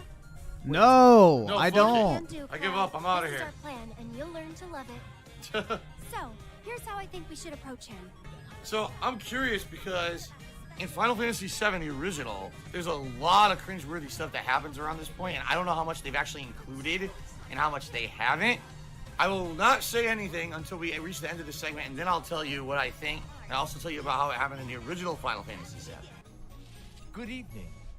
Welcome to the entertainment extravaganza that is the Honeybee Inn. Alright. Oh boy. I've dreamt of this moment. The Honeybee Inn. Look at Look him, this man. moment. Idiot. Oh lord. And here's the man of the hour. Chosen by Andrea himself. Our honored guest. Alright, let's just get this fucking over with. This is your first time, right? It's okay. Do you want to practice your dance moves first? Nick with the Yeah, two let's Final do it. Fantasy Let's do really it. be having some Andrea bad got what it. for real, man. Good idea. Square Enix puts the whole Over here. budget Come on now. in making the bitches hold the on. baddest in gaming. Work it, honey. Wow. Look at him, he looks dead. Dancing Cloud. That was so exciting. You've got real rhythm, mister. Move over, girls. A new dancer's come to town. Yeehaw. PW Dubs Cheery said, out of 10, what would you give his outfit? Who, the guy, the receptionist? Oh, an 11. Come on. Take it away, honey. Oh, wait, I said yes? Oh, fuck. I didn't mean to say yes. Yeah, right. Return to title screen. I guess I gotta do it again. I fucked up. Work it, honey. See you I later. completely screwed up. Come on, come on. The worst music ever. Oh my god, here we go. Of course, looks totally different from the original game. Either subscribe, donate, or get the fuck out. Cloud? PS5 gamer with the 9 months. Appreciate it, man. What's up, big boy? Not too much, bro. We're watching DSP. You'll see. Of course, everyone's in here. Every character. You just sit tight until Andrea takes the stage. Why is this game $70 on Steam? Because it's worth every penny. Oh my god. And again, Cloud wants none of this. He's like, come on, what the fuck?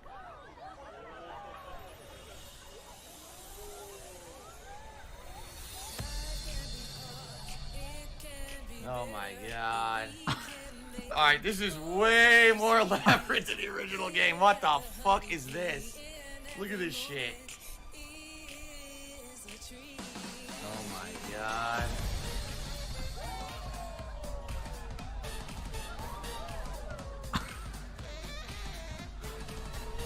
Insane choreographed dances.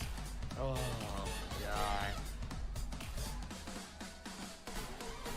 This is so bad.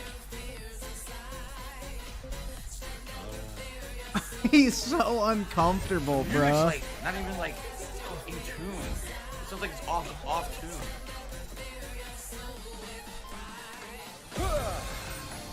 Oh, that was the guy from the Coliseum. Oh, okay.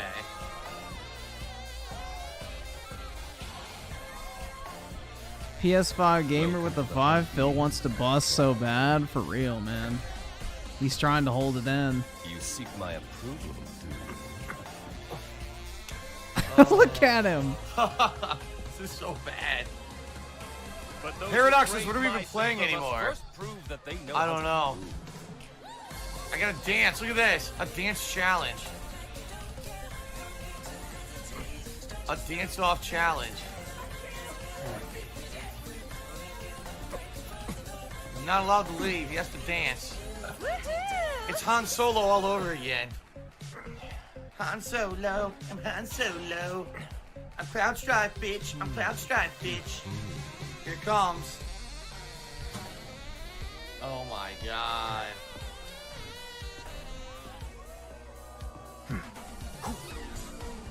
Think you can Dance follow off my of lead? ages.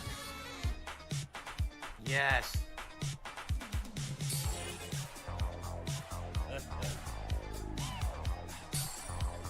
Wow. Oh my god, this is so bad.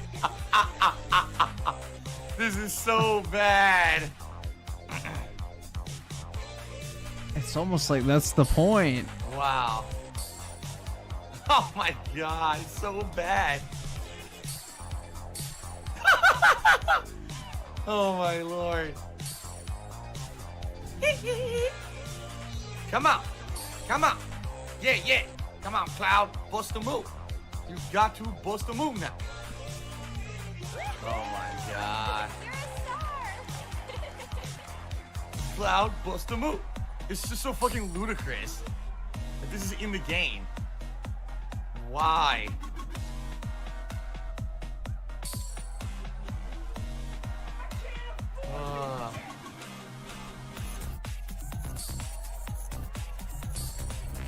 You know, to be this synchronized, they sure look like they've been practicing. I'm just saying.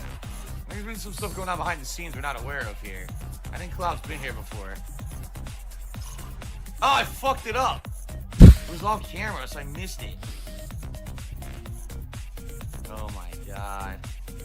Oski Woski with the 2. I don't know. Dude has some pretty good I didn't taste get perfect. in I missed women. one. That's right, man. Oh, where's that? Wow. Sucks like wet dick in a fucking Olive Garden parking lot. Oh. Oh. Now if the third, dude, there's multiple fucking numbers. Multiple dance numbers. What the fuck? Oh. Yeah, like it's supposed to be funny, and Phil's like, ooh. Do it, Cloud. Dance, Cloud. Wow.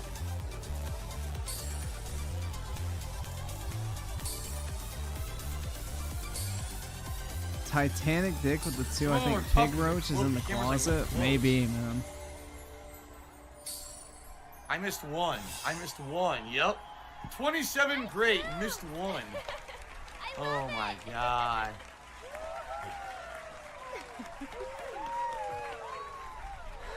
Oh. Sunday Spaghetti says, does the dancing remind you of clubs of the 70s? No. Aguilar Torres said, what's your opinion on Cortez? He's amazing. Oh, look at that. He gave a heart. A heart rating. Yes, I will transform you into a vision of beauty. Oh my god. Now, Superman without Future said further it's ado, Cloudy let us Spears. begin. Shadow the Hedgehog did a 500-bit cheer. Said, this gets me into when you want to watch the movie Cats. Yeah, I think this whole thing was choreographed by the people who made Cats, actually. Now here comes the best part of the game by far, right now. If you're playing Final Fantasy, this is what you were playing it for. Right now, this moment. Here we go. Oh, fabulous. Oh, yes. Oh, yes. Phil wishes he could have this done to him, man. Great. Why is she so excited? You were born for this.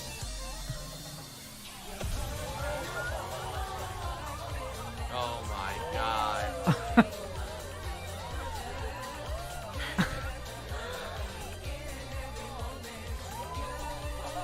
The pedestal is lifting. Oh my god.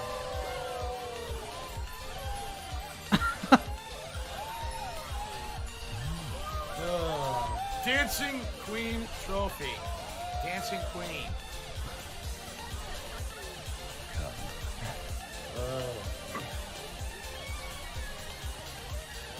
Time for more dancing. Look how interested Phil looks now. Wow. He's like, damn, man. Why can't that be me? True beauty is an expression of the heart. A thing without. Actually, Tifa does make you do this because this entire segment of the game is literally to rescue Tifa. Like, the whole reason he fucking dresses up as like the woman is to infiltrate and save Tifa, basically. So, yeah. Shape, to which notions of gender don't apply. Don't ever be afraid, Cloud.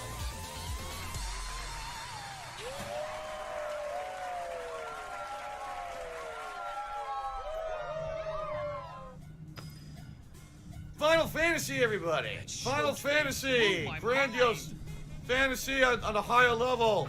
It's so fun. I can dance too. Not a word. Not even Oh one? my god. No. But you're so pretty. Wow. Now I'm Cloud. Walk the way you want. Please, let's get this over with. There you go. Get the Phil's like, I'm too bricked up. We need to get past this part. his arms pumping. Cloud. I need to take a break. That's right, they're all in love with Cloud now. Everyone in town. Talk to Chadley. Oh, I passed him. Why, does Chadley say something? You so I can realize how lucky I am. You know. Oh my god. Who is she? I need to learn everything about her.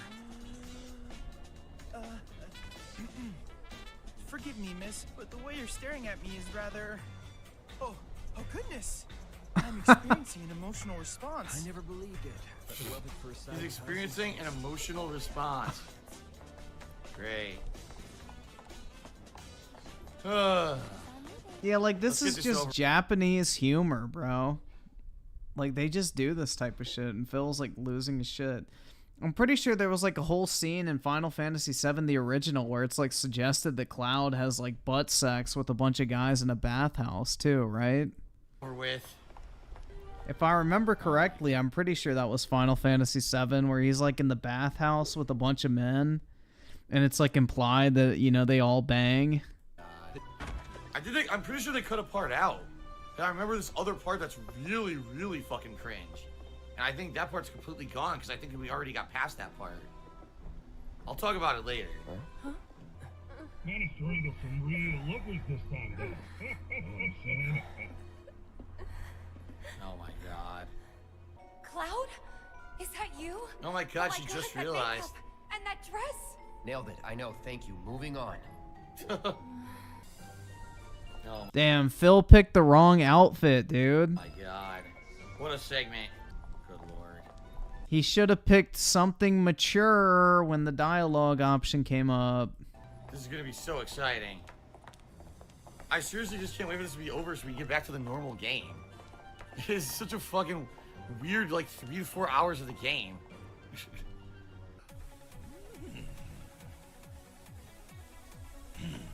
No! Of course he picks Cloud.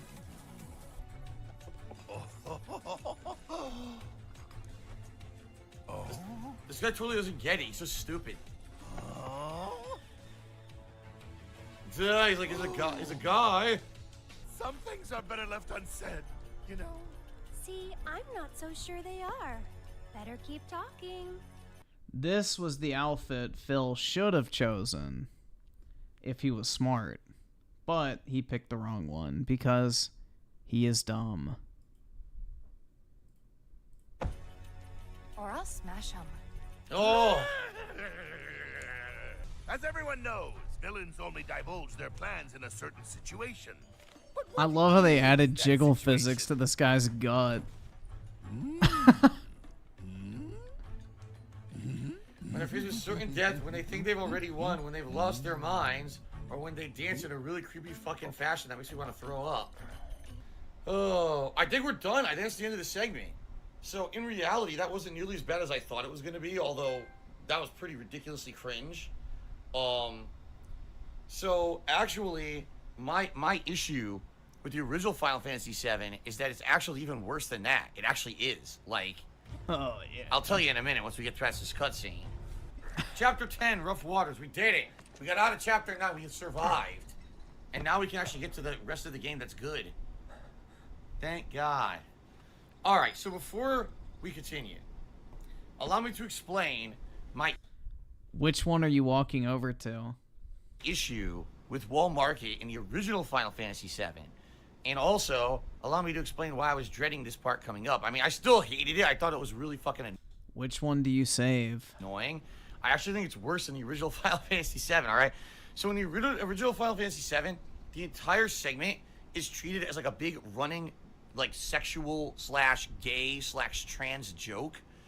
And there's actually another part in there that's even worse than everything we just saw, where Cloud, I guess what it is, if I'm remembering, I could be wrong, but I think that it's supposed to be like a massage parlor or a sauna. And Cloud is told to go in there, and he goes in there, and it's a bunch of giant muscular dudes who are like nude in Speedos. They're oiled up, and then it just like... Sounds like Phil's favorite video game. Muscular dudes oiled up in Speedos. Where have we heard of that before? Fades to black, and you don't know what happens. It's implied that something sexual happened between Cloud and these people. Okay? I remember that. And it left a lasting impression because ever since that day, WWE has made its way into Phil's life. And it's like, just think about this. Now, by the way, Wall Market in the original Final Fantasy VII only lasts about half an hour to 45 minutes. Most of what we did in there was added for this version of the game. So, it's just very fucking weird. Because Why? It's like, you go to this place, it's full of crime, debauchery, sexualized content.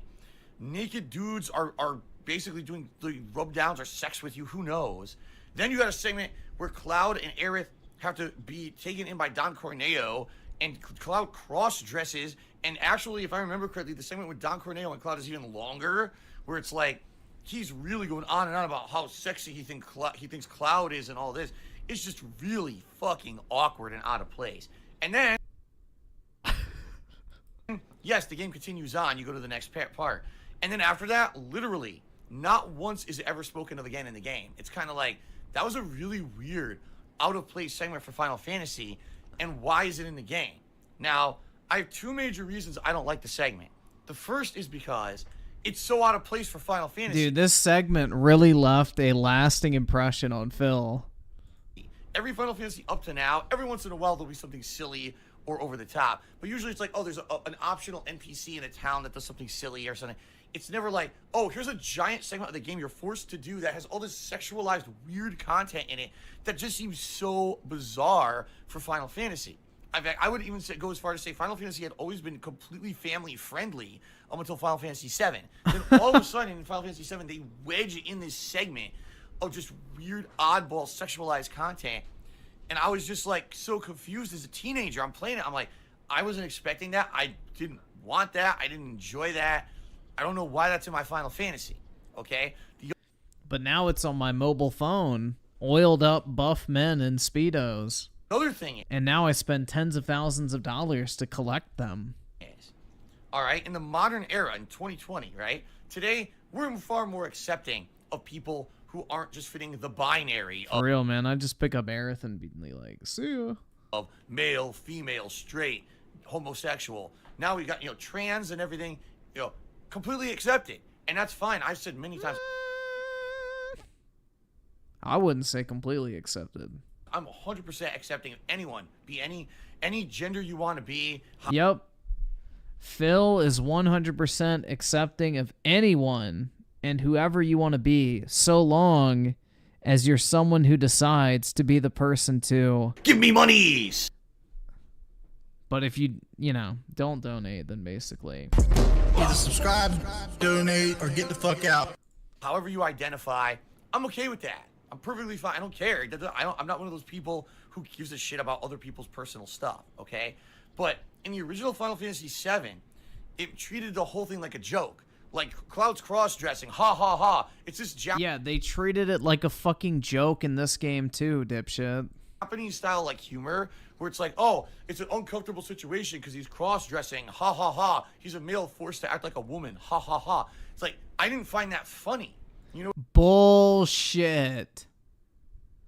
Bullshit, Phil. What I mean? You literally were chuckling, trying to act like you weren't taking it. Oh my god, bruh. Like, and I'm sure today there might be people who see the situation and they're like, well, there are people who actually identify as a different gender. Yeah, dude, I can't laugh at the fact that Cloud dressed up as a girl because, trans people are actually oppressed in society. Like, shut the fuck up, dude. And then the one that they were born as.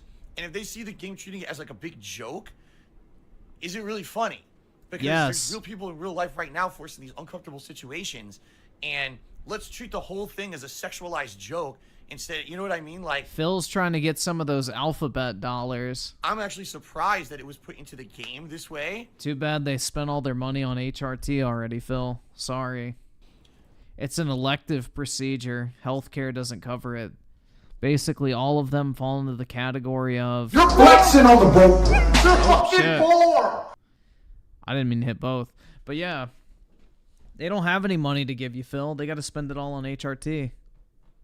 But in reality, I actually think the modernized version handles it better than the original. The original, like I said, the dudes... oiled up dudes that are gonna like freaking, do something to you, gang bang you, or rub you down against your will, and then it fades to black or whatever. It's like so fucking weird. And like, why is that in the game? That wasn't in it. They took it out. And they turned that segment, that awkward segment, into, it's like that's a Bomani game where you press button presses, time to the music and stuff. They tried to make it more lighthearted in this version, so I actually think it was kind of handled better. And that Don Corneo scene actually wasn't nearly as disgusting and like lecherous as it is in the original Final Fantasy VII, to my knowledge. Okay, so I think this was handled better. Still, though, that's so fucking weird. And by the way, like I said, never again in the game will this be mentioned. It's a complete 100% filler. It didn't need to be in the original Final Fantasy VII. It didn't need to be in this one. What it was in the 1990s. No variety, no fun, This was the first Final Fantasy game to be edgy. They wanted adult content. They wanted to have modernized locations. Yeah, when I think of edgy, I think of Final Fantasy VII, bro. Modernized technology. We have to be like 1990s, so we have to have sex. We have to have, gore and violence. I wish there was sex. And that's how it was in the 90s. Everything went over the top. I was talking about this on my pre-streams recently, how you had Street Fighter. Great, it's a fighting game. Oh, but now you have to have Mortal Kombat, where the women are half naked and the dudes are ripping each other's arms off and shoving them up each other's asses, right? That's how the 1990s was, where I had to take everything and go the extra step to make it edgy or extreme to try to get that teen viewership or that teen demographic. And I think that whole segment of the game was literally put into the game so that teenagers would talk to each other and be like, did you hear about that segment in Final Fantasy VII? Yeah, wait till you get to it, man. It's like, it's stupid. And it's funny because in future Final Fantasy games, that stuff never happens again either. Like, you never have a whole segment dedicated to stupid shit like that. Oh no, dude. A Final Fantasy game chose to have a light-hearted segment, and he's such a fucking he's an absolute fucking buzzkill because he's pretending to be like some fucking stupid ally. I don't like it. I knew it was coming. I knew it was going to be cringeworthy. I'm actually happy it wasn't as bad as I expected it to be, because in the original there was worse stuff, but I'm just happy we're done with it now, okay? And now we can just say, we'll never talk about it again. We'll act about like nothing happened, and we'll just continue on with a good game, because until that point of Wall Market, I liked the game. I've hated all the time in Wall Market, and hopefully now we can continue on with the game and it'll be good again. Okay. Oh, I do love that segment because Aerith looks absolutely fire. Oh, this is it.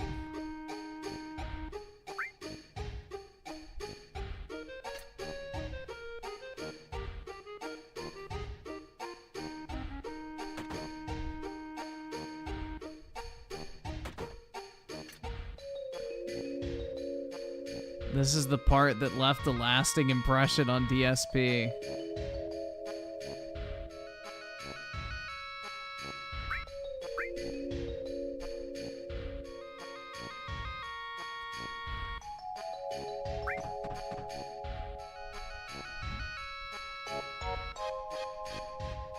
This is what formed Phil's WWE addiction.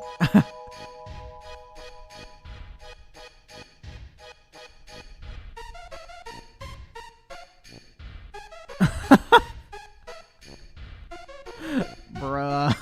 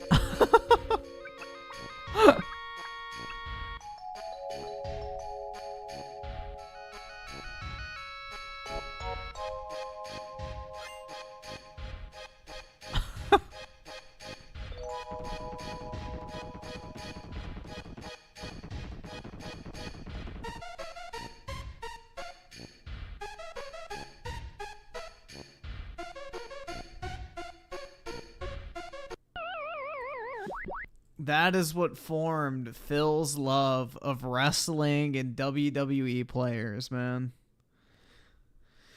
He is like in love with men in leotards because he wishes it was him in that bathtub and not Cloud, bro. He wishes the whole WWE cast would have come into his bathtub and in him and then given him a pair of used underwear after their time together. Yep, she was in there the whole time watching. Like, this shit's funny, dude. I don't understand why he's, like, so fucking uptight about this shit. Oh, wait, it's because it's his, like, deepest desire, man. It awakens something in him that makes him feel uncomfortable. He's mad at Cloud for living out the life he wishes he could have. Unfortunate. Unfucking fortunate, bro. Poor DSP. I hope one day he can be in his true self. Zero with the 2 thoughts on X-Define? I haven't played it, man. I don't know. Personally, it doesn't look that great to me, but I don't know. I haven't given it a try. Yeah, Phil is an on-demand ally so long as you decide to... Give me monies! That's really the only thing Phil is an ally of, is people who give him fucking cash. So if a gay person gives him cash, he's the biggest ally on planet Earth. But if Phil got all of his money from, like, you know, hardcore right-wingers, then he'd be, like, talking about the merits of banning gay marriage. I guarantee you. It's all about the fucking money to him, bro. You should stream Final Fantasy VII? Maybe. Final Fantasy VII is pretty great.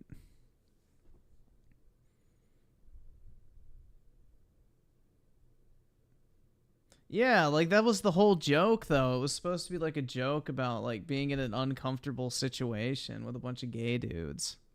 It's like Japanese humor, man. That's like straight up Japanese fucking humor.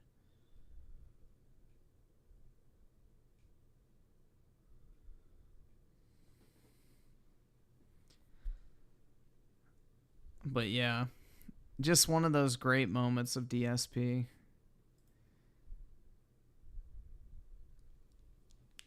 Oh, shit. Fuck.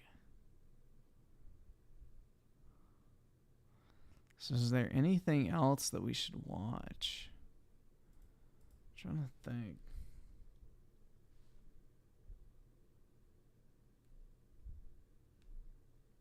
I don't know. Is there anything else going on in gaming right now that we're missing out on? Go to bed? I'm debating on it. I'm pretty tired. Trying to think. I feel like there was something else I wanted to watch, but...